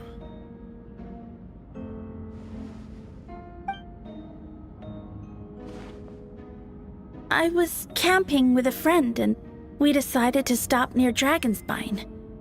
I couldn't really get comfortable that night, so around dawn, I decided to go for a walk. And that's when I saw Master Diluc. I thought it might be nice to, chat. So I headed in his direction and then I saw it. Someone at the bottom of the cliff was getting rid of a body. I was terrified the person might see me. Even after I fled, I couldn't shake that fear. And I started to wish I never had a crush on Master Diluc in the first place.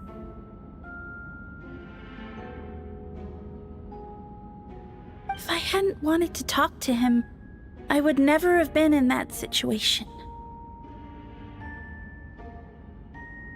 Well, I didn't want to come forward because I was scared. But Miss Hertha convinced me it was the right thing to do. I'm sorry it took me so long.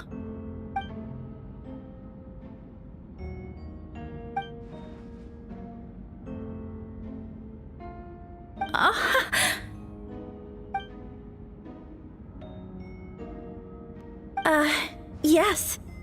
Thank you. The two witnesses corroborate the same sequence of events. That just leaves the question of how the defendant disposed of the bodies. I believe the answer lies in the alchemical technique mentioned in the letter. The defendant is the most accomplished alchemist in Mondstadt. He has the skill, no question.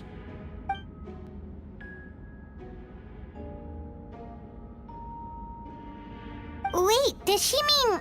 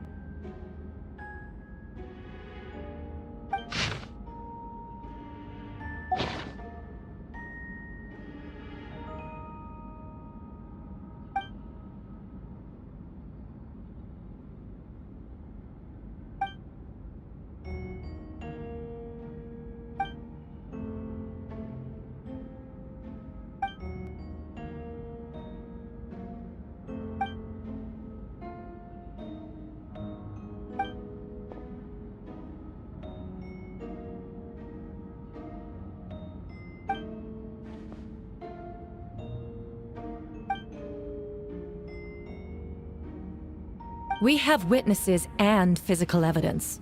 What could you possibly say in your defense?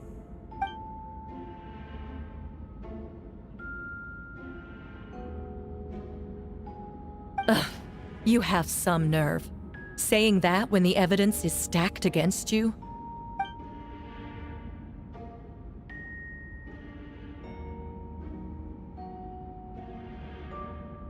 So, what? You're just going to bombard the court with excuses?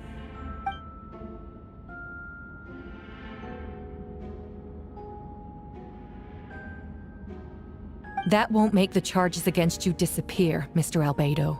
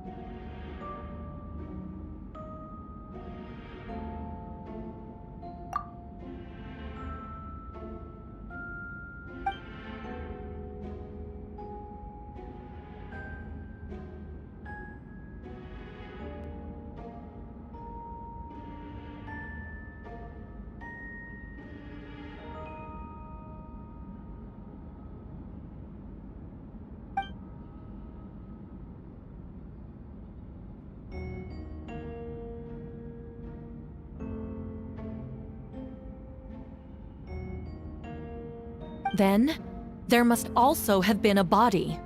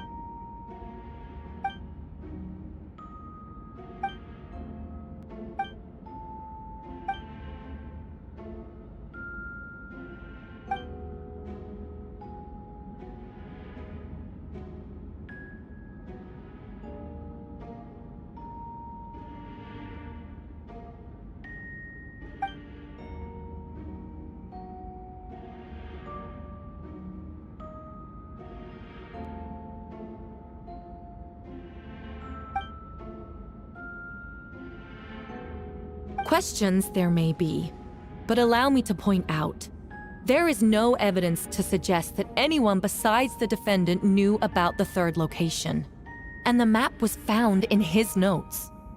That fact alone makes him the most plausible suspect. Unless Mr. Albedo suddenly plans to deny that the map belongs to him.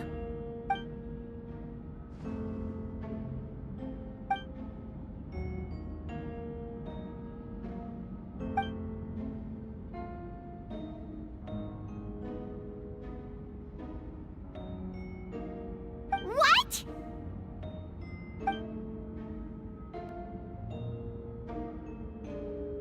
Ha! So you admit it. Let the record reflect that the defendant has confessed to his crimes.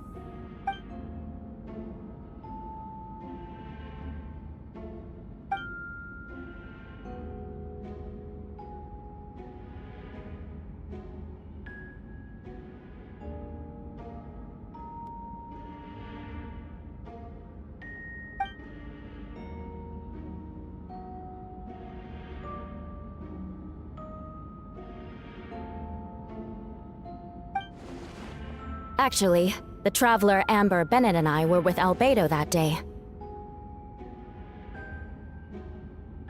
The Adventurers Guild was holding an event on Dragonspine.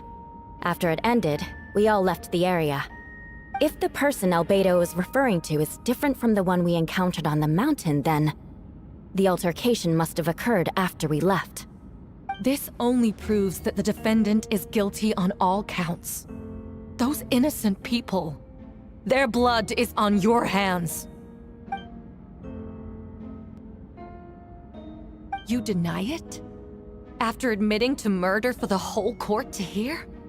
You've clearly lost your mind!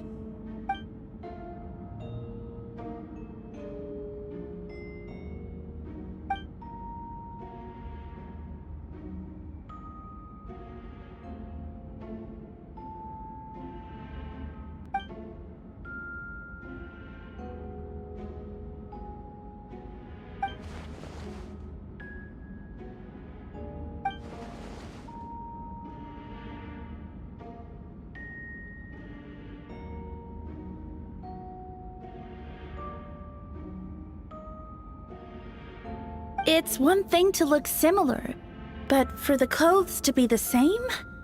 What's going on? I don't want to be here anymore. Regardless, the important thing is that you admit to killing someone on Dragonspine.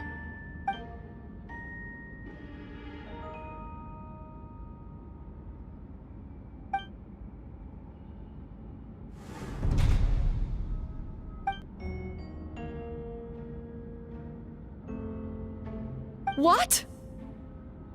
Everyone! I brought her! Wait, you...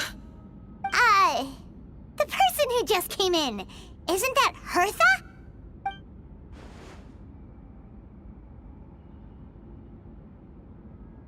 Who are you? Why do you wear my face? Hello to you, too. I see what's going on here. It's all been leading up to this, hasn't it? Your confession. It was all an elaborate stunt to set me up. You want to undermine my credibility? Fine. It doesn't eliminate the mountain of evidence stacked against you. All I want is justice for the people of Mondstadt.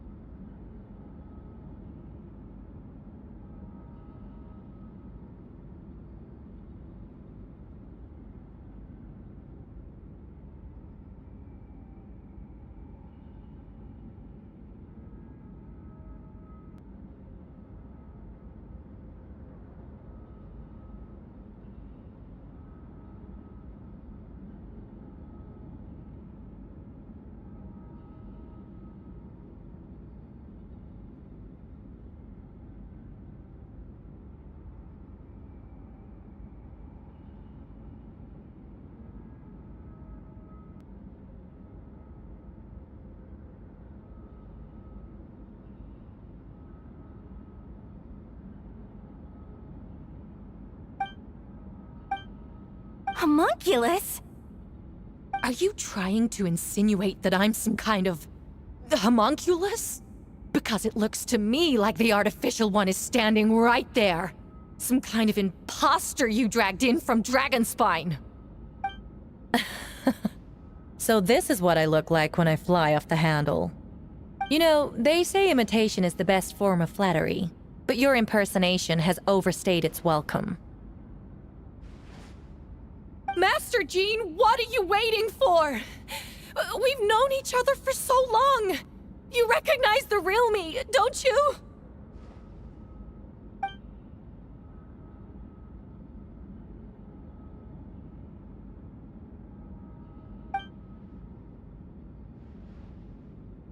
That means nothing! By that logic, I could just as easily accuse the albedo in this room of being an imposter! How do we know he isn't the fake one? A cold-blooded killer who replaced the real albedo long ago! Then, how about something only the real Hertha would know? The longest scar on my body. The knights who fought alongside me that day should remember where it is. I remember. Let's hear your answer. I'd like to hear Miles' answer first. Huh?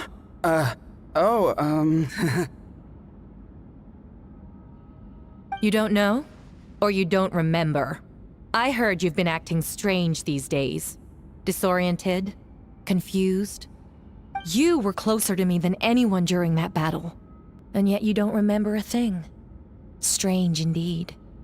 No, my head. It hurts. The scar is right here.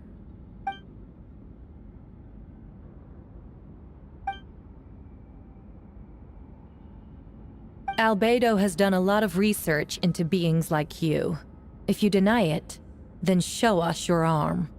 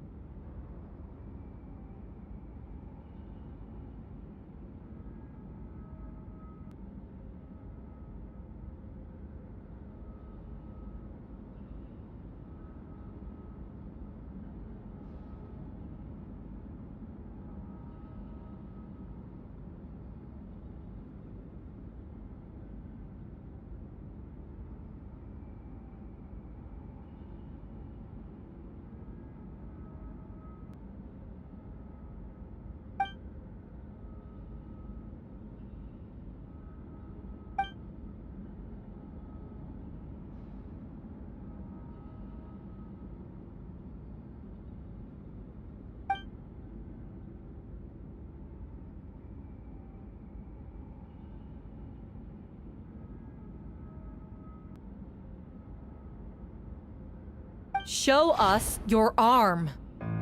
Ugh! Have it your way! Whoa! Come on, let's go!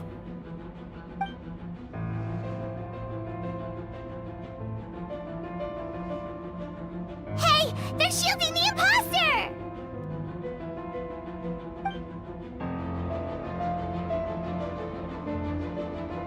There are others trying to get in! Must be more people under her control!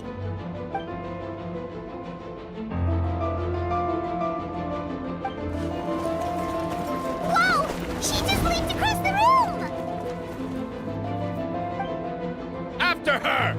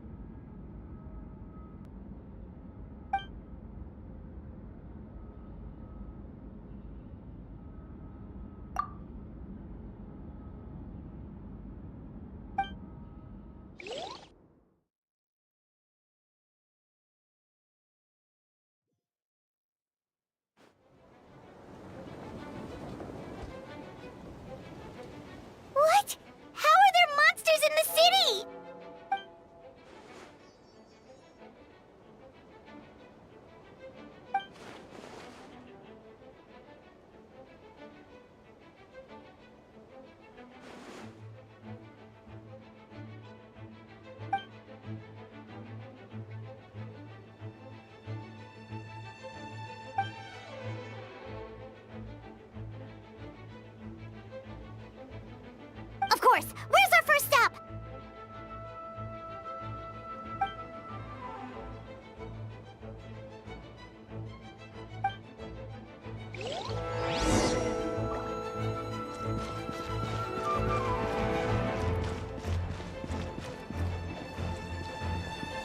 Adventure time!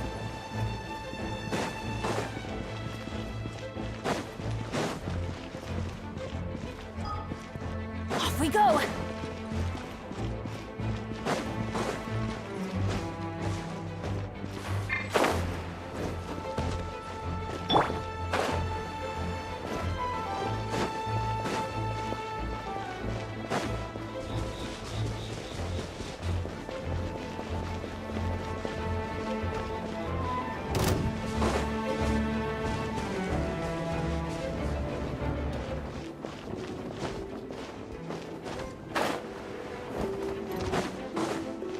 Captain Albedo, honorary knight, and your floating companion. Some of the people around here are acting strange. Be careful. Witness the power of Fuwa! Know my sword! Now you shall perish!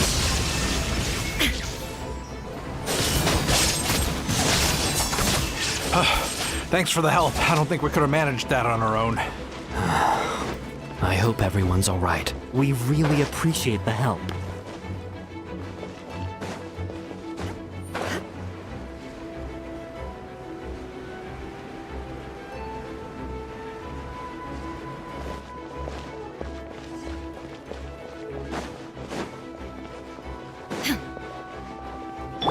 Body and mind. Rain outlines your fate.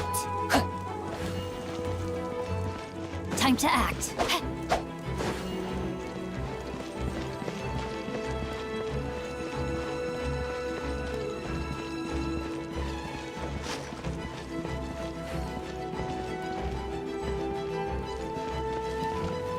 Know my sword! Yeah. Body and mind.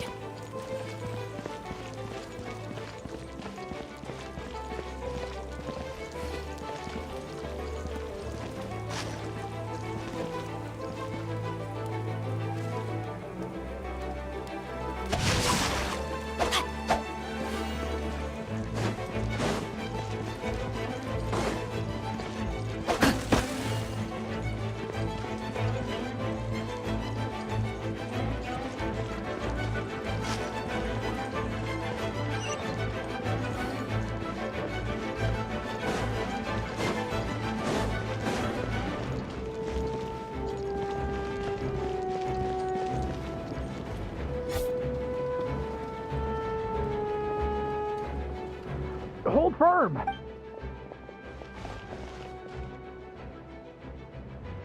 Ah, that's the traveler's voice.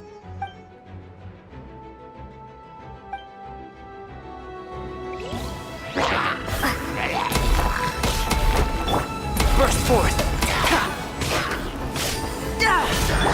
Oz, reveal thyself!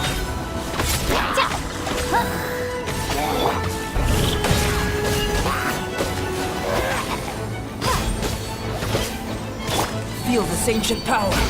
Come into being.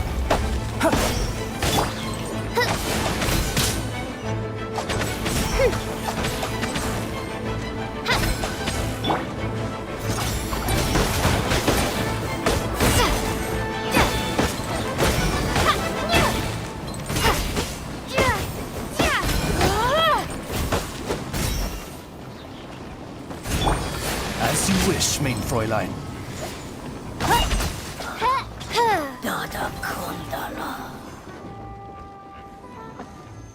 Mein Fräulein.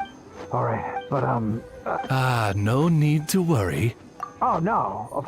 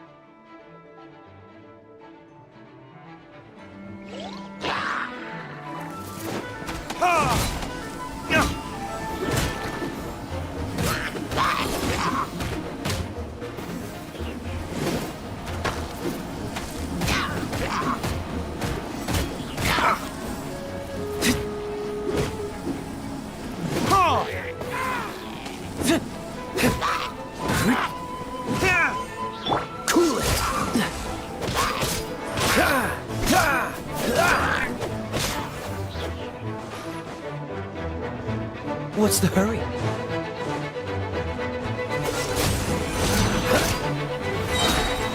Oh, so sorry. Dodge.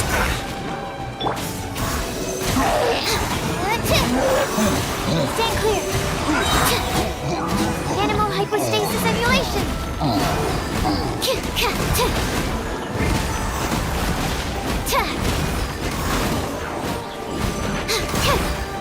Absorption test. Don't get frostbite. Cool it. What's the... Verdict is...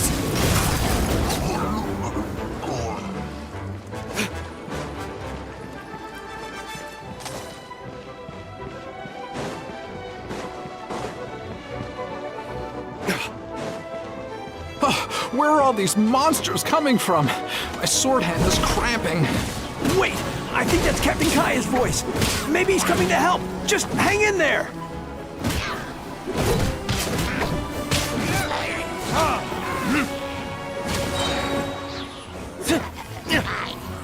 Time for retribution!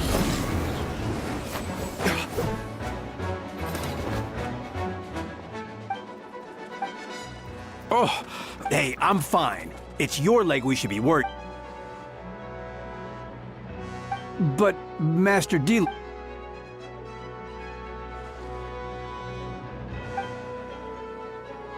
Understood. Yeah, thanks.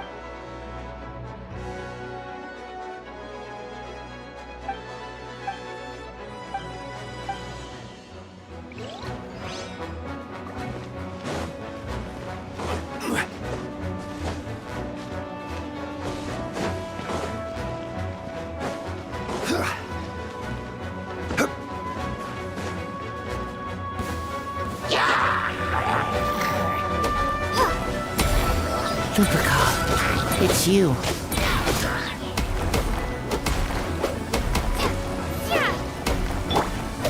Live!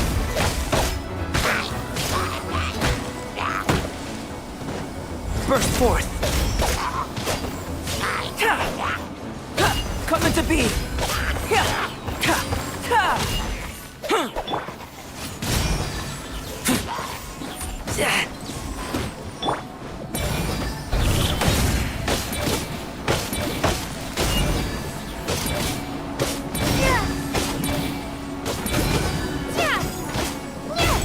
Moments of birth! Burst forth! Come into being!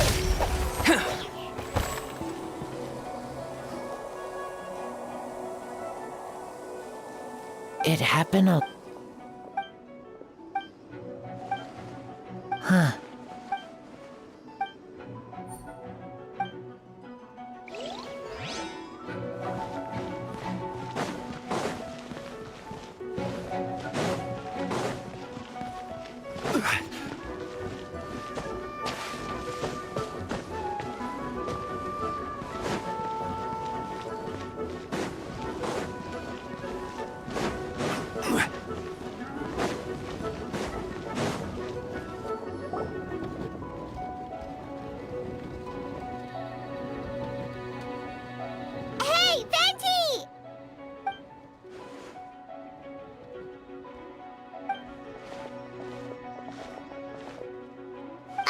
What's with the freak out? It's just us.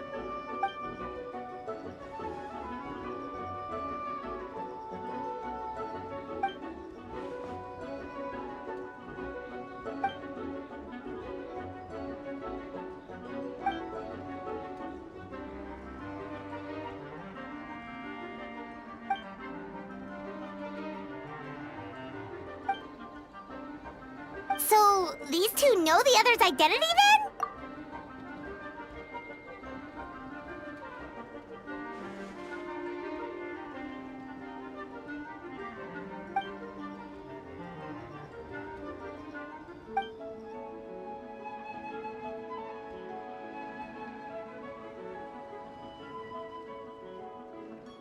Wait, so what about the map? And the missing bodies?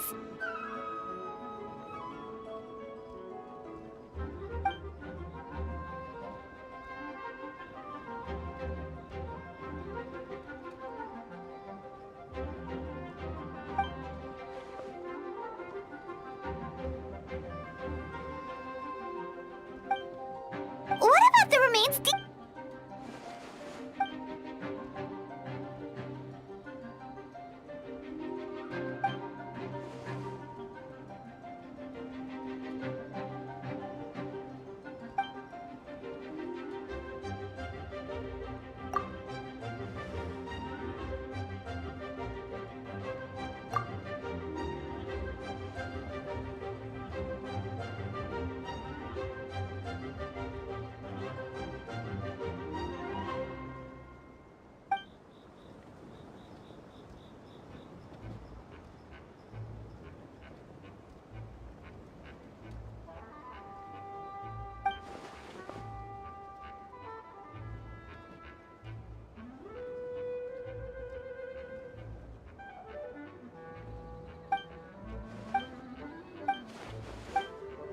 Wait, so what do we do?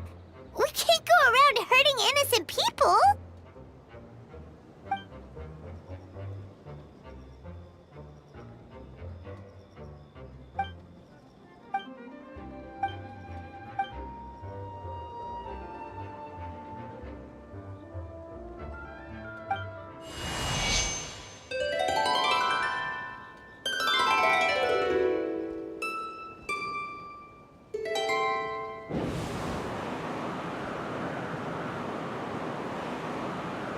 Wind currents?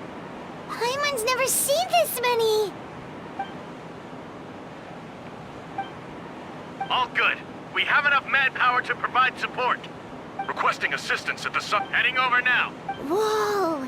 It's long distance. No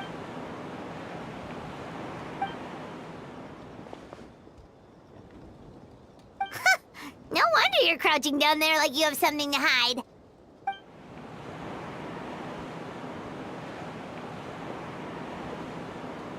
Huh? That voice. Venti? Is that you? Oops.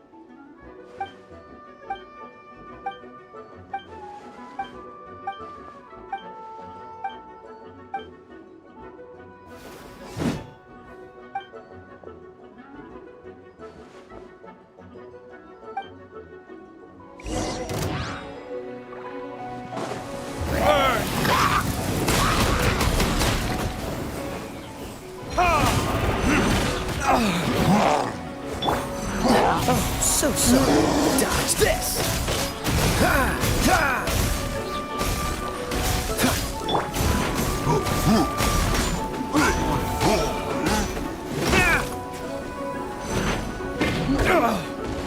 Time for retribution! Ha! Ha!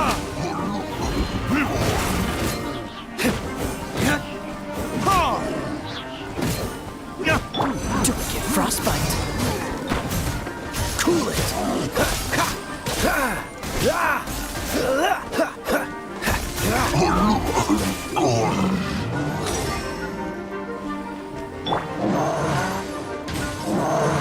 Flirting kids?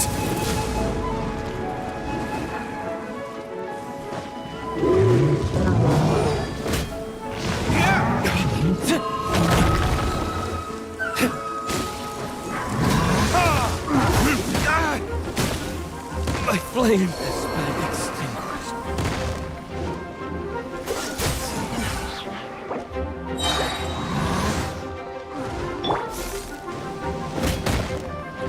Cool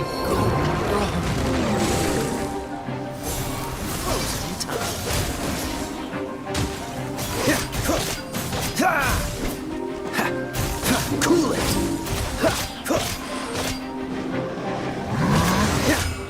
What's the hurry? Dodge this! Freeze! Oh, so sorry.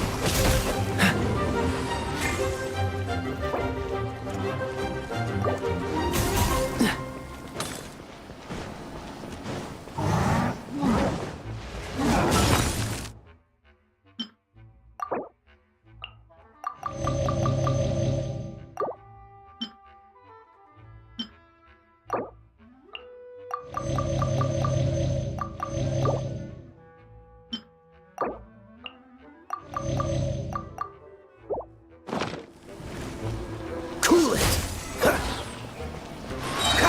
Don't get frostbite. Dodge this! Don't push your luck. Cool it!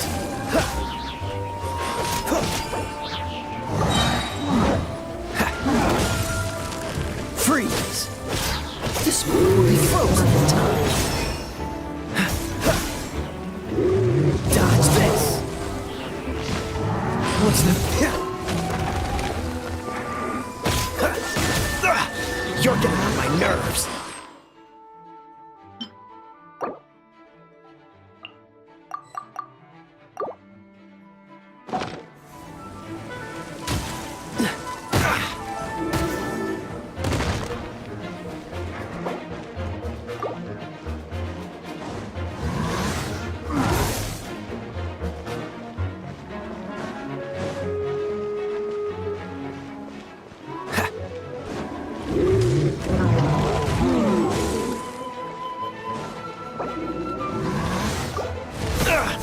I'm not done.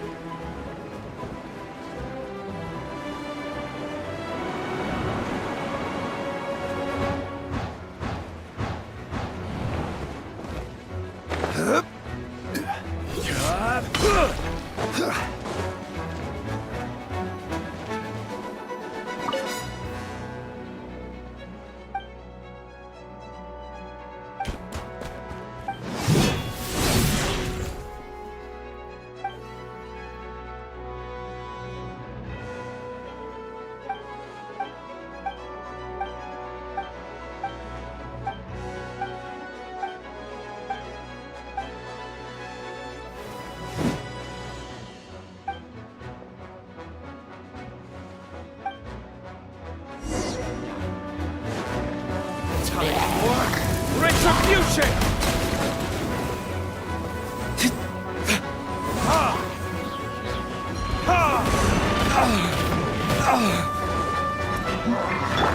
Freeze! Oh, so sorry.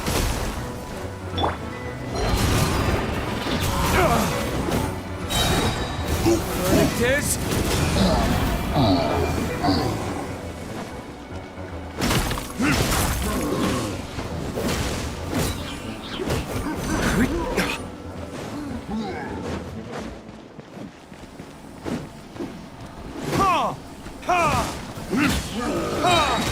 Time for retribution!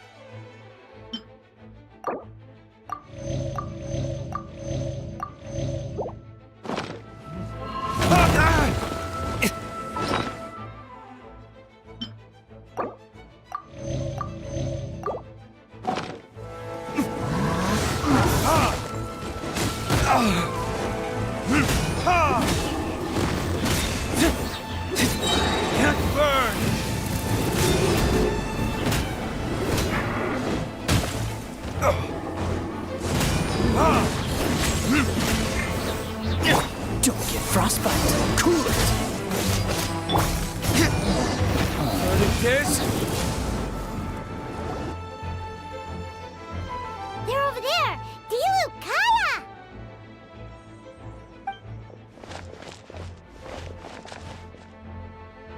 What? We can't be here because we care?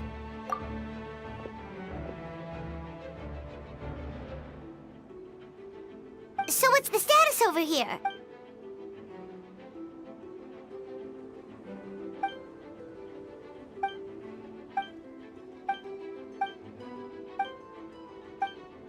What?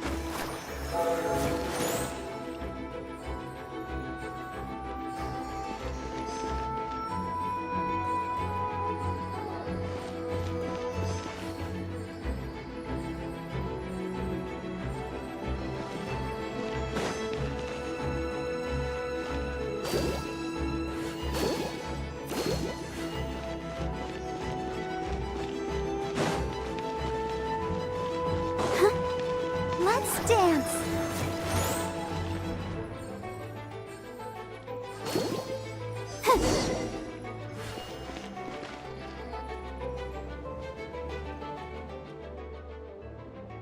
Thank you so much, Miss Barbara. Things are still quite chaotic outside. It's best if you all remain inside the cathedral for now. Don't worry, Miss Barbara. I'll try not to put myself in harm's way. I can help with the logistics from the back.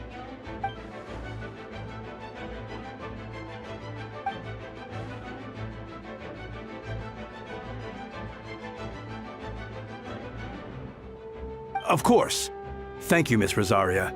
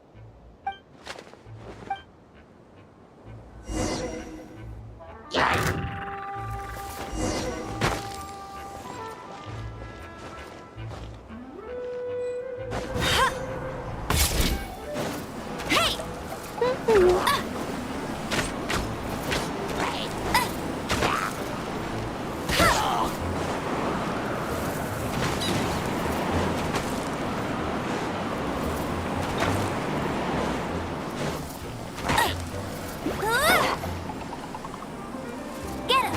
Out! Meanie!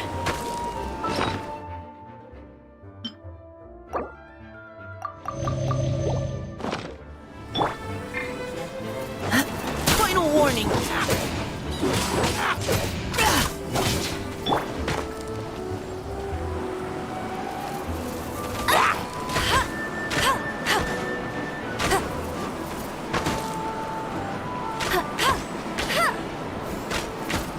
Hey, go, Baron Bunny!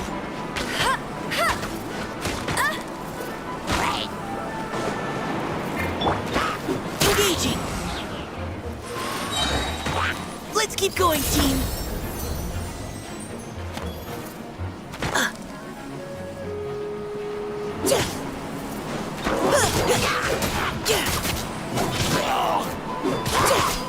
You had your chance.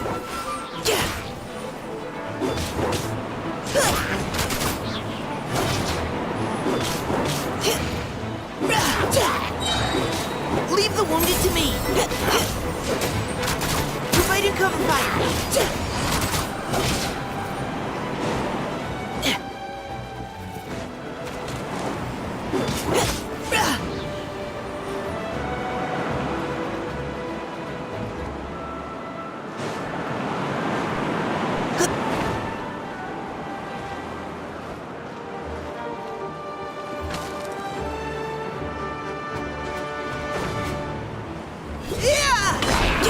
Yeah, final warning. Now's our chance.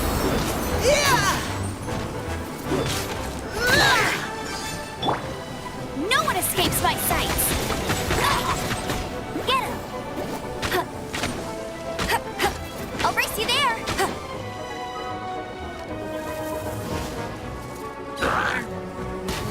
I'll race you there! Not so hard! Go, Baron Bunny!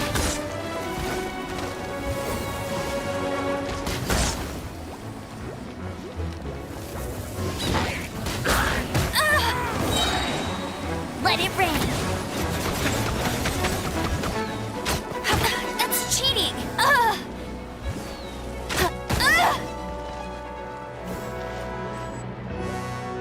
All units are... Bertha! Ugh, jeez, your voice scared me just now. What? Still caught up in the imposter incident? I thought you knew about the plan.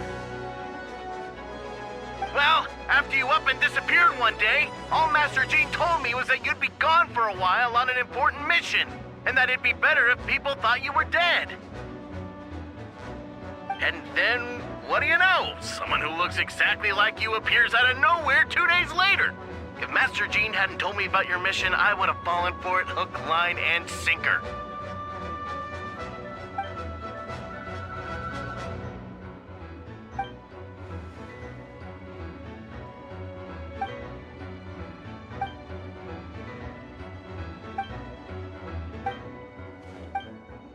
Yeah, for sure! She's someone— Wait, so...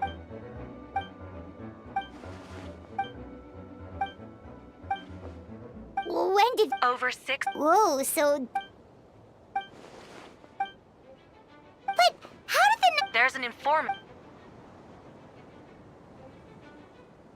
Honestly, this whole situation almost gave Paimon a heart attack. All those awful accusations in the first trial, and you couldn't even defend yourself!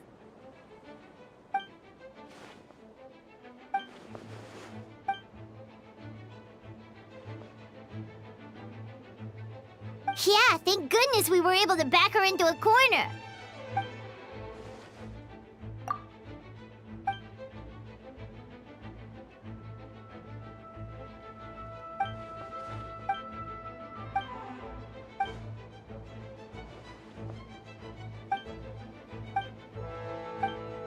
Aw, that means a lot.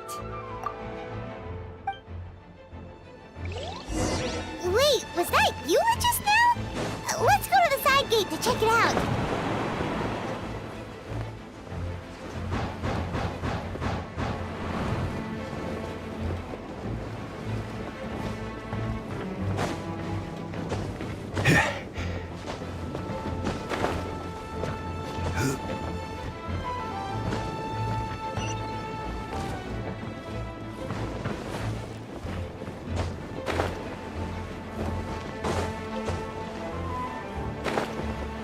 angels? It's all my fault. I knew Clea was fast, but disappearing like this? I only lost sight of her for 1 second. How am I going to explain this to Albedo? Explain what? Albedo! Traveler! Paimon! What brings you here?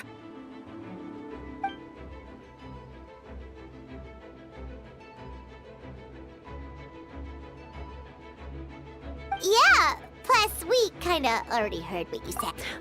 Clea, she disappeared right under my nose. Wait! Something's coming this way, and it doesn't look pretty! She was right next to me, and the next thing I knew, she ran off somewhere. I swear I only lost sight of her for a second.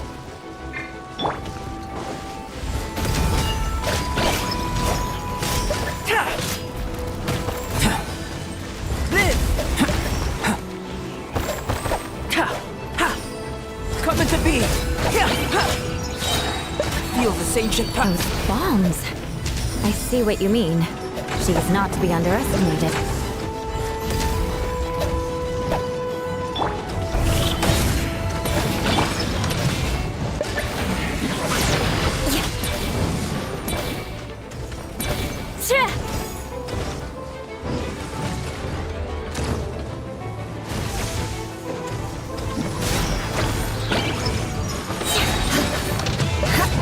Flood of frost!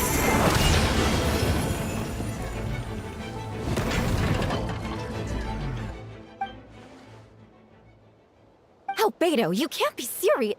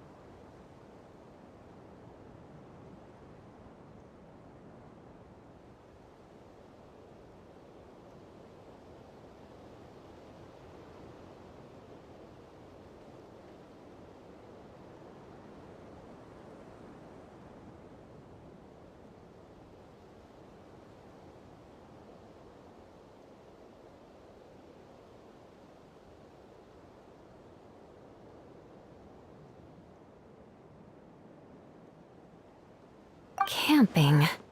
Ah, right. The truth isn't suitable for little ears.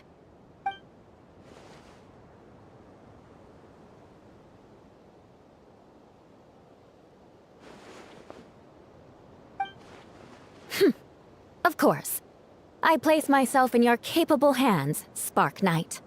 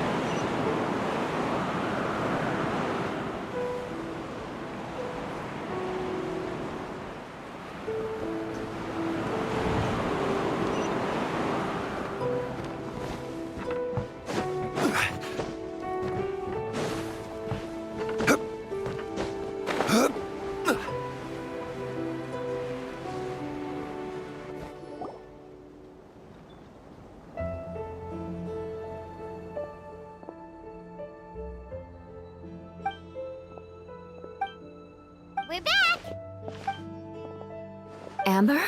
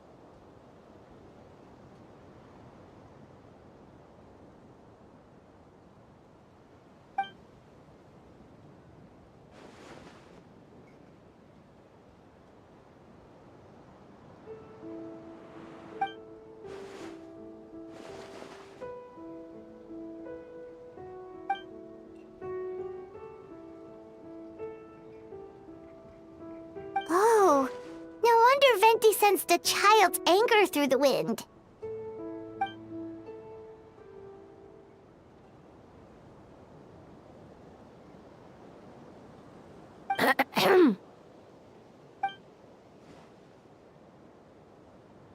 Oh, nothing much to report, actually.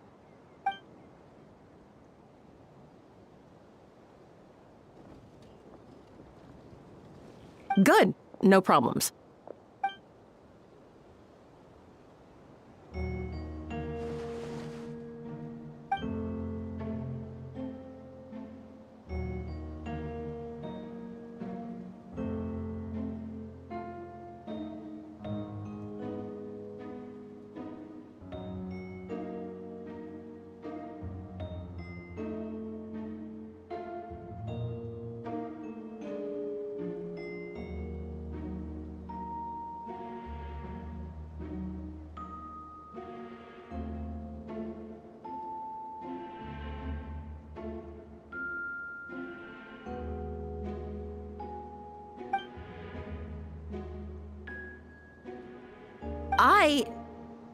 Ugh.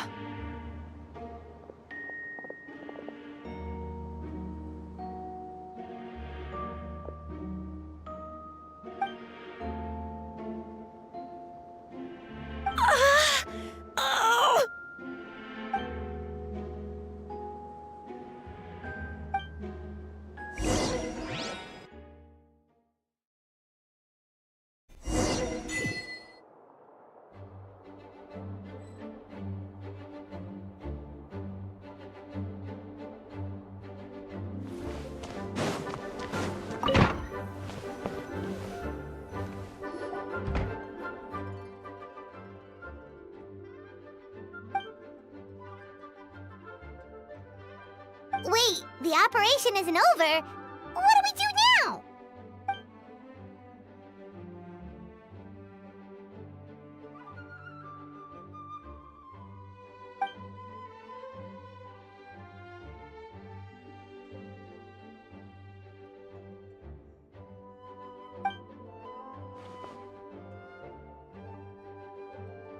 Older sisters? Is Varka really young or something?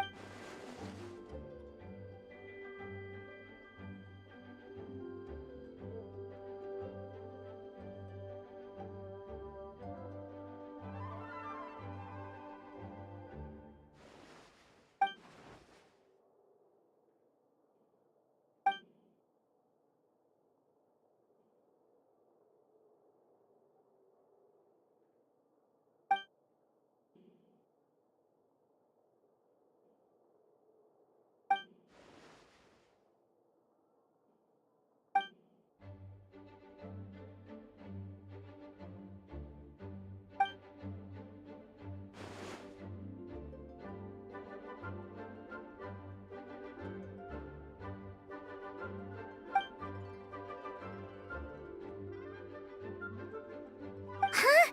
You're gonna use that thing to call them?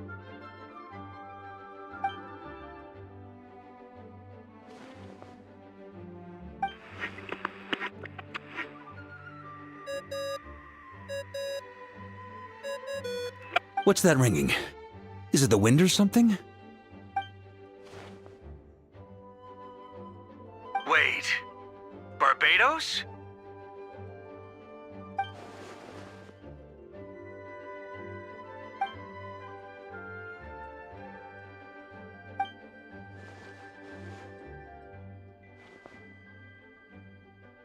Well, considering I'm surrounded on both sides with a group on my tail looking to turn me into mincemeat, yeah, I'd say so.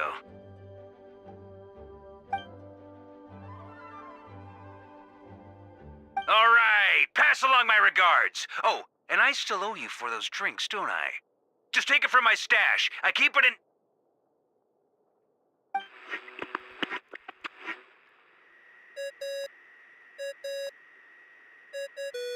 Hey! He was just about to tell us where to find his secret stash!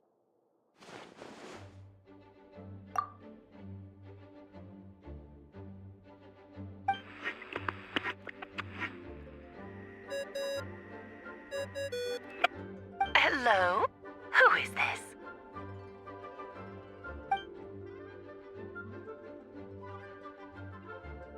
Venti? Nope, it doesn't ring a bell.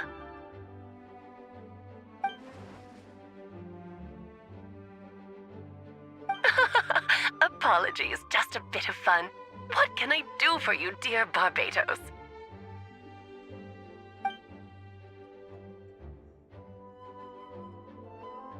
Oh? And which brave soul is it this time?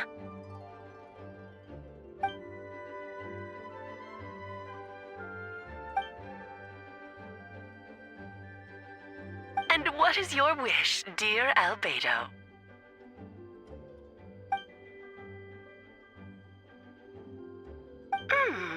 How unprecedented.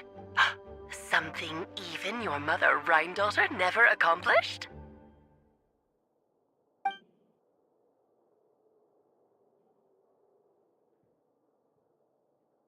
Okay, that makes makes no sense. You've piqued my interest. I'll be right there.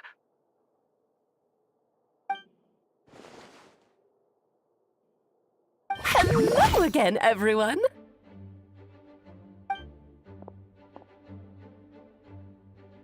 Darling, isn't it? It even has its own hat. Wow, the attention to detail. Pleasure to see you all again. It's been a while. On behalf of the Hexen Circle, I hereby grant Albedo's request. I'm guessing you still need to prepare? Take your time. Just come find me at the long table when you're ready. Aw, that's nice of you. Huh, I suppose it's just my nature, darling.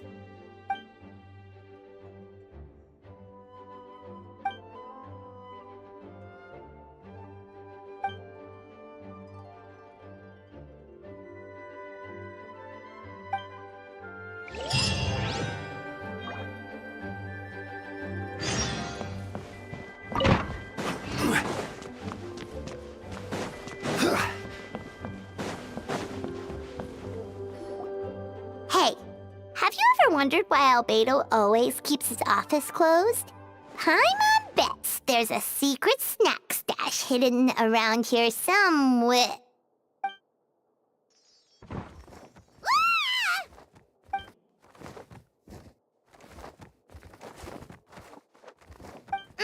Mini Turin? What are you doing here?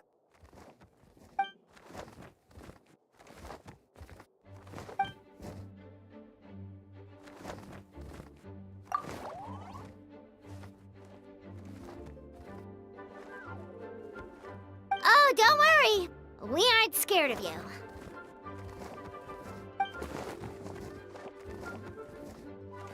So, what brings you here? Oh, is it Windbloom? There are a ton of fun games this time of year.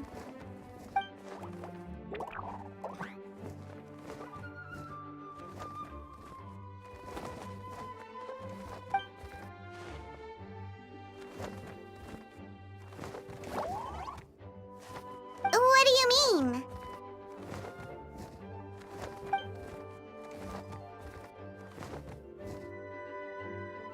Wait, didn't that already happen? You left the storybook world, and now you're here.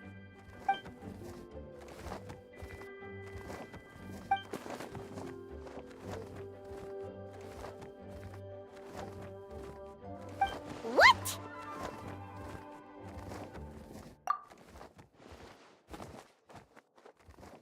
And that's what you want, Mini Durin? To become human?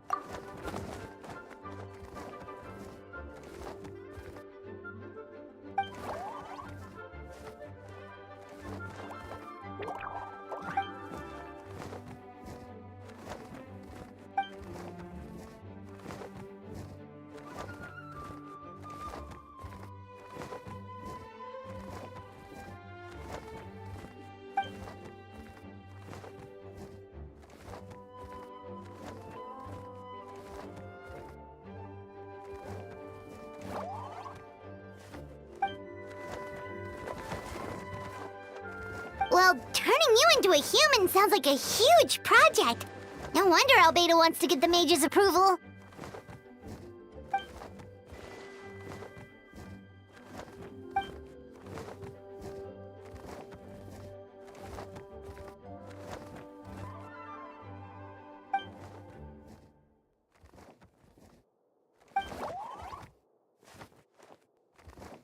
Definitely! You've just gotta trust one another!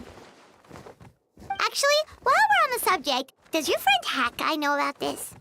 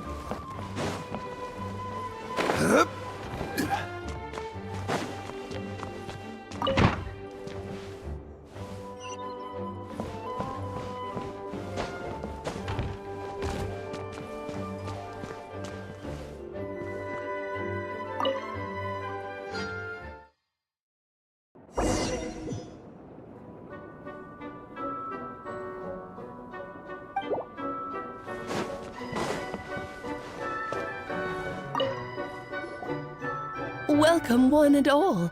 Please sit wherever you like.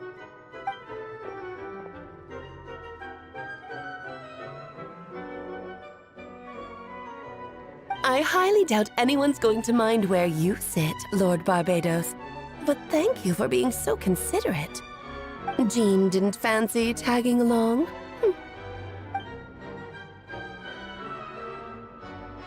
All right, never mind. I was just hoping to treat her to some tea.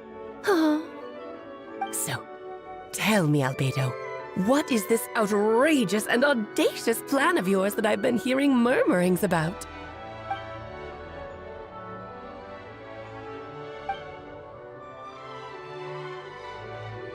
Oh?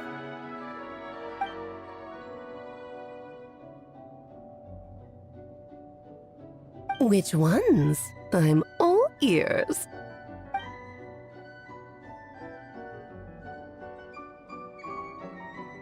Interesting. What else?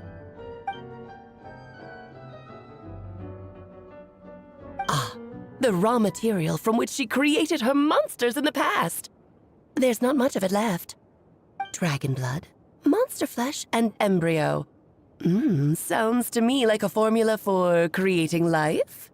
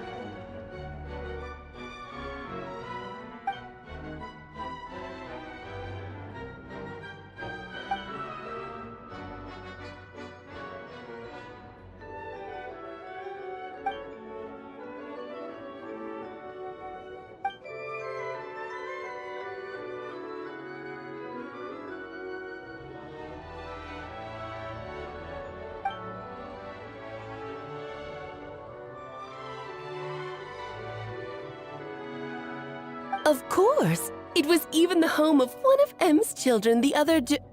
Oh, I see.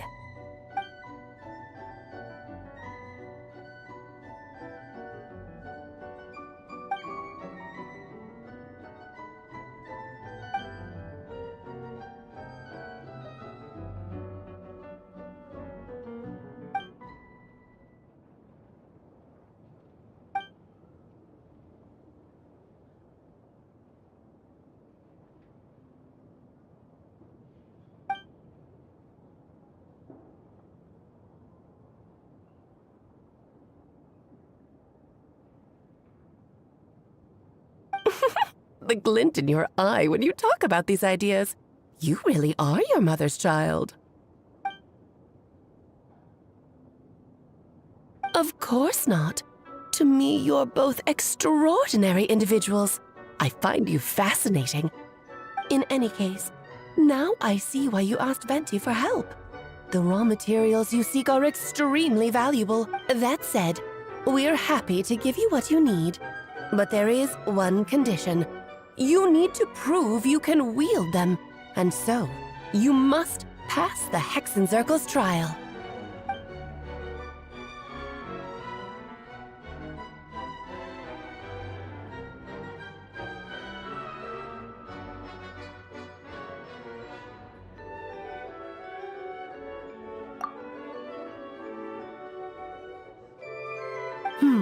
So you know our tricks, huh? Well, success means little if you have no one to celebrate it with, no? Although, I'm afraid dear Paimon will have to sit this one out. What? Why? The Hexencircle trials are no walk in the park, my dear. Besides, I already decided on the structure. There's only room for 2 participants, I'm afraid. No more, no less. You understand, don't you, Paimon? Oh, don't be too angry with your dear aunt. Okay. You can turn off the charm. Paimon will stay behind. Thank you for being so understanding. Then, whenever you two are ready, interact with the chessboard on the table. It will guide you through the trial.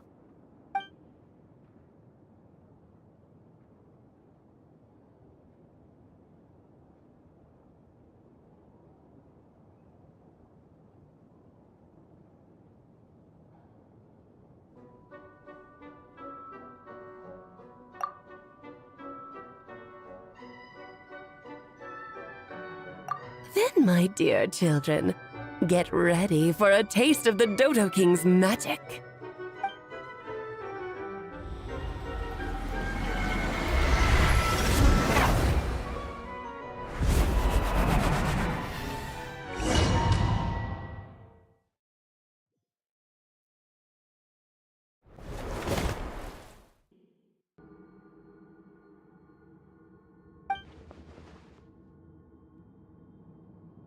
Whoa, you're so tiny now! Take extra care of yourselves, okay?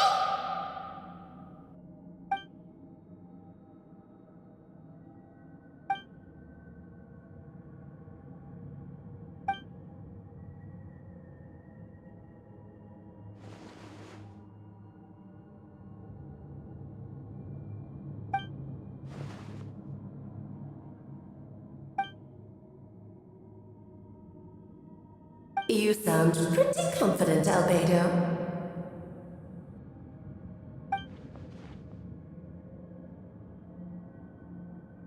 Well, since your mother has to recuse herself, who better than I to put your abilities to the test? I have prepared quite a riveting new performance just for you two. See? Defeat them in battle. Prove to me that you have what it takes to achieve your goal. Swashbuckle your way to victory like gallant fairy tale heroes.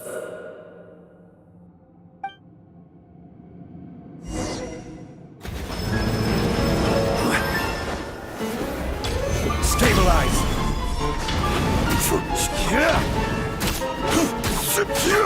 There is no escape!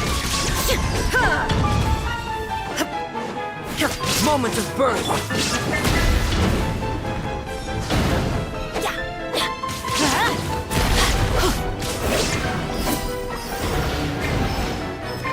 Coming to be!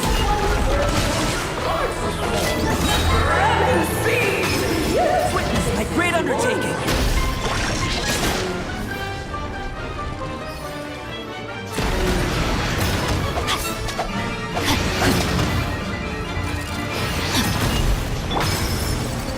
Illusion shattered! Feel this ancient power!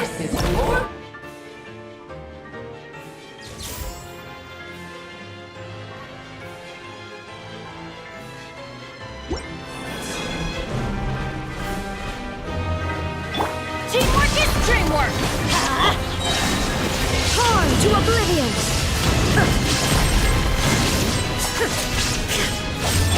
Orders guide you. Moment of birth!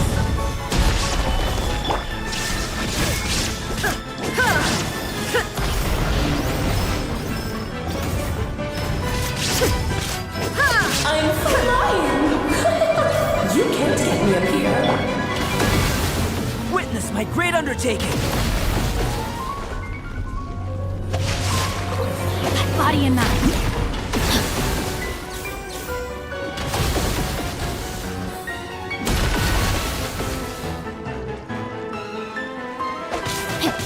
Feel this ancient power!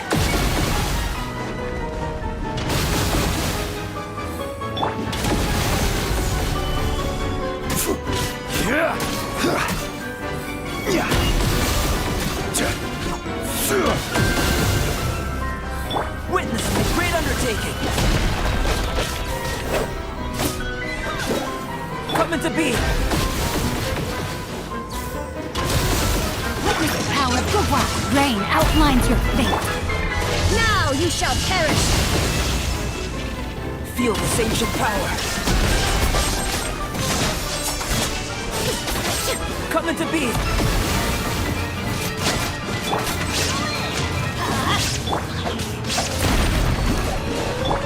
Illusion shattered! Can you please present a feel this ancient power?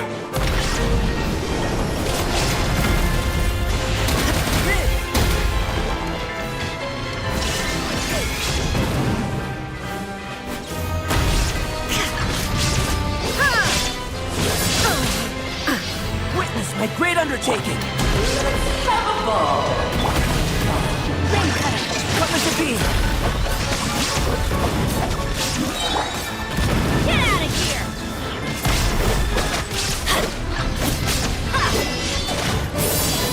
Witness my great undertaking!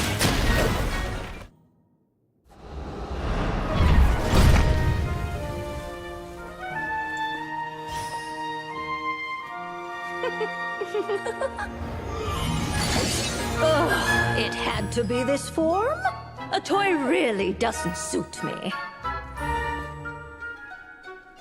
Well done, but this isn't over. I will now preside over the second trial. Stare straight ahead, and you will see things as they appear. But change your perspective, and you will see them as they are.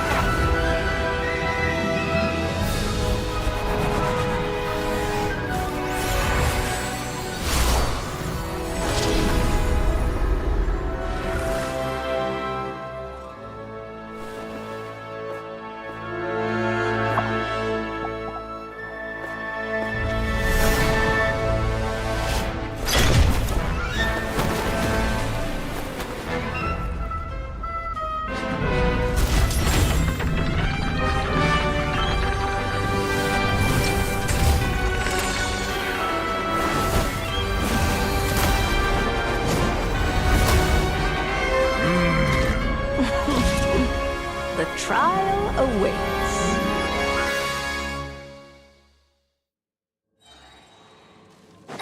Only by turning the world on its head can we see its true colors. So, it begs the question, what do you see on the other side of this chessboard? Pawns earned true freedom the moment they gained legs with which to ride. So, in this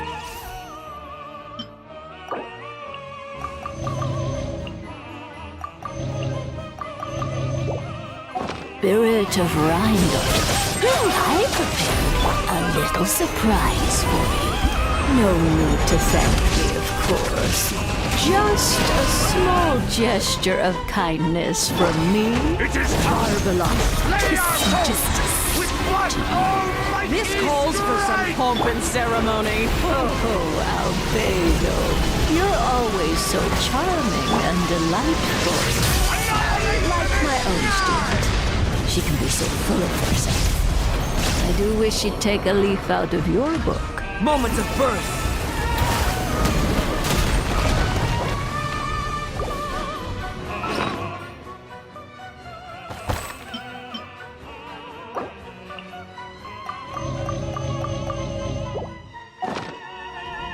Witness my great undertaking! Oh, this is all getting rather dreary.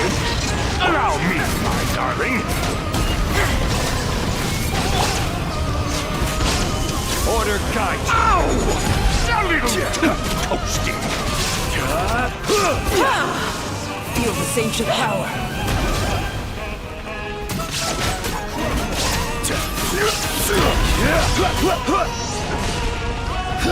Quake! There is no escape! Feel this ancient power. Let us dance, my dearest! Try to remember the steps this time.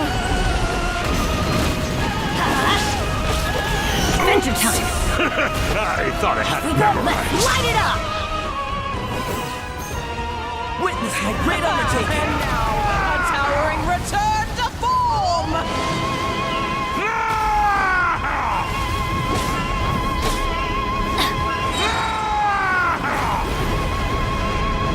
Everybody stand back! Adventure team, I have failed.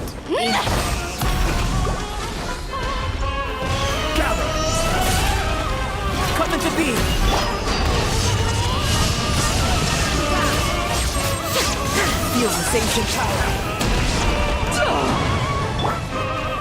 Stabilize. This is order. Oh, this is all getting rather dreary. Allow me, my darling.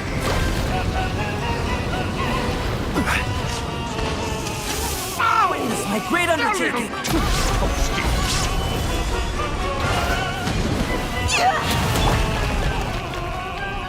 Witness the power of Gua. Rain outlines your Burst forth.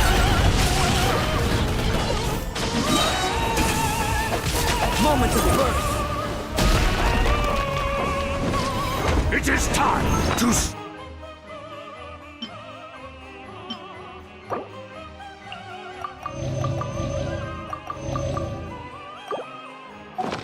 our foes with one almighty... This calls for some pomp and ceremony.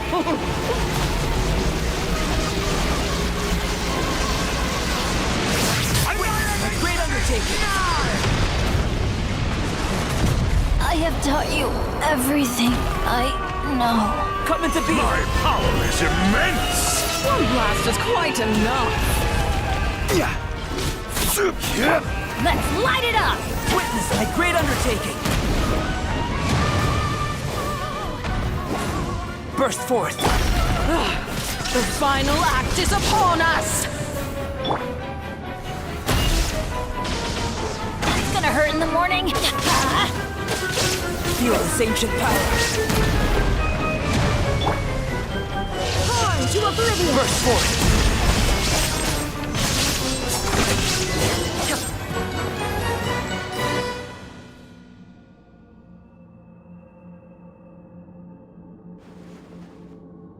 Yes, very well done. Oh, they've grown up so fast. I'm so proud. Really? Well then, I'll leave you to debrief the others about today's events. Huh? You're leaving already? You did marvelously today. I'm thrilled for both of you. And should you feel the need to gloat profusely to that student of mine so she knows to up her game, be my guest. Lovely tea party. But that'll do me for now. Until next time, my dearies. You're just going to up and leave? Barbie? You'll have to forgive Barbalov. She's always on the move. And she never says where she's going either. I think she enjoys the mystique. But if I had to guess, she's probably going for a walk. She's a very health-conscious individual. Barbie was satisfied with your victory, and so am I. Congratulations to you both. You can come back now. Oh, whoops. I need to turn you back to normal first, don't I?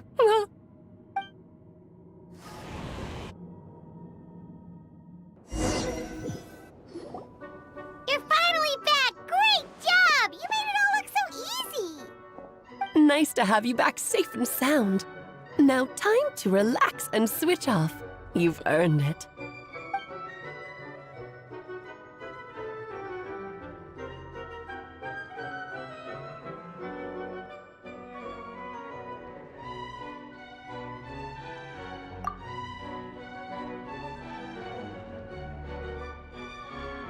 To deal with the Dragon of Dragonspine, right?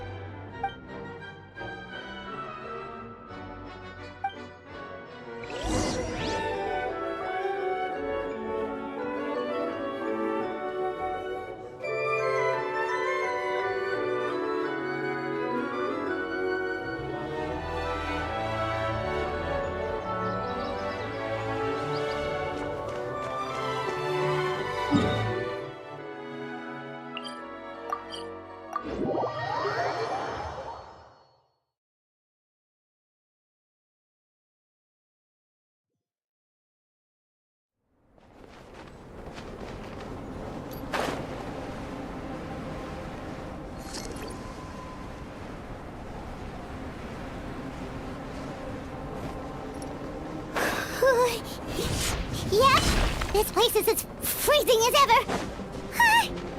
Paimon's hands are turning to ice.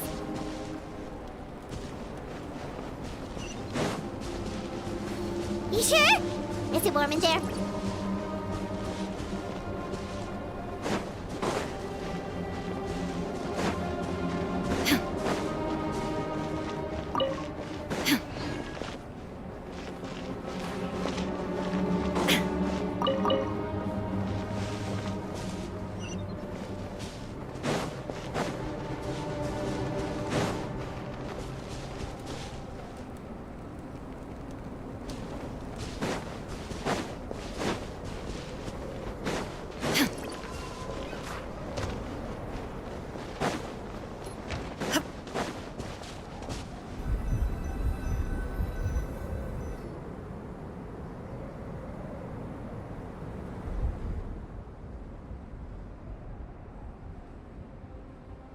Still beating away after all this time.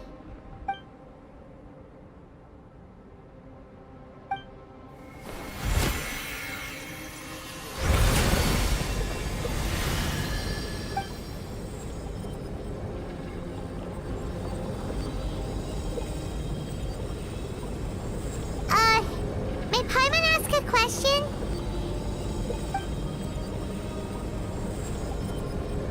Who is Durin to you? Do you think of him as one of your kind? And is he a dragon, person, animal, or monster?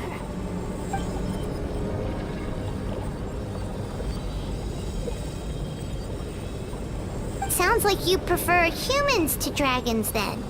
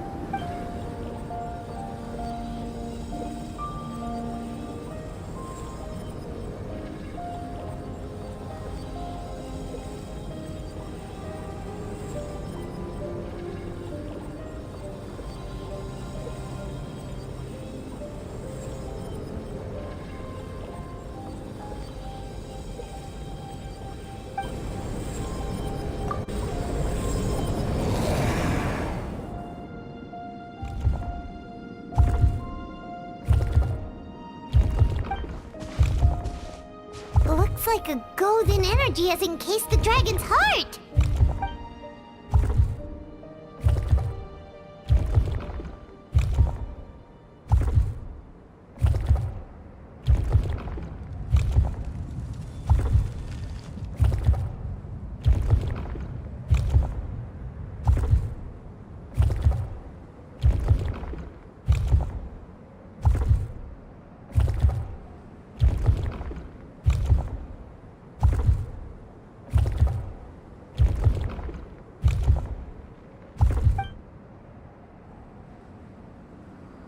Wait, but in that case, what's gonna happen to the fake Hertha?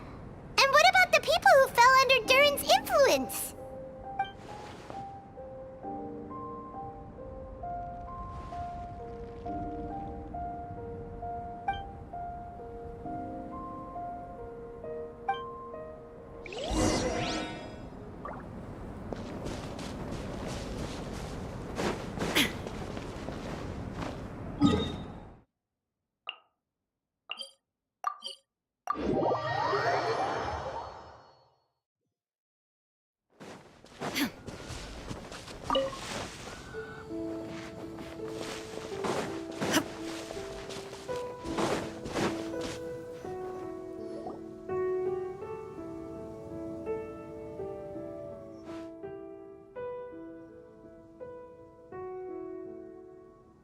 Pleasure! We sure learned a lot.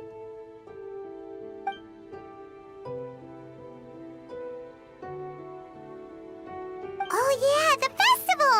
Wonder who the Windbloom Star is gonna be this time? Well, we've been too busy dealing with this situation the entire time. Who else would be free to work during the Windbloom Festival?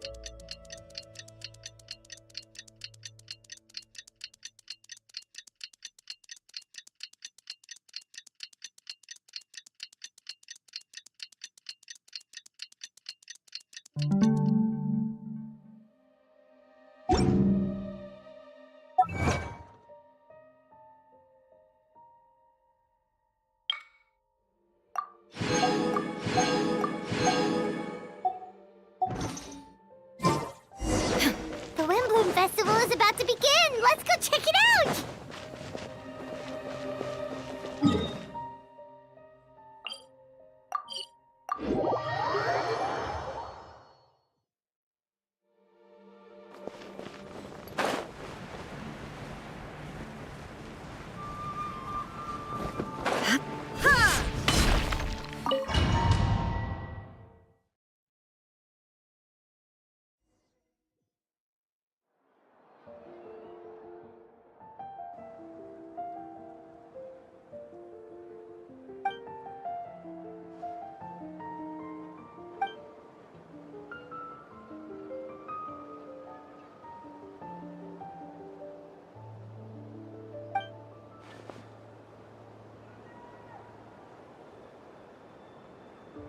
Wow! Amazing! Venti!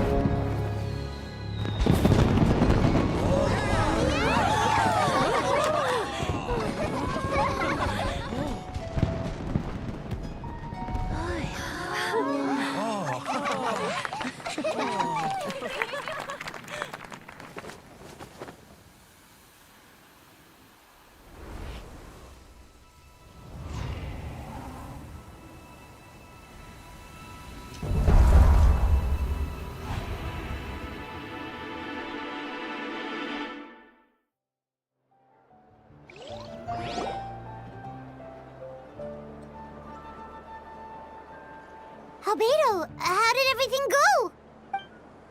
Really? So Mini Durin looks like a human now?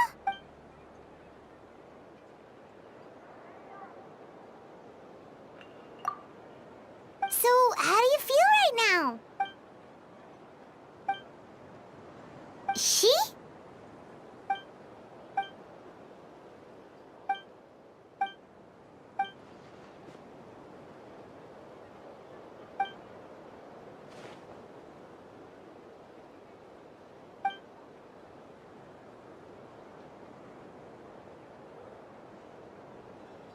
So that's what she meant, huh? Well, no wonder those monsters wanted to infiltrate the city and replace you. They wanted your life for themselves!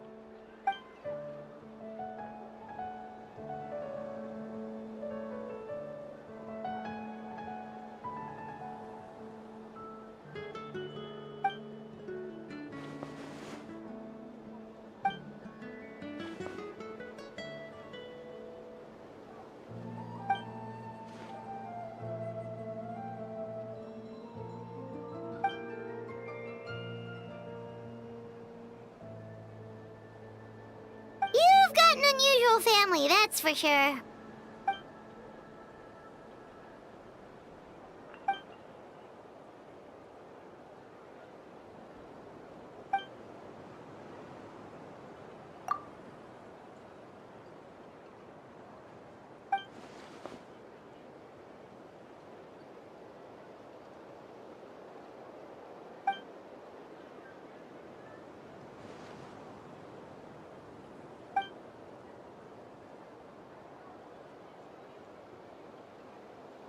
Devouring Nefarious?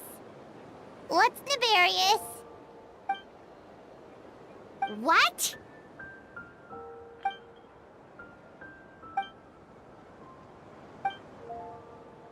Of course, that's what friends are for.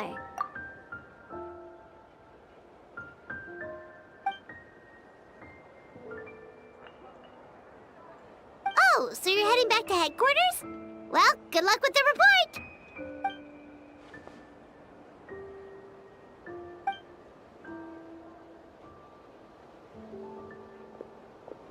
Wow, this Windbloom Festival turned out to be a special one. It feels like we really made a difference.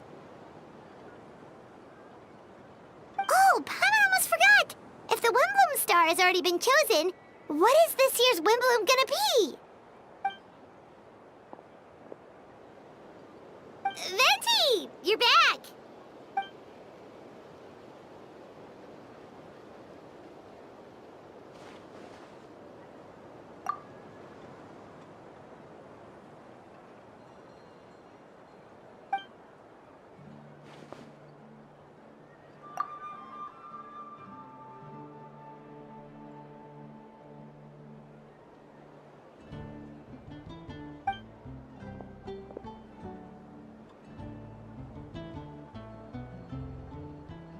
Wow! A gift and a mystery all in one!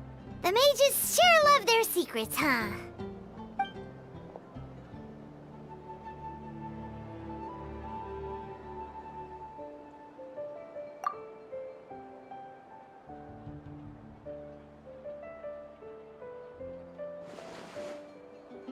You've helped a lot, Venti.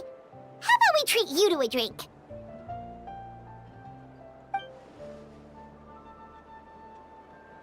Of course, Dad!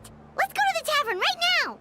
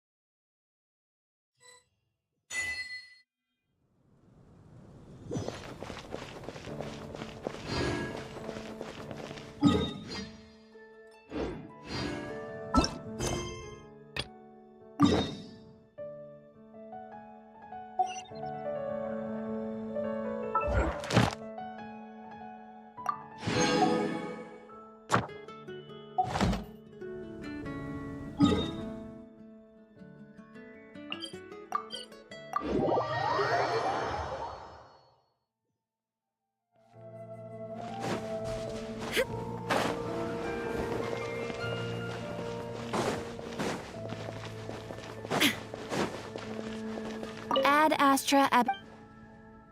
Thank you for completing today's.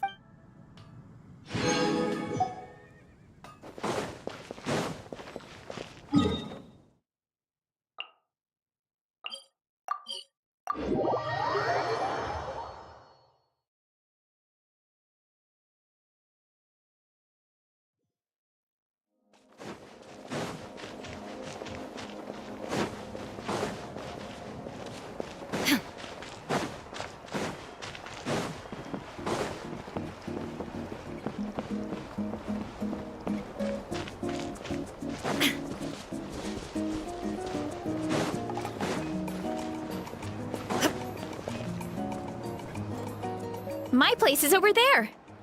See that fruit stand out front? My house is right behind it. You have a fruit stand in front of your house? Does that mean you grow the fruit yourselves? You guessed it. My family runs a huge orchard. We live really close to the main entrance of the tribe. So every morning, I wake up to the sound of all the people and carts on the road. That's also when my parents start work. So that's how I know it's time to get up. And then you all work in the orchard together.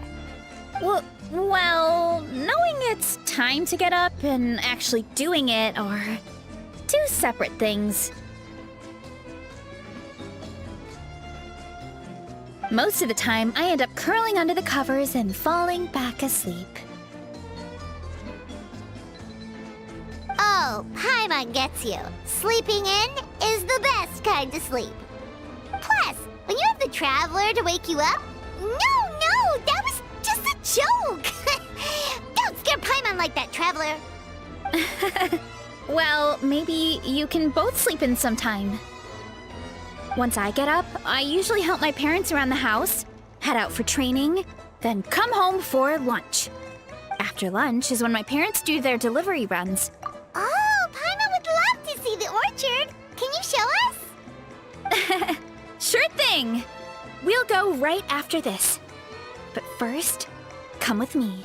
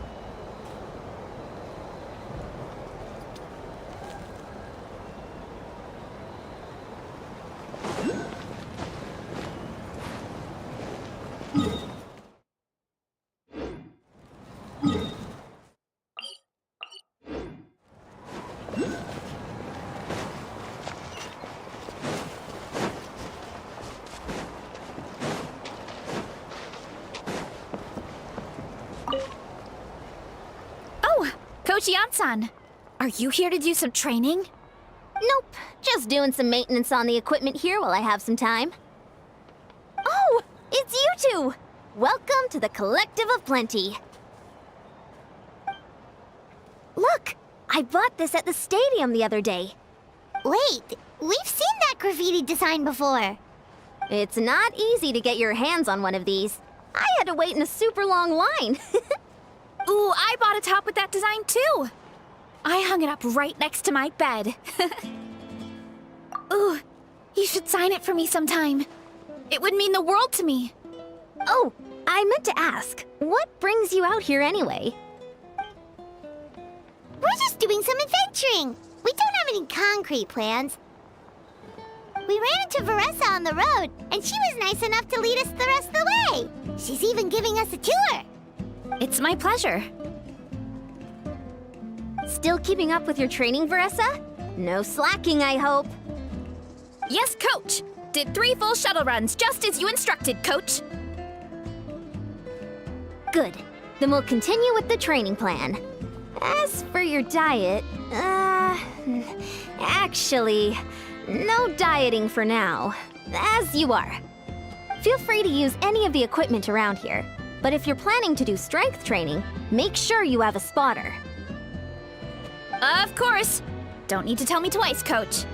Wait, but isn't a special diet a huge part of bodybuilding? Veressa doesn't need one? Oh, it's kind of a long story. I suppose you could say Veressa is among the select few who have a natural gift. When she first started training with me, I started her on a standard training regimen and wrote out a simple recipe plan to give to her father. But it left me so hungry. I couldn't even muster up the energy to make it to class. Yeah, that was my fault. It was just your average nutrition plan, but Veressa's metabolism is something else. Once I studied her eating habits, I was able to tailor it to her needs. Yeah, Coach is really thoughtful that way. Now I feel like I'm making real progress. And the training and classes are a lot more fun. Veressa is currently my top student. She can lift even more than me. Wait, but you're the coach and the victor of the pilgrimage. Don't sound so surprised. This kind of thing is really common in the fitness world. Everyone starts from a different baseline. Wow, that's amazing! Paimon would have never guessed. I'm not exaggerating either. Veressa is extremely strong. All she needs is a bit more confidence. Oh, well, it's just because Coach... Oh, believe me, I'm not. I mean, sure, I can face a few monsters and lift some heavy training equipment. But I'm useless when it comes to fighting other people. I'm scared I'll hurt someone. Oh, that makes sense. But what about the pilgrimage? I've never placed or even made it out of the team stage. I'm not good at fighting actual people. When it comes to power, it's all about control. Take these weights, for example. It takes strength to lift them, yes, but also to control the weight when you set them down. True mastery means control during both motions. I know that, and I can do it just fine during training. Thanks, I appreciate the support. As long as I keep training, I'm sure I'll get it eventually. Well, we should get going, Coach. I told the Traveler and Paimon I would show them around the orchard. Sounds good. I hope you enjoy your time here.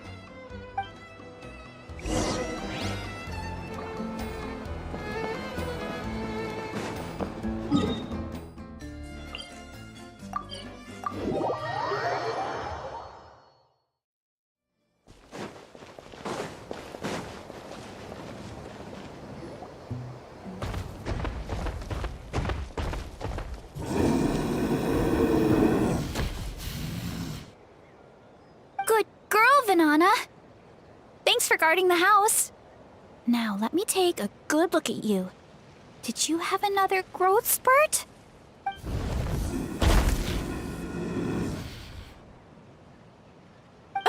Hey, I was just taking a look, not inviting you to wrestle. Next time, okay? Oh, this is Banana. She keeps watch over the orchard when no one's here. She's a tough little thing, but also a clingy baby at heart. Did you say little? She certainly doesn't look it. Anyway, this is my family's orchard. Come on, I'll show you around.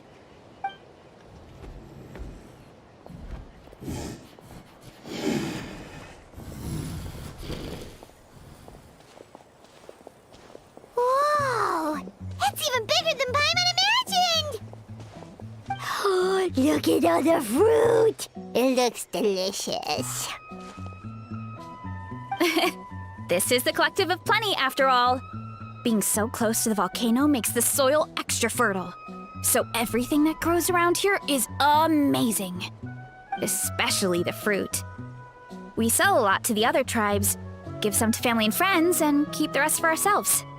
Well, if you have to live next to a volcano, at least you get something good out of it. That's right. But since we're here, why don't we pick some and have ourselves a little snack? Wait, but didn't you just eat? Yeah, but there's always room for dessert. You know that fruit stand in front of my house? Well, as a kid, whenever my dad was working at the stand, I would tug on his shirt and ask for a piece of fruit. I would scarf it down in a heartbeat and then ask for another.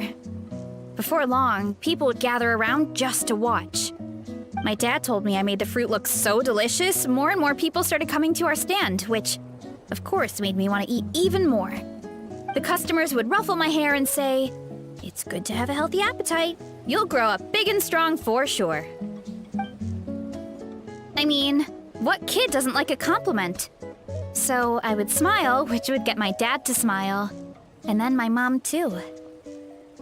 Aw, that's so cute! Plus, free fruit whenever you want. Jealous! With all that said, it also helped that our fruit actually tastes really good. And I'm not just saying that. You'll see what I mean in a minute. Oh, and there's an epic feast showdown in a few days, so we're providing a bunch of the fruit for the desserts. Epic Feast Showdown? Oh, sorry. It's basically a speed eating contest. We need to prepare a ton of ingredients. So don't worry about anything going to waste. Okay, let's get picking. Alright! Where should we start?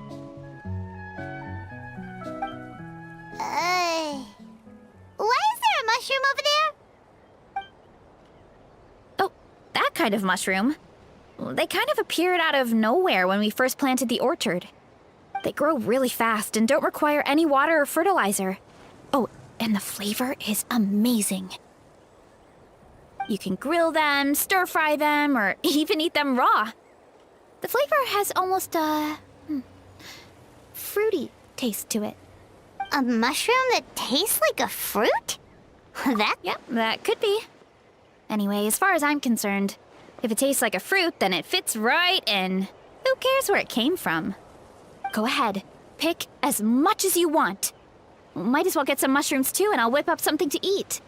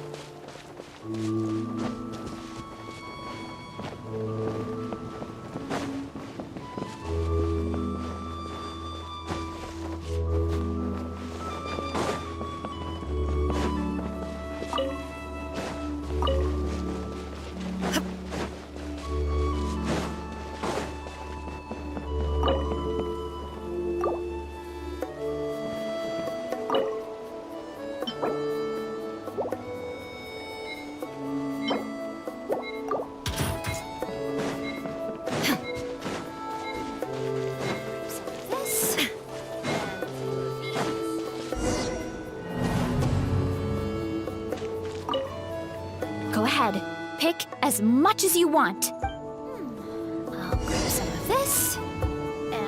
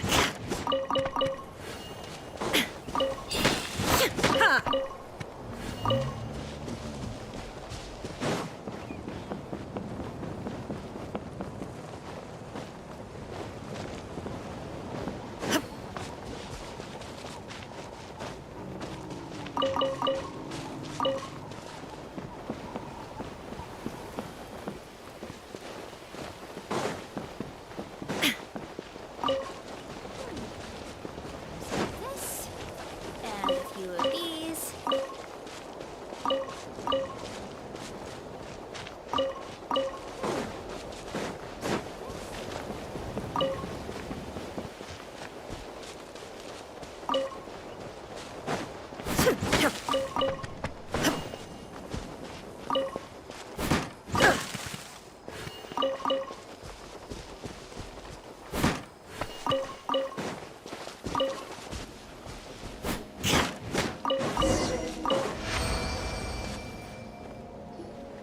Whoa, that's quite the haul.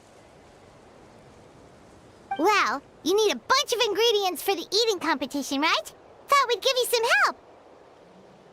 Oh, and you were right about the fruit. Paimon tried one, and it was one of the sweetest, juiciest pieces of fruit Paimon has ever had. You must sell out every time. Also, Paimon tried one of the mushrooms, too. In a weird way, it really did taste like a fruit. We should call them berry shrooms. Well, Paimon had multiple nations' worth of good food to refine her palate. Her taste buds never lie. Well, thanks to your help, we can call it early today. Oh, I promised you a meal, didn't I? I'll be right back.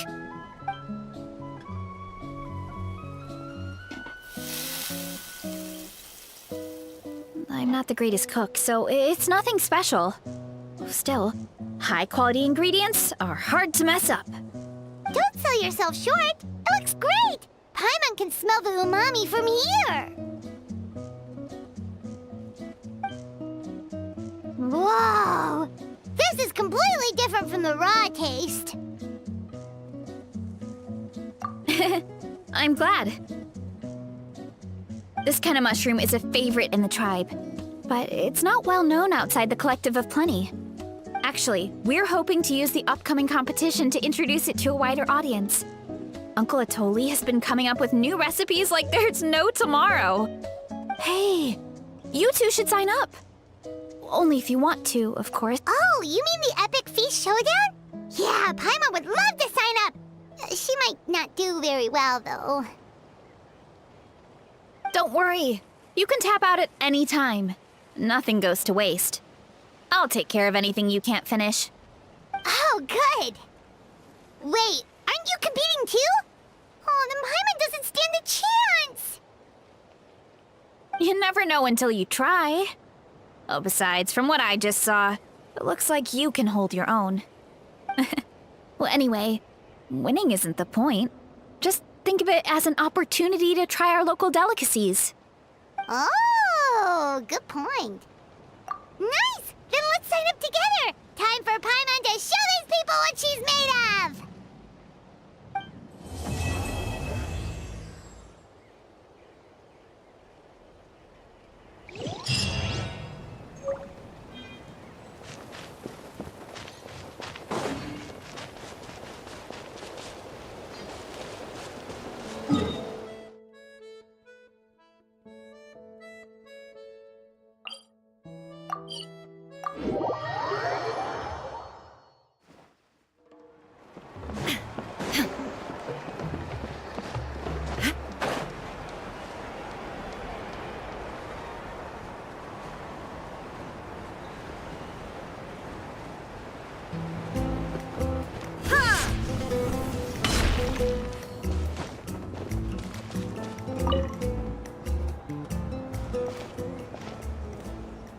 Hey, you're here. It's been a while. What Varessa? Sounds like Varessa might finally be in. Honestly, I'm not even that good. What's wrong? Sounds like you're just, hungry. Not much longer, Varessa. Atoli's firing up the ovens as we speak. Got it. I can wait. Oh, about the competition. But... Really? Awesome! Now we can just take it easy and box up with... Please, it's our when the abyss and as the god Varessa. Varessa? Huh? Oh, right. There were once a pyro arc. Looking back on it, the goal was probably... Good point! Oh, and you mentioned... The volcano is... Our people rose to... That's right. The Natlanese are never one... Although, whenever... Oh, so there's a lot more to this place than good food, huh? Hold on. Oh, you know, I just saw her leave. My guess is that... Let's go check on her. Paimon understands. I'll lead the way.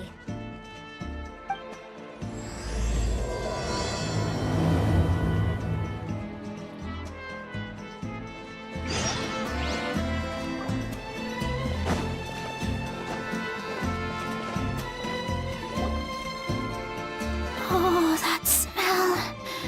So delicious. Juicy mushrooms, melted cheese, mouth-watering steak. Ah, look who it is. I thought I felt an intense energy around here. I know better than to get between you and your next meal. The food just needs a few more minutes. Here, this should tide you over in the meantime. Wait, is this priest meat stew? Thank you, Uncle Atoli!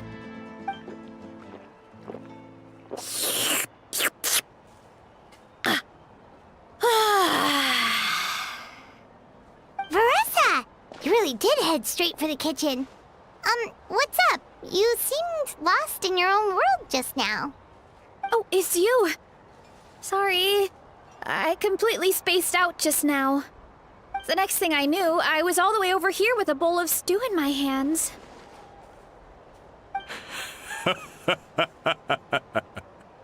Don't worry about it. I think we can all guess what happened. Prep took longer than usual, so I had to push back the competition. Sorry for making you wait, Varessa, especially on an empty stomach. No worries, Uncle Atoli. Your delicious soup fixed me right up. Oh, that sounds more like the Varessa we know. I become completely useless when I'm hungry. I really wanted to focus on the conversation back there, but no luck. That's perfectly normal.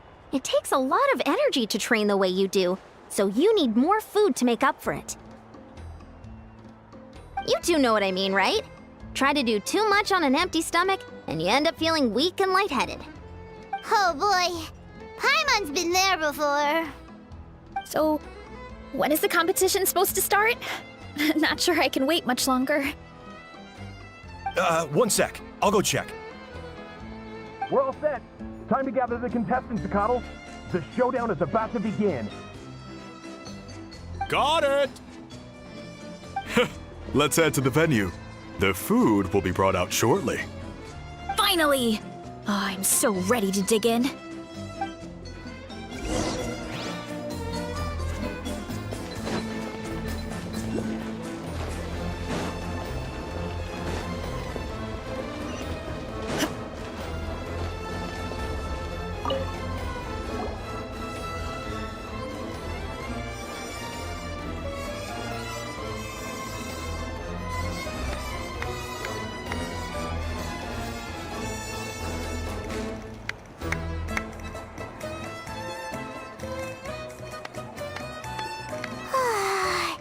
It smells so good! Varessa had the right idea. It's definitely worth the wait. Yeah, we could maybe finish one portion between the two of us. And even that's a stretch. But one portion each? There's no chance. Time to dig in. Thanks for the food, Uncle Atoli. Whoa! Hold on! Varessa's plate looks completely different than ours! I forgot to mention, the competition actually has 2 levels. The regular challenge and the Varessa challenge. The Varessa challenge is only for people who have completed the regular challenge in the past. It's named after Varessa because, well, so far, she's the only one who's been able to finish it. You're kidding.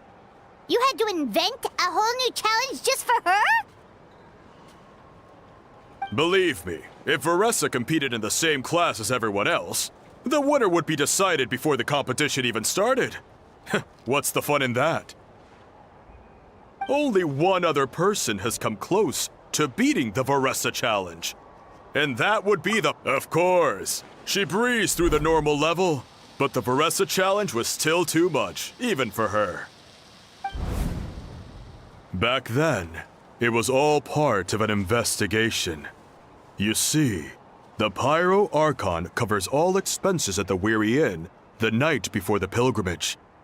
And each time, Varessa's tab would show several dozen people's worth of food for a single person. The Speaker's Chamber thought something had to be wrong. Maybe there was a mistake in the accounts, or someone was trying to defraud the Archon. But once the Archon finally saw Varessa's appetite in action, that was that. Whoa. Okay, so... You're saying Malika had these portions, and she just... You're right. Let's go. Paimon's gonna defend her honor with everything she's got! Whoa. Tender, juicy, grilled to perfection. It's delicious!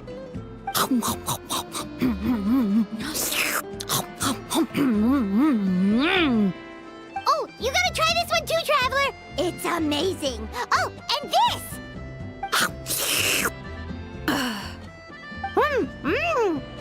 And this one is...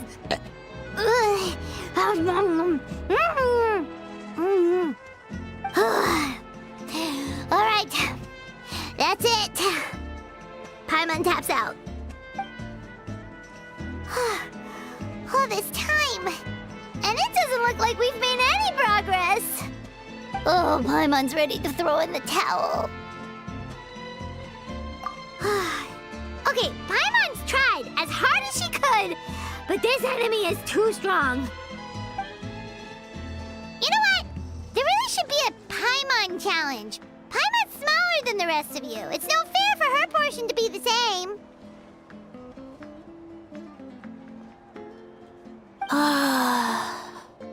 Let's hear it for Varessa, who has once again completed the challenge. And with a 10% increase in portion size, it's a new personal best.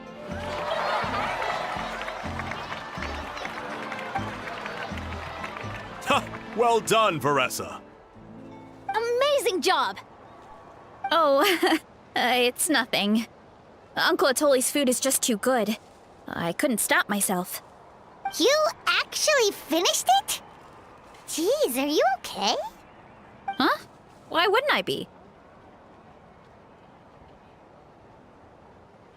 You don't feel bloated? Or like you're gonna throw up? Oh, Paimon's so full it feels like she's gonna sink. Oh, nope. I feel good, actually. Satisfied, you know?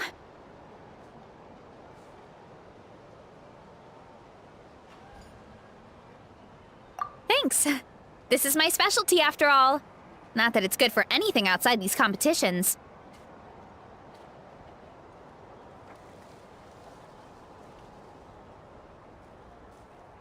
If I'm honest, I'd rather be like you or Kochian-san.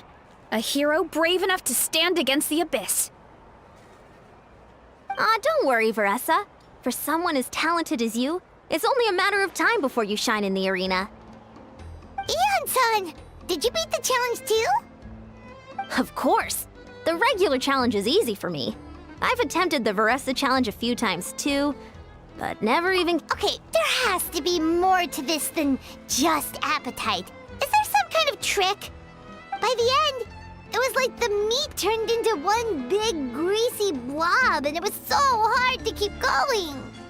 Oh, that's when you balance it out with some mushrooms. The ones from my orchard. Well, that's what I did anyway. As soon as the food came out, I set a few mushrooms to the side so they wouldn't soak up too much oil. Or get too mushy. That way, you have something fresh and fruity to balance it out. Oh, so that's the secret! Use the mushrooms to cut through the heaviness! That's right. You tried them yourselves, remember? If it tastes like a fruit, might as well use it like one. I think more people from outside the tribe would beat the challenge if they knew about that mushroom.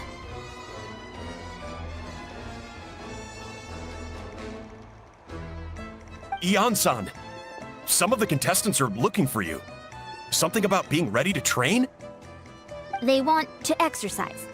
After all that food? Sorry, everyone. I should intervene. Yeah, go tell them to take it easy. Well, how did everyone do, Uncle Atoli? Almost half finished the regular challenge. I believe that's a record. Either the contestants are getting more experienced, or my cooking was extra good this time. Everything was delicious, especially when it first came out all hot and steaming. Thank you. When cooked at high heat, that mushroom has a special fragrance that really brings out the flavor of the other ingredients. Oh, and since you're new here, I should mention something else about that mushroom. It's an excellent addition to any dish, but there are actually two varieties. Red, which is the most common, and green. There's not much to note about the red ones. Sell them, eat them, do whatever you want. But if you see a green one, it must be picked and eaten right away. Huh? Why's that? That's just what a scholar from Sumeru said when the orchard first opened. No one knows the reason.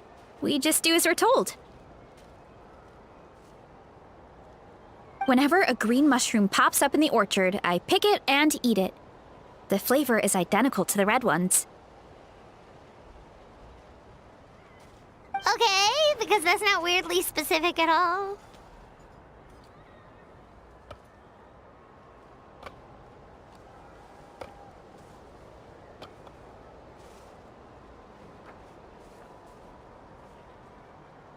Well, of course. Who wouldn't be intrigued by something like that?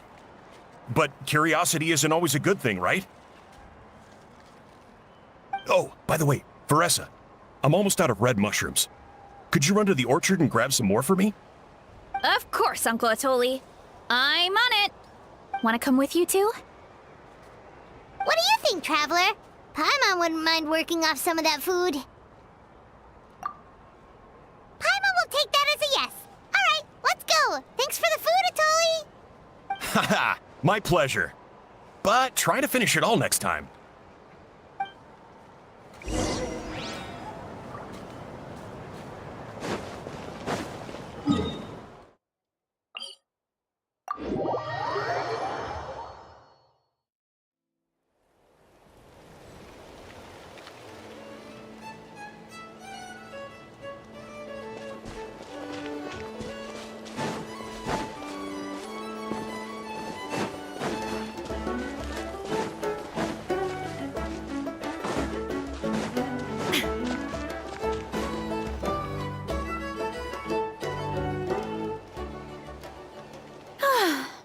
After that meal, I'm ready to tackle anything.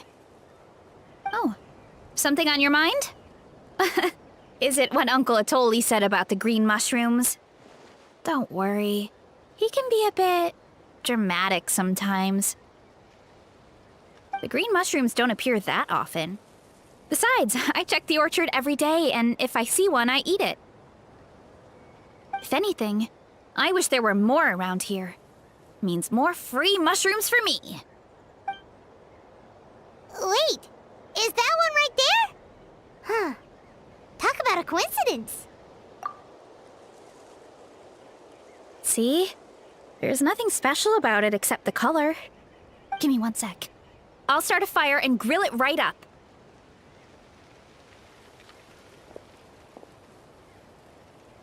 Paimon's gonna pass on this one. She's way too stuffed from earlier.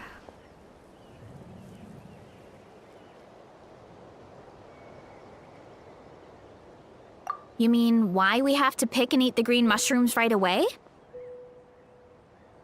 To be honest, I'm curious too.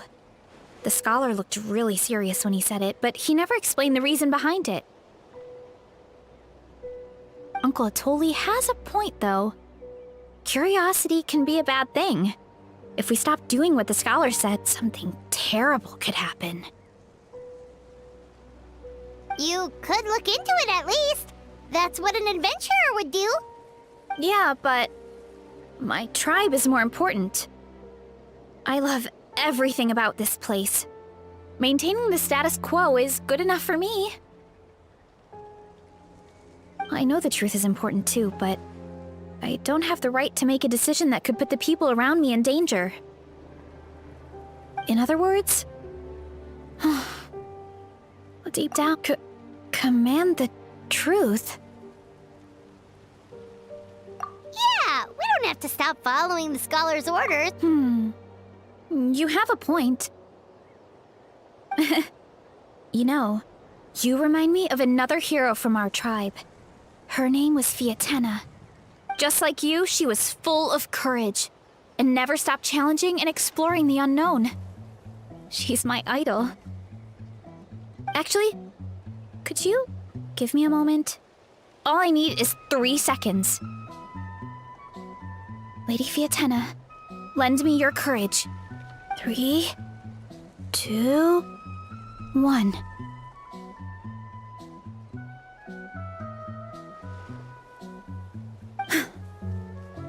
You're right. I can't keep running from the truth. I want to command it, just like you said. So, where should we start with the investigation? You probably have a... Oh, the green mushroom, you mean? The taste is the same as the red ones. There's nothing special there. Well, the Traveler is a lot more perceptive than most people. She should at least give it a try. Oh, I see. Well then, I'll grill some up right away.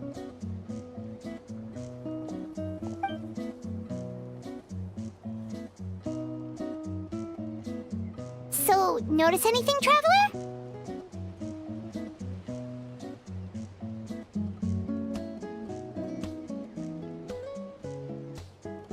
Just like Varesha said.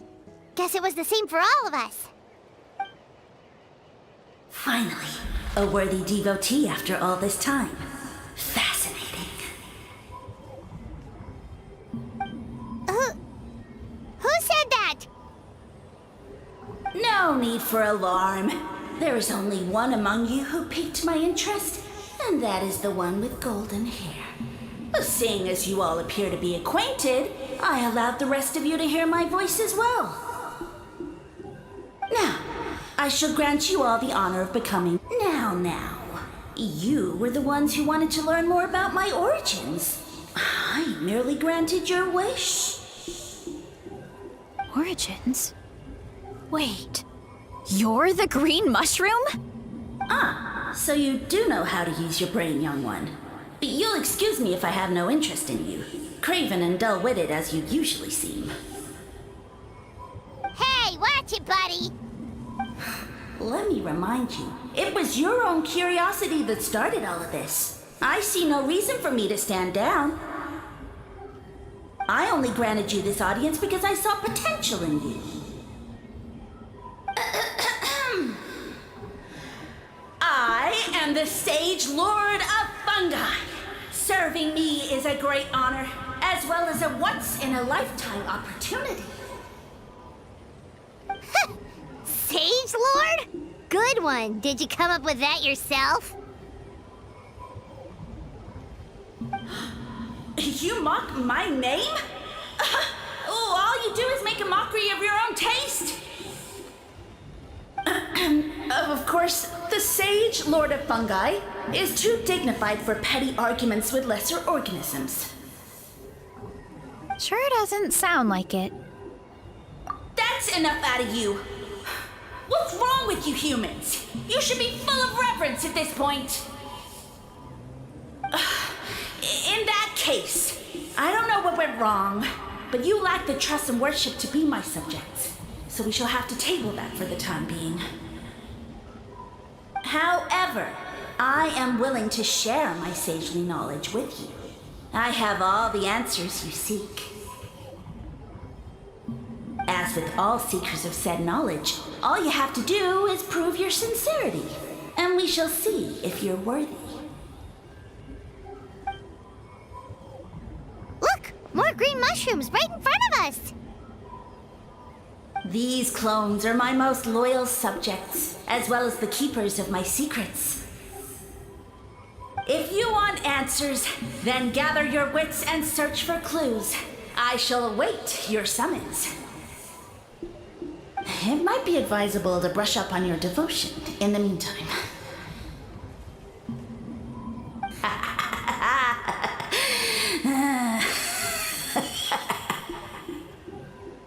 The voice is gone. Finally, Paimon had enough of that racket. Talking in our heads without permission, spewing a bunch of So, do you think what he said was true? About being the Sage Lord of Fungi and all that?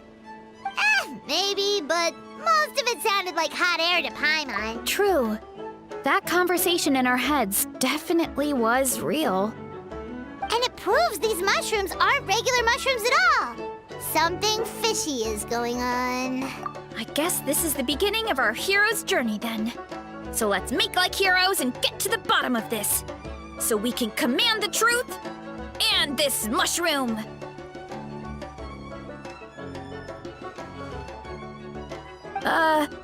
Okay. That sounded a lot cooler in my head. Well, we have one thing going for us. We've faced mushrooms before, and they're pretty pathetic as far as enemies go. Such insolence! Did you hear that? Sounds like someone's mad. You're spying on us? No response. Guess he's not gonna admit it. Well, he said his subjects hold the clues to his secrets. Who knows if he was telling the truth? But we can't just ignore the green mushrooms, so let's start investigating.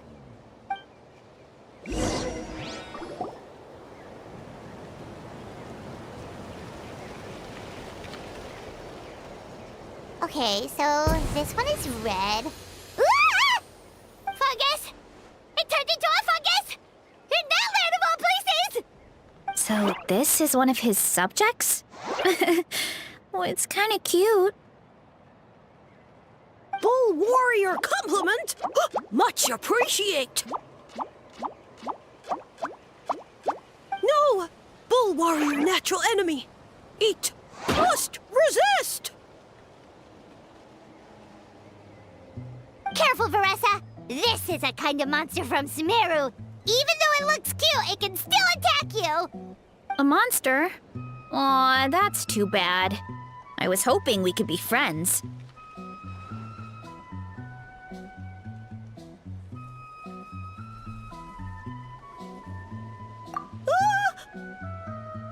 Mercy! Mercy! Food is sacred! Everything else, waste! That's all I know. Promise! It turned back into a normal mushroom. What's going on? You mean that food is sacred? Well, that's a whole bunch of nothing. Let's go look somewhere else.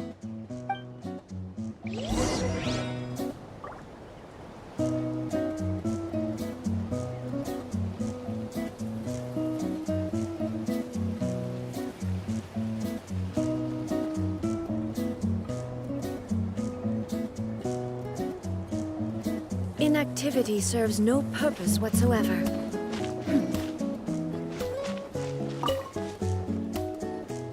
Oh, a green mushroom! And it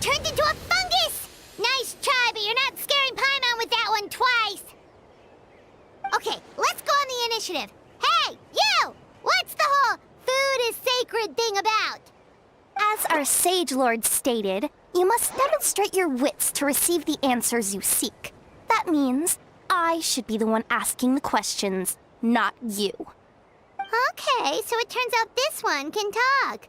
Fine. What do we have to do? Solve a riddle or something? Riddle? Oh, I'm not good at that.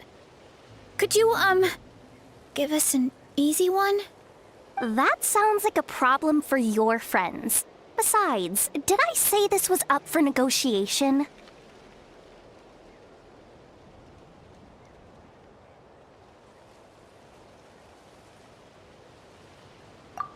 Enough chatter.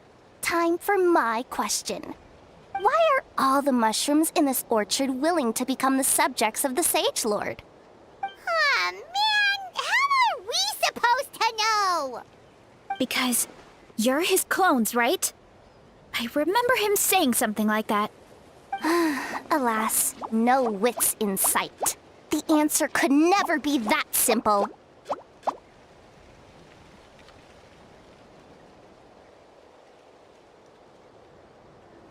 What? How did you get that so fast? Oh, it's that kind of riddle. Sumeru mushrooms! Of course! Paimon can't believe she didn't think of this possibility. Wait, does that mean everyone in Sumeru is into puns? Huh. Is it because the people are so clever? No, we just, have a lot of experience with these kinds of jokes. Well, since you have proven your wits, I will now answer your question. The act of eating is not only a physical necessity, but also a sacred ritual. Mushrooms like us are the Sage Lord's intermediaries. Incinerating our flesh forges a spiritual connection between you and the Sage Lord himself. Oh, so that's why he could speak to us in our heads. So you're saying if we want to talk to him again, all we have to do is eat more mushrooms? No, wait, don't turn back into a regular mushroom! Oh, too late. And all we have is another cryptic message. Well, if eating is a sacred ritual, maybe we need to perform some kind of ceremony with special tools or something. Oh, good thinking, Veressa! Let's try and ask the other mushrooms! Oh, but we should probably pick this one first since it's a green mushroom.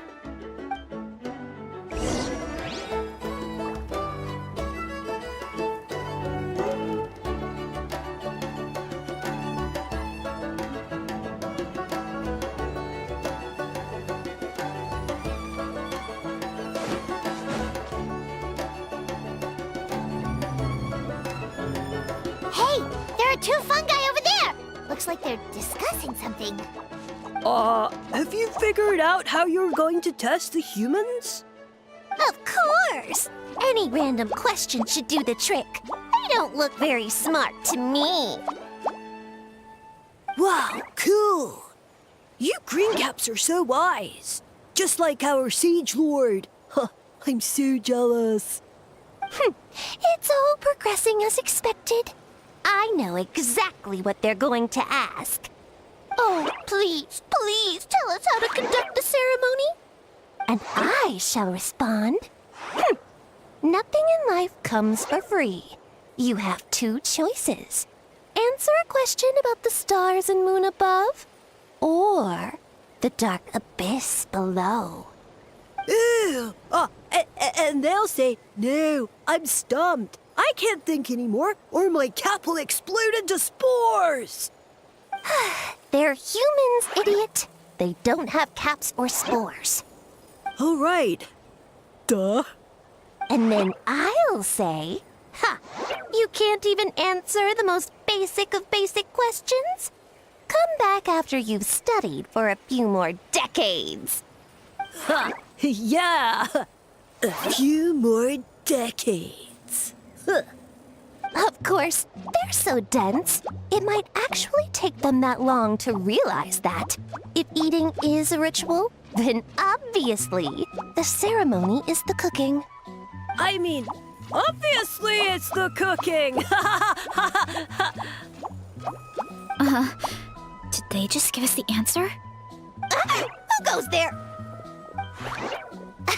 Do you think we're the dense ones?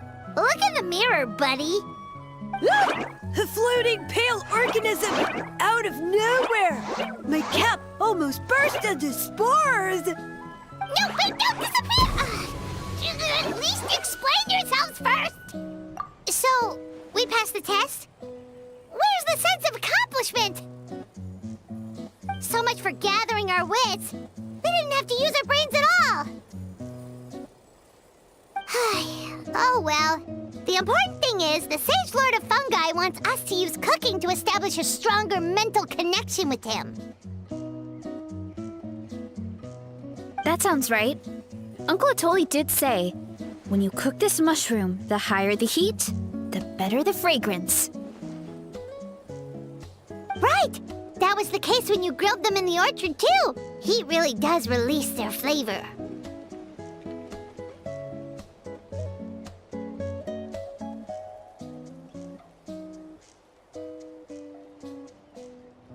Okay, let's give it a try.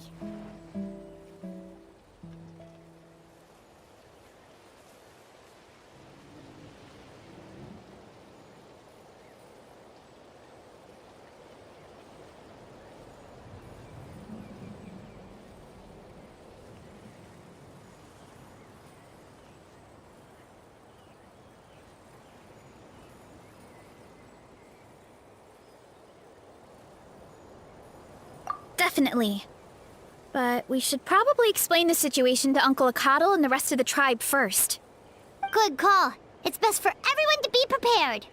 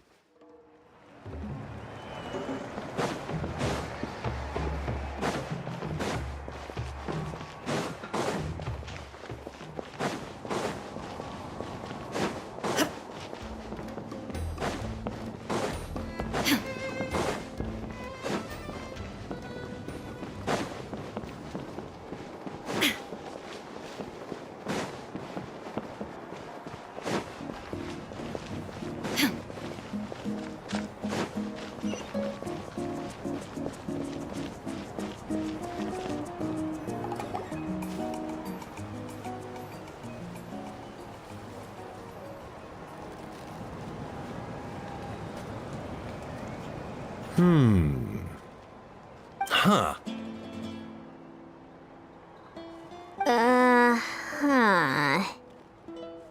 Okay, so it felt pretty normal in the moment, but hearing it back does sound kind of, ridiculous.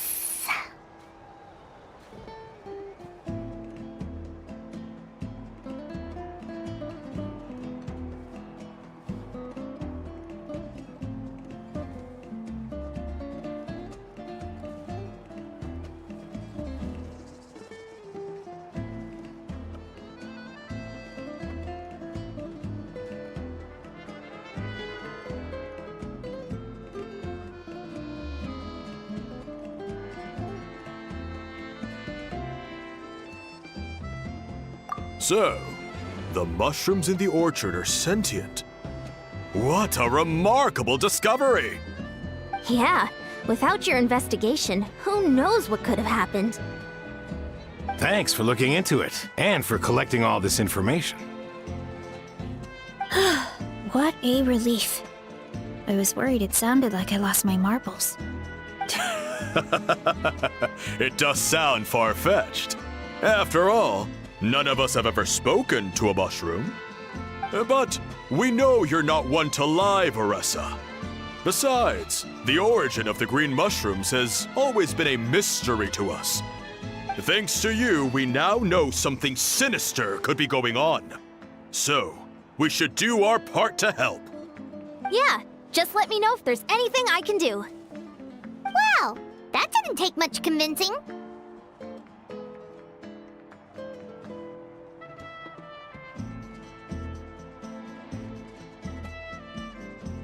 Oh, wait!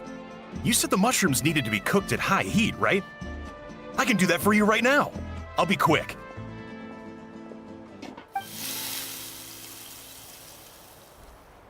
All right, I'm back. I used cast iron, so it should be hot enough. Whoa, it smells delicious! Suddenly Paimon's hungry again. Well, here goes nothing.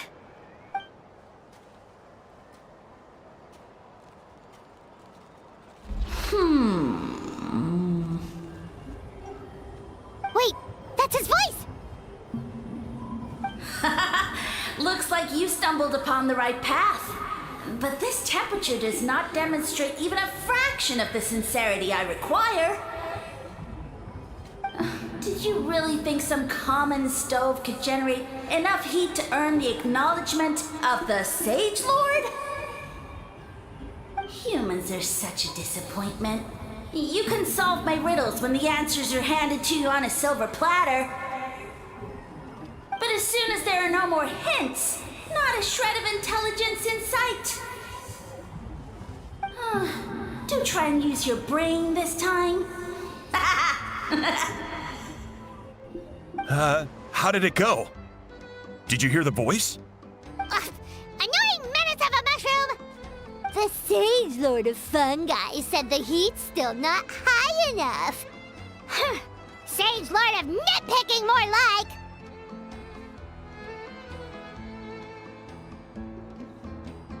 Not high enough, huh? I guess that means we need a more powerful source of heat. Attention, everyone! We need items that can generate intense heat. Anything you can find. I'll see what I can do. Leave it to me. We should take a look too. Definitely! We're not super familiar with this area, though. Do you have any ideas? Nothing concrete, but we could check around the volcano. It spews out all kinds of stuff. Maybe there's something we can use. Awesome! Let's go! Paimon's gonna find something scorching hot and then throw it at that stupid mushroom's face!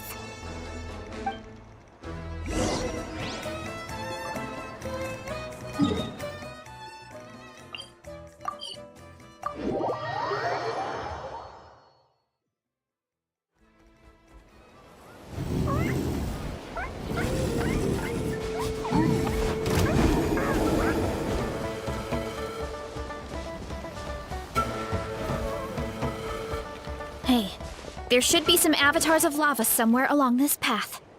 Their cores are really hot. It might be just what we need. You know, when you think about how everyone jumped to help us like that, it seems like your tribe has been suspicious of the green mushrooms for a while. Yeah, but without you, we would have never gotten this far. I mean, tons of people have tried that mushroom without a weird voice talking in their head. Right. So, even if you wanted to investigate, you had nowhere to start! Yeah, this opportunity was a long time coming. Plus, the Sage Lord's arrogant attitude definitely triggered my tribe's competitive spirit. Varessa doesn't seem competitive most of the time, though. Outside of training and fighting monsters, at least. Yeah, well, I don't really like fighting or competing, to be honest. Simple day-to-day happiness is what matters to me. Still, I've learned a lot from Kojian-san. She taught me that strength is a means rather than an end. We get stronger so we can use our strength when it counts. Like during the Abyss invasion. Having the training to master my vision meant that I could do something to stop it. So, no matter how scared I feel, I know I have to be brave, because people are counting on me.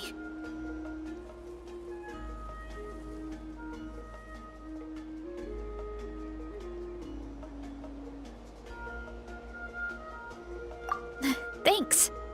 It's a work in progress. I can only hope that one day I can be as brave as Lady Fiatena. All right, we should keep looking.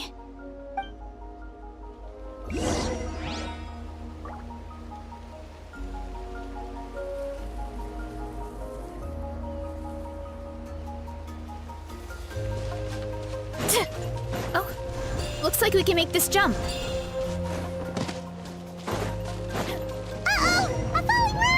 That avatar of lava pushed it down. Come on, let's charge! Charge?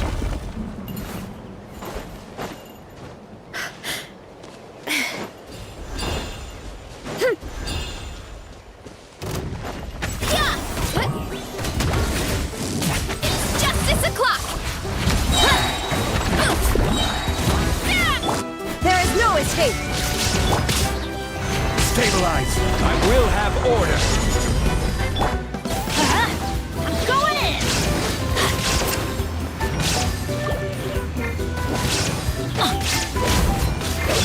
Rain outlines your fate. Know my sword! Stop him! You want to stand down! Done and dusted. This core should be perfect. Look, the phlogiston inside it is still active.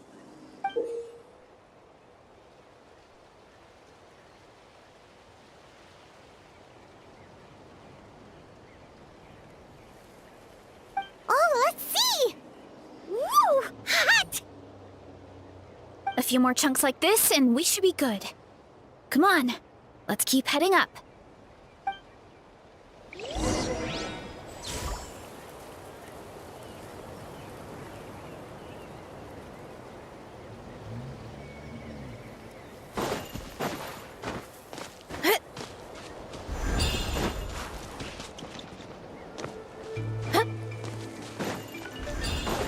Careful!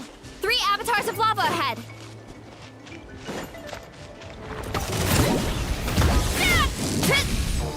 It's justice o'clock! Yeah! Hero incoming! Oof! Kapow! Hi! Fiatena! Grant me strike! Hero incoming! Headbutt! It's justice o'clock!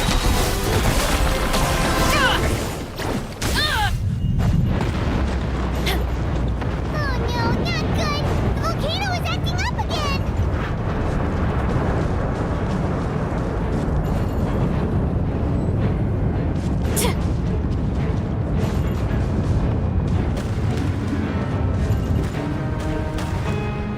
Ow, ow, ow! What is that? It looks like a giant weasel thief. Is there a great Tolan weasel thief or something? We call it a furnace shell mountain weasel. It's very aggressive, so be careful. Stand back! Illusion shattered! Inazuma shines eternal! Ha! Justice o'clock! Charge!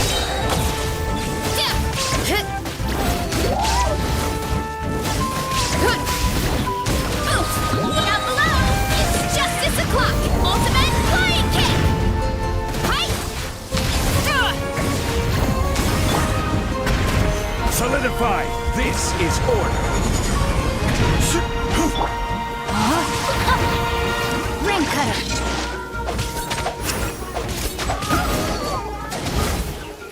What a great haul!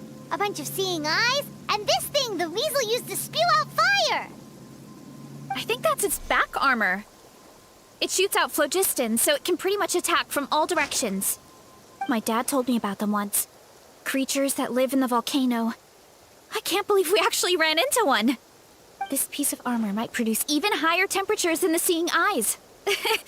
We'll get those mushrooms super hot this time.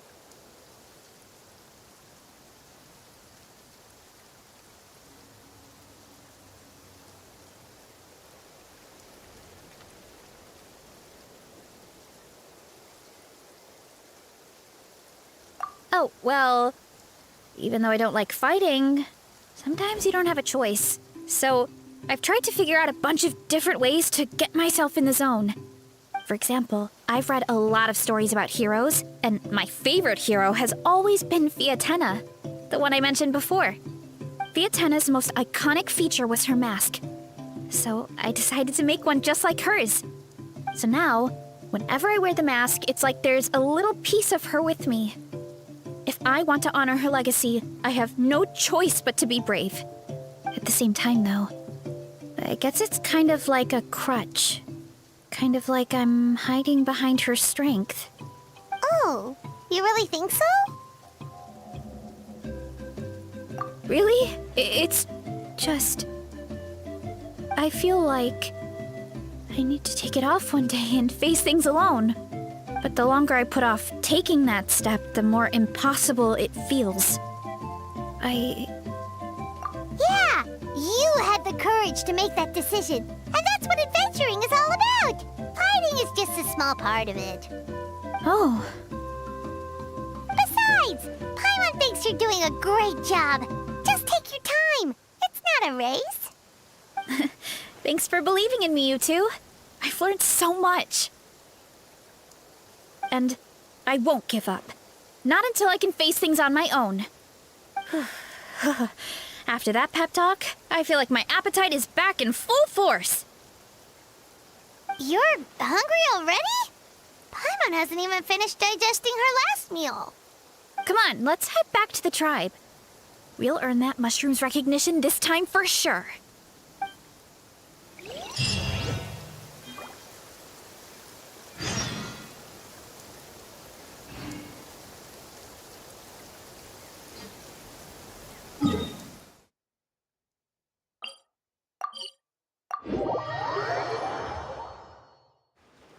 Good.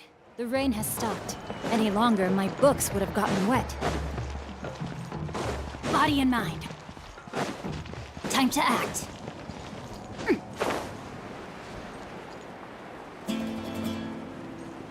Body and mind.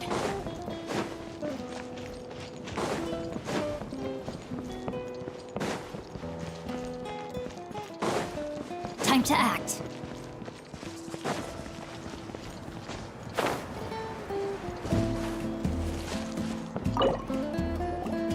We're back! And we found a bunch of stuff to use! Great! We're almost done with the preparations on our side, too. I've managed to get these iron chunks red hot. We should be good to go. Yeah, and since we need really high temperatures, I brought the best stove I could find. And I got a bunch of buckets of lava on standby if we need more fuel. Yeah,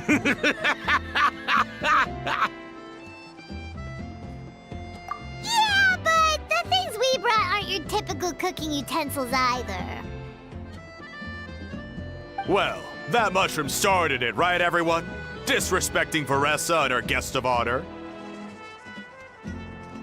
Yeah, we'll see what sort of excuses it can come up with this time. Thanks for the help, everyone. It really means a lot.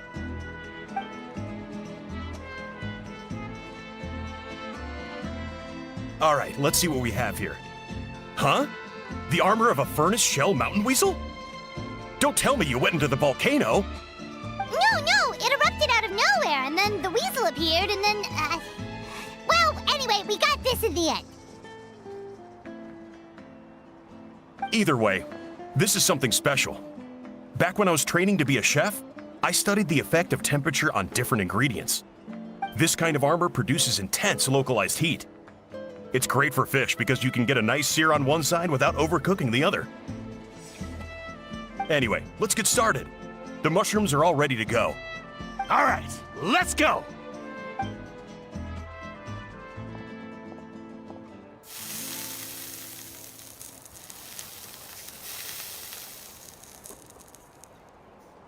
Whoa, the fragrance is so much more intense. And what's with this weird mist?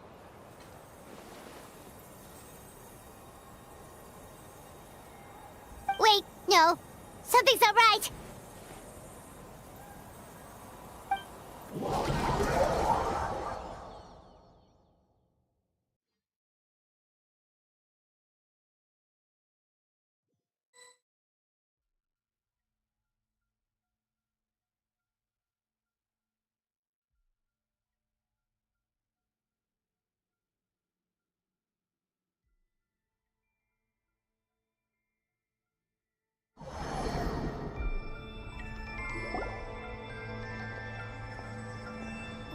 are we?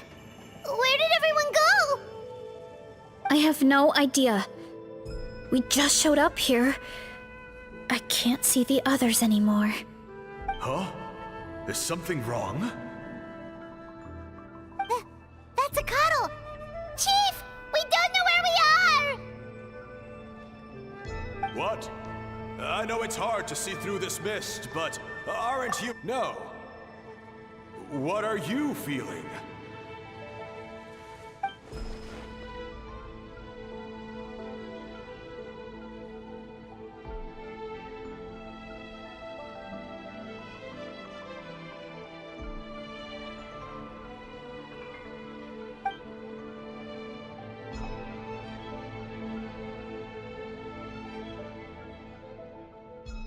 Because you are the only worthy devotees, of course.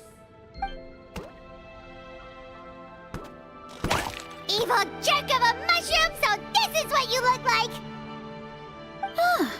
He does look a bit more evil than the other mushrooms we met. I am no longer concerned with your insolence. On the contrary, I am satisfied with your performance. So, as promised, you shall have the answers you seek. Of course, I have a goal of my own. Let me reiterate once more. The great sage lord of fungi, that would be me, is extending you the honor of becoming my subjects. Ha! The only way anyone's serving you is on a platter!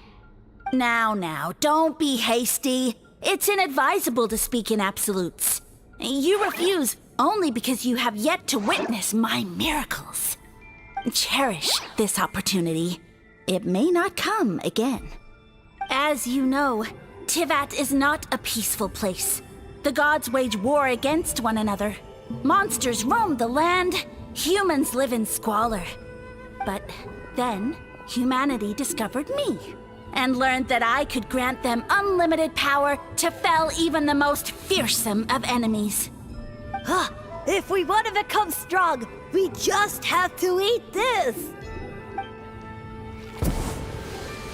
Woohoo!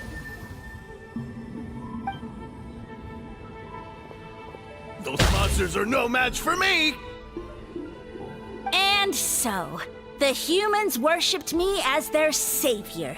And in return, I revealed my identity as the Sage Lord of Fungi. You really expect us to believe that? Besides, as far as enemies go, a few puny fungi aren't that fearsome. Such arrogance! Take that back and apologize before I lose my temper. You wish! I mean, those monsters really don't look that scary. Not the kind you'd need a miracle to defeat, anyway. You insignificant mortals boast of strength? Very well. Then prove it!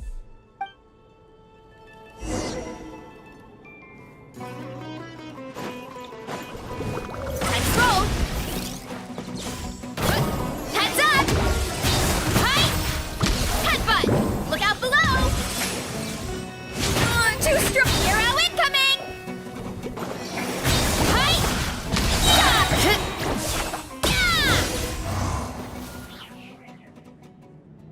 Well fought! You see? You ate a fair amount of my clones, and now look what you can do. Huh. My eye for subjects is as discerning as ever. Huh. Weren't we insignificant mortals just a second ago? Weird. I'll admit, you're not entirely useless, but my miracles are even greater than you can imagine. No, don't just... another cryptic one-liner and another disappearing act? It's gotta be a mushroom thing at this point. Well, what should we do? Follow him?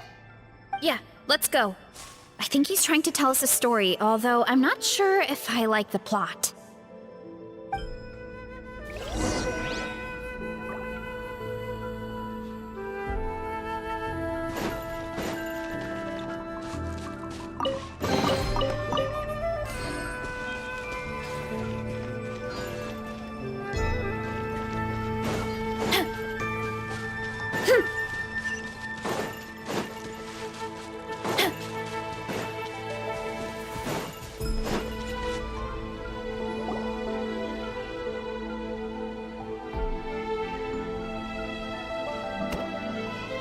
I soon became humanity's faith, and, with my power, created countless clones, with which I could bestow upon them an endless source of sustenance. Food is a scarce resource. A faith that provides for the needs of the flesh is the most practical and noble of all. And as my subjects gave themselves in service, either as civilians or warriors, I rewarded them with mushrooms in proportion to their contribution. The most exceptional among them could receive as many as 20 mushrooms a day. That's it? What are you insinuating? Are mushrooms not enough? Well, it's possible people couldn't afford to be picky back then. Yeah, but now even Saurians have more options than that. Sustenance and strength. Such are the pillars of faith. So what do you think? A pretty enticing offer, wouldn't you agree? Once you become my subjects, all you have to do is build a civilization dedicated to the mushrooms. And then... What do you mean, what happened next? Right. If the humans dedicated themselves in service to you, then shouldn't you have your own tribe at this point? Or even your own nation? But I've read a lot of woven scrolls about the heroes of Natlan, and I've never come across anything about some kind of mushroom savior. Of course not. I was in a different nation at the time. I don't suppose you know their history, too. Yeah, and we didn't hear anything about a mushroom civilization. I never said it was Sumeru. I have no idea where that assumption is coming from.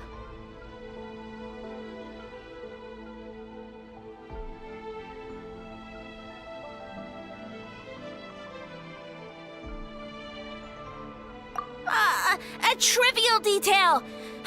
You know what? You don't deserve to know what happened next.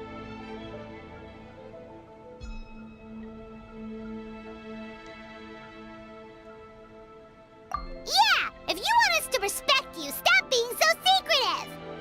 True. If we don't know how the story ends, it doesn't hold much weight now, does it? All right, fine. Same rules as before. If you want the truth, you'll have to use your wits to earn it. If you fail to prove your worth, good luck getting another detail out of me. He ran off. Come on, after him. Oh. Uh-huh. Right.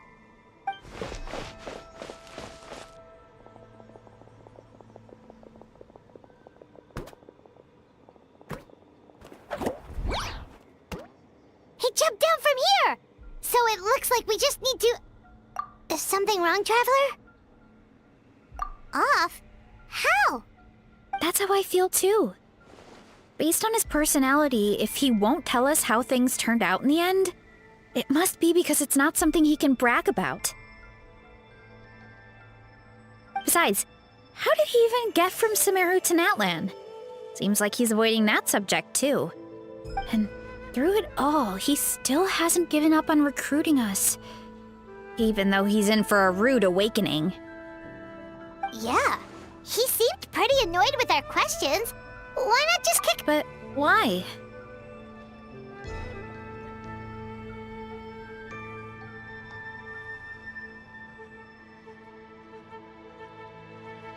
All right, sounds like a plan. Let's go!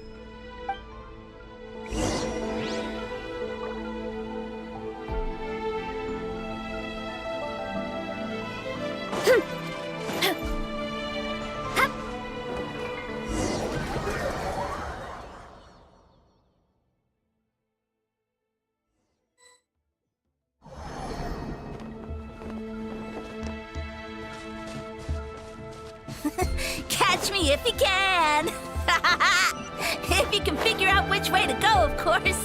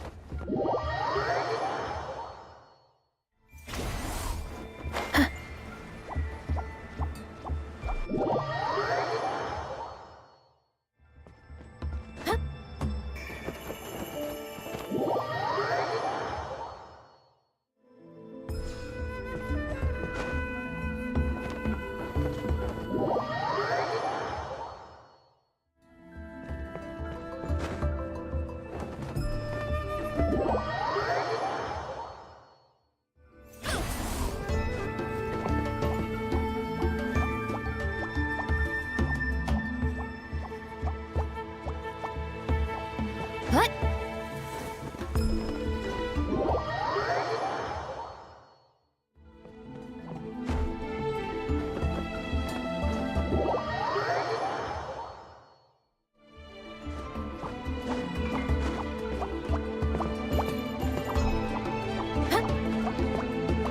What?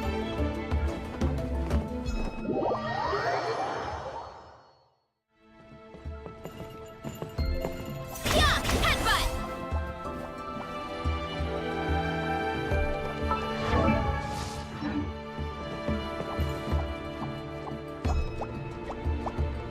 Ah!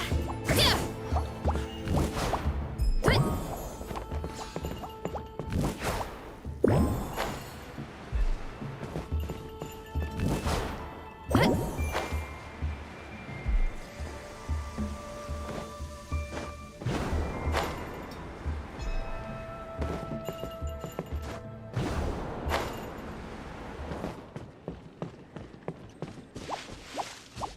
Leave this to me.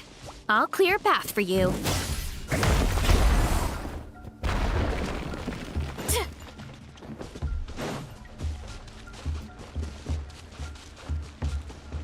I think we can get these mushrooms to form a path. We just need to wait for the right timing.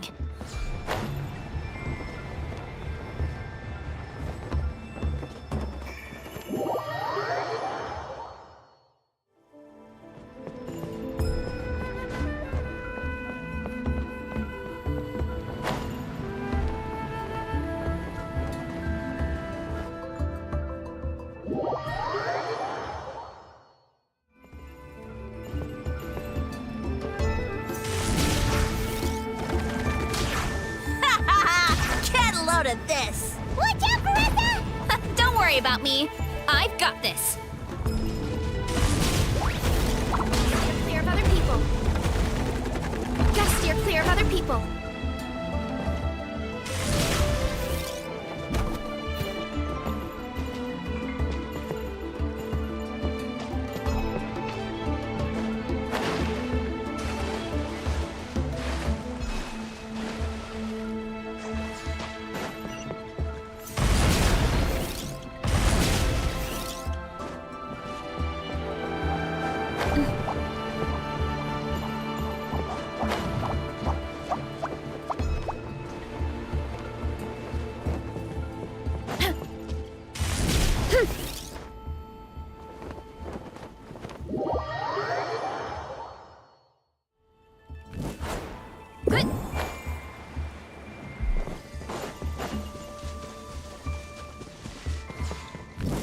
A dead end? Jump up. Let it give us a ride.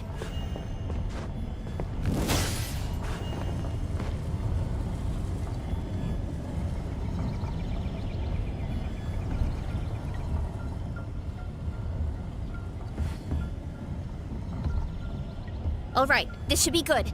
Get ready and jump!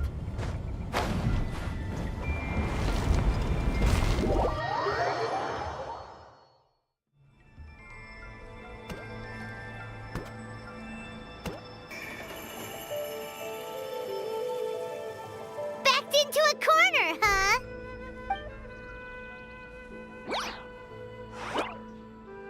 We've got you this time! Ow! Well, that hurt, you know. You humans have such violent tendencies. How did we lose him? Not again. Although, I think I pulled something off of him.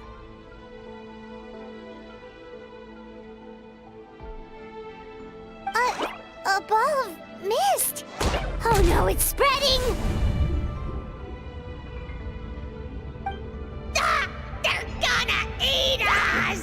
Gonna eat us. Eat us.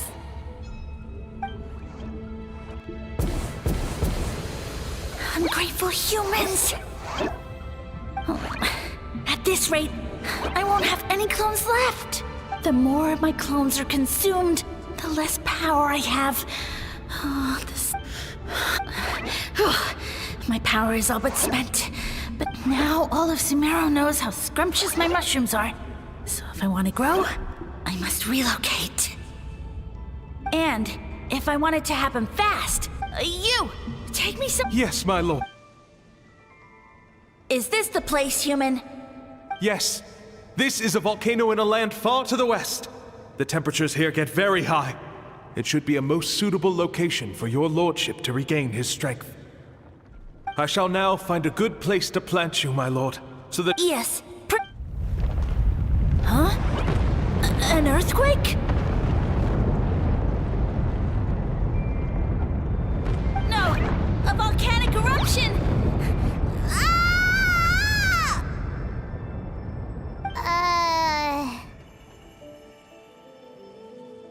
So that's how it ended. No wonder you tried to hide it from us. It's pretty embarrassing. I thought he said people formed communities around this mushroom and used it as their main source of food. Yeah, but it looks like his following got too big and he couldn't keep up with the demand. Huh.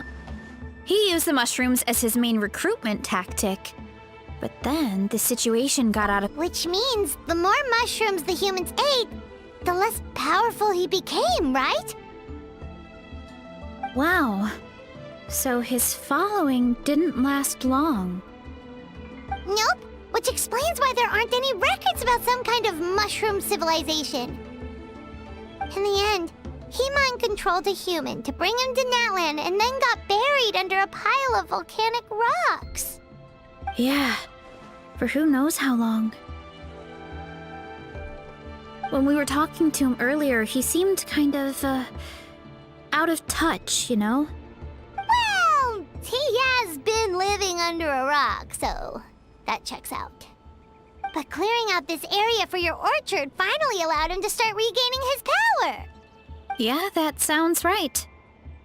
My parents always thought it was so weird that mushrooms kept popping up around the orchard no matter what we did. Now it makes sense. Wait, but if everything we saw is true, that means this mushroom has mind control powers or something? Hold on. Do you remember what he showed us? A group of humans worshipping a giant mushroom. It just doesn't make sense. They must have been mind controlled.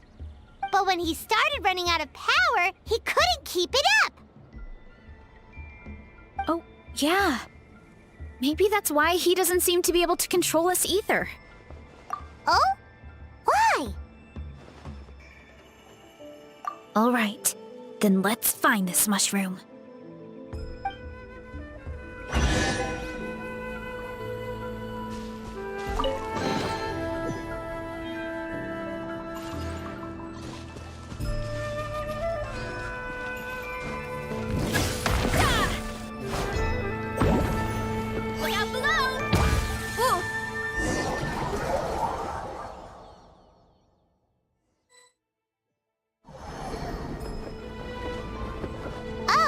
The environment changed again. Nothing to faze Paimon at this point. Let's keep looking. He can't hide forever.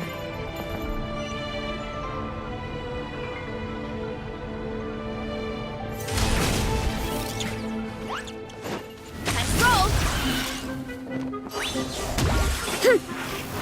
Hi! Hi!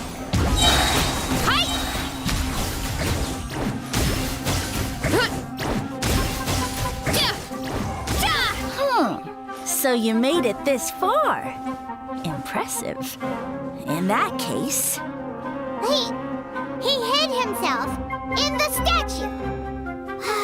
What should we do? Actually, that checks out. We're just gonna smash it, right? Cool.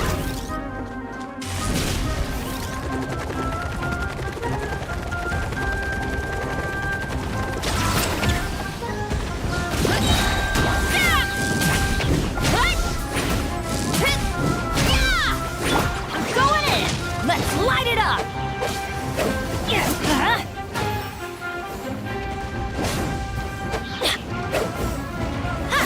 One fell swoop! Hero incoming!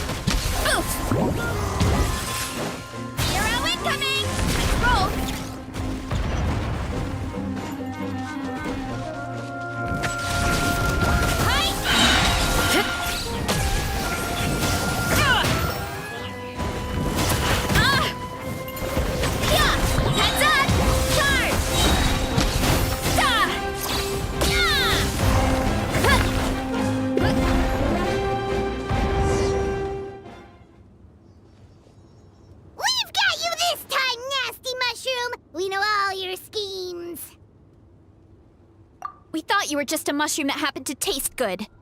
But now we know how dangerous you are, so we have to stop you. Huh. It would seem you're not completely devoid of intelligence. Fitting for my future subjects. Still, you're overlooking a very important detail. Did you think I was running away because I was scared? Well, this is a world of my creation.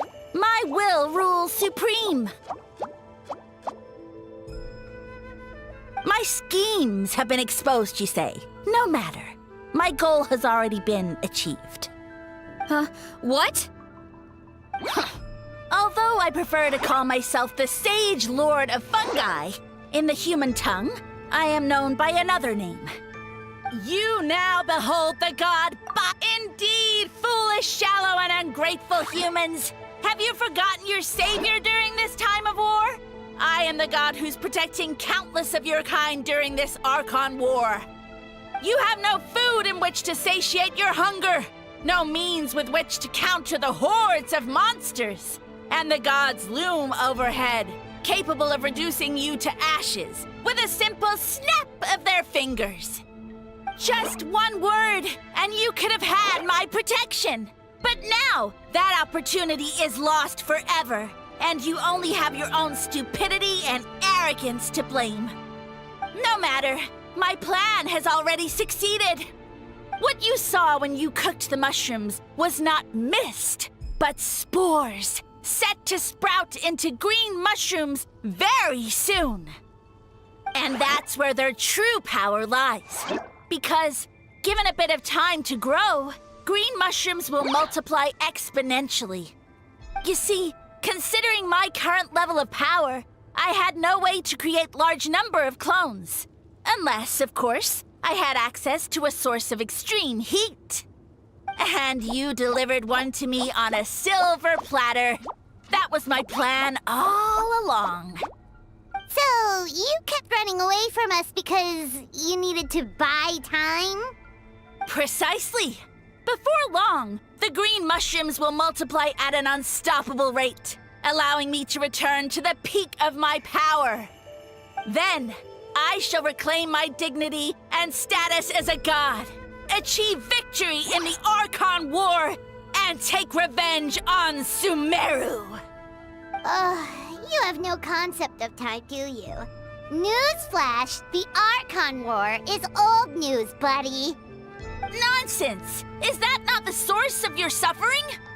All I hear in this land is war this and war that. If you fear the Archon War, all the more reason to Pretty sure they're talking about the war against the Abyss. Huh? The Archon War? I guess I've heard about that once or twice, but only from Outlanders. Ha!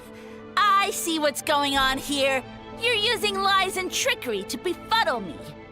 You know, my original plan was to imprison you here until the end of time. But now, I have a better idea.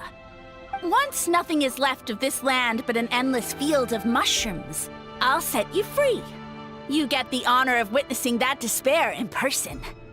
Now, I was going to offer you a glimmer of hope by allowing you to pledge yourselves to me and take on the burden of managing my kingdom. But now, the deal is off.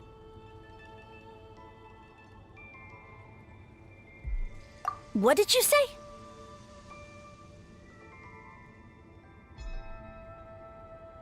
The Traveler explained everything.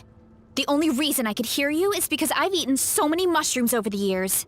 Yeah, and Paimon ate a whole bunch during the competition. Paimon's small, so it didn't take as many mushrooms for her to be affected.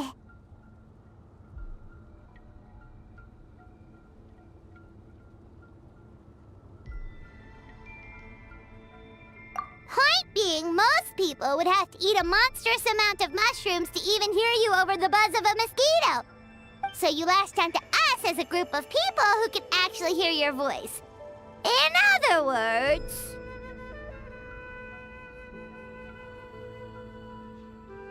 You said your mushrooms need time to grow, which means you don't have enough power to keep us here.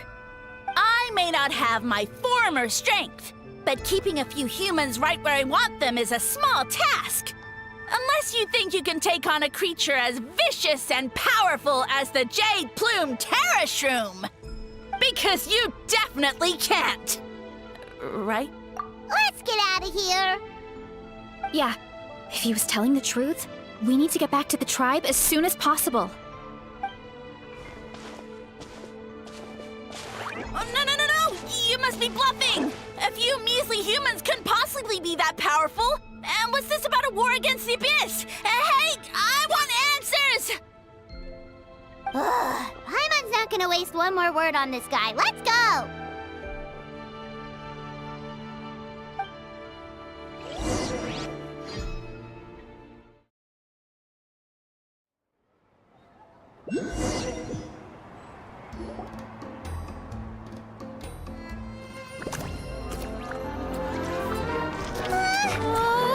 What should we do? Worried?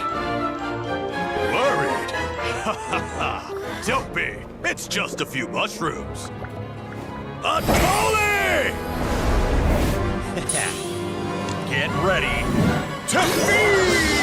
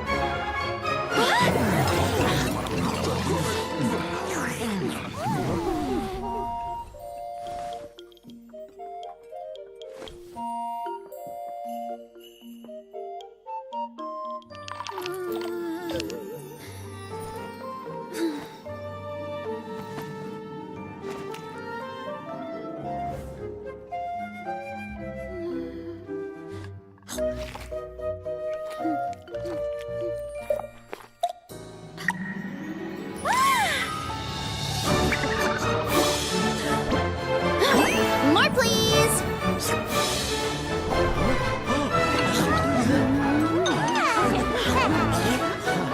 Guess it's time to dig in!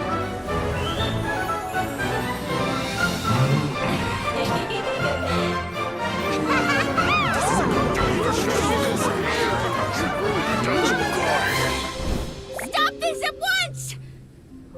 Huh?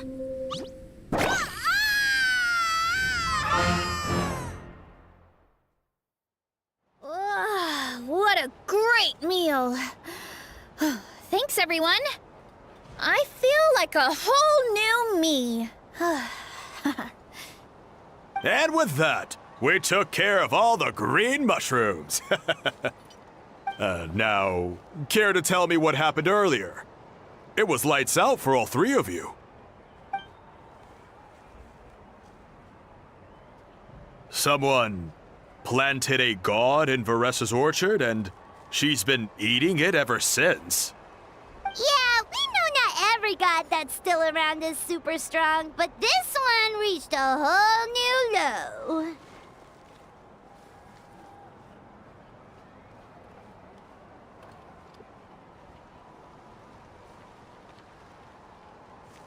Also, didn't he have his facts all wrong? He kept going on about some kind of Archon war. Ah, well, Natlan was never part of the Archon War, so it rarely comes up around these parts. It makes sense that you don't know much about it, Varessa. Whoa, hold on. Are you serious? Of course. The infighting between the dragons pretty much took over everything. So, there was no room for the gods to join in.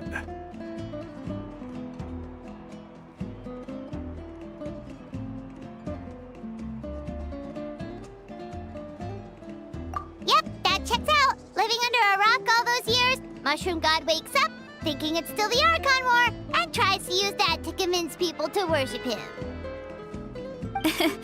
Little did he know, our lives are much better now than in the Age of the Dragons. So what do we do now? It can't be easy to slay a god. I guess it's back to business as usual. As long as we keep picking the green mushrooms, that god is just a tasty mushroom at the end of the day. Actually, Traveler, can I borrow you for a minute?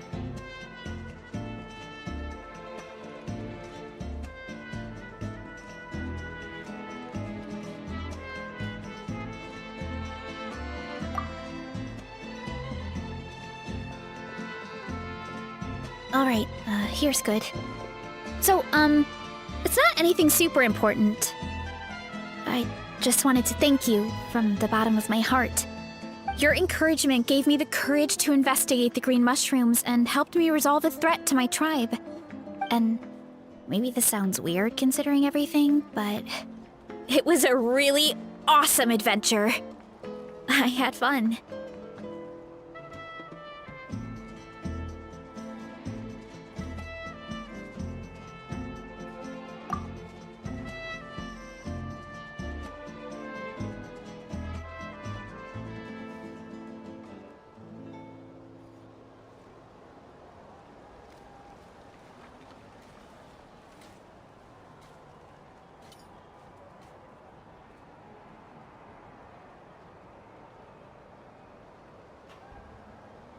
Oh, why's that?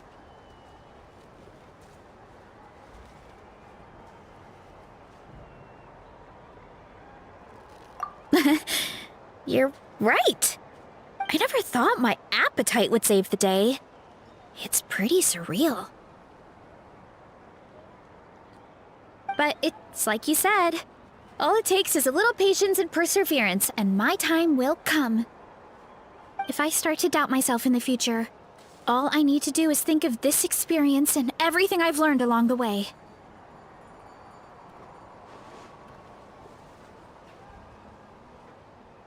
Hey, you two! Akata was saying that since a scholar from Sumeru warned the tribe about the mushrooms, someone there must know about the mushroom god. Should we go check it out? Couldn't hurt to get more information. Oh, good point. But if we're heading to the academia, I need to get permission from Uncle Akatl first. Right. And it's not a quick trip. Good idea. Let's check it out.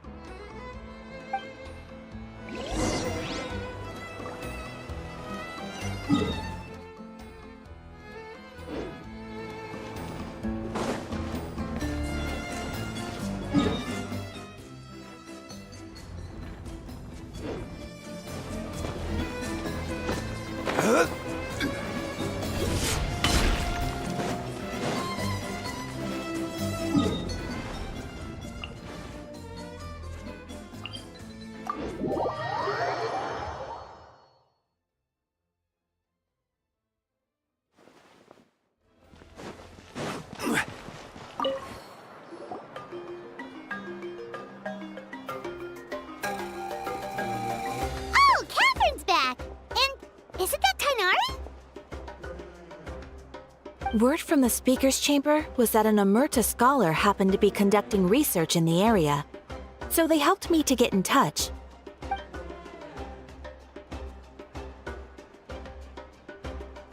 Yep, you're an expert, so you must know all about him, right?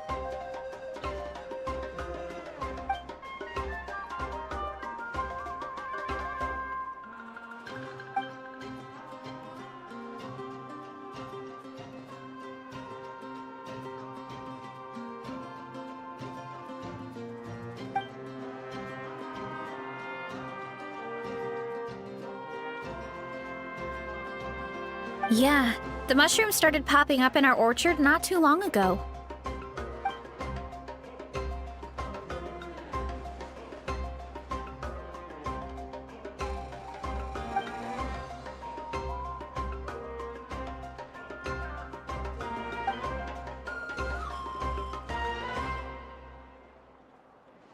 Of course, you're welcome anytime.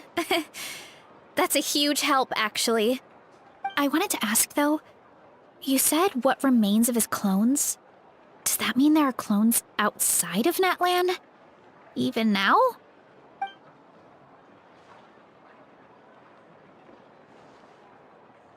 Zamaran? You know that name? Yeah, Paimon calls it Sheesh Room. It's absolutely huge! Way more impressive than the puny Sage Lord.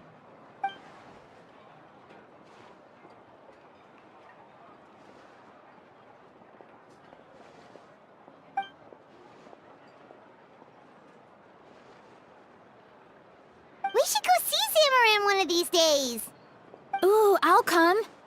It'll be nice to interact with a friendly mushroom for once.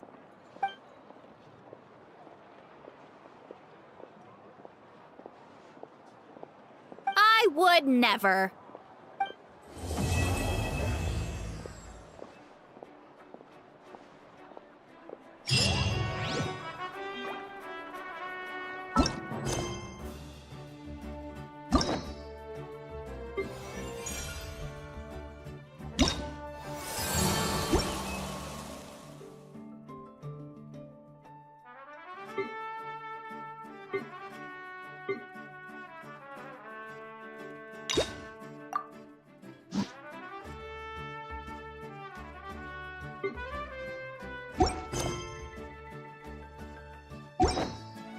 Ad Astra.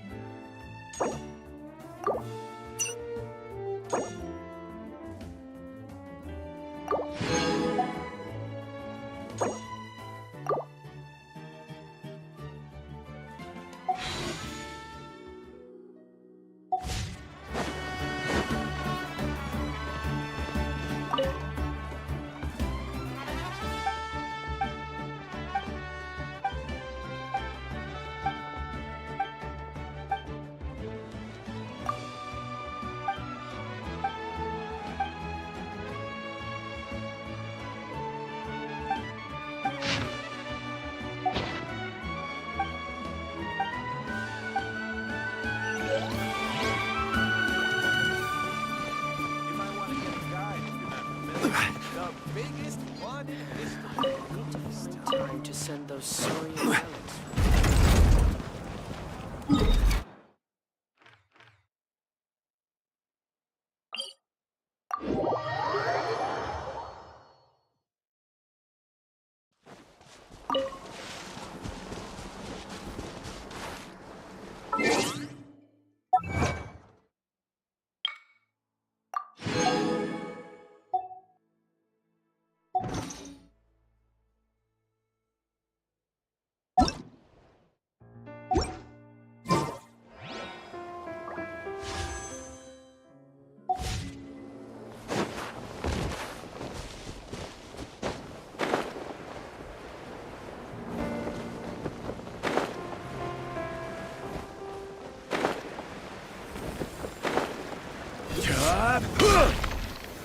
Stabilize!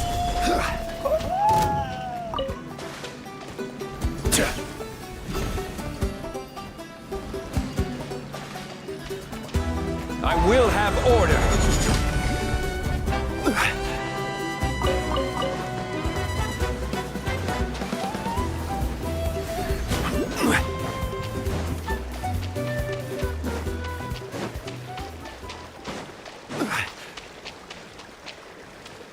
All right, let's finish this fast. Teamwork is dreamwork. Let's light it up. Shine down. No, my sword.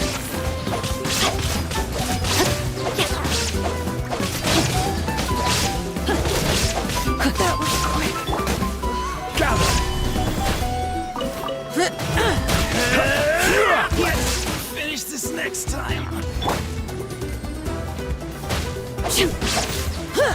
Rain outlines your fate. Let me weave you a verse. Illusion shattered! Ha! Ha!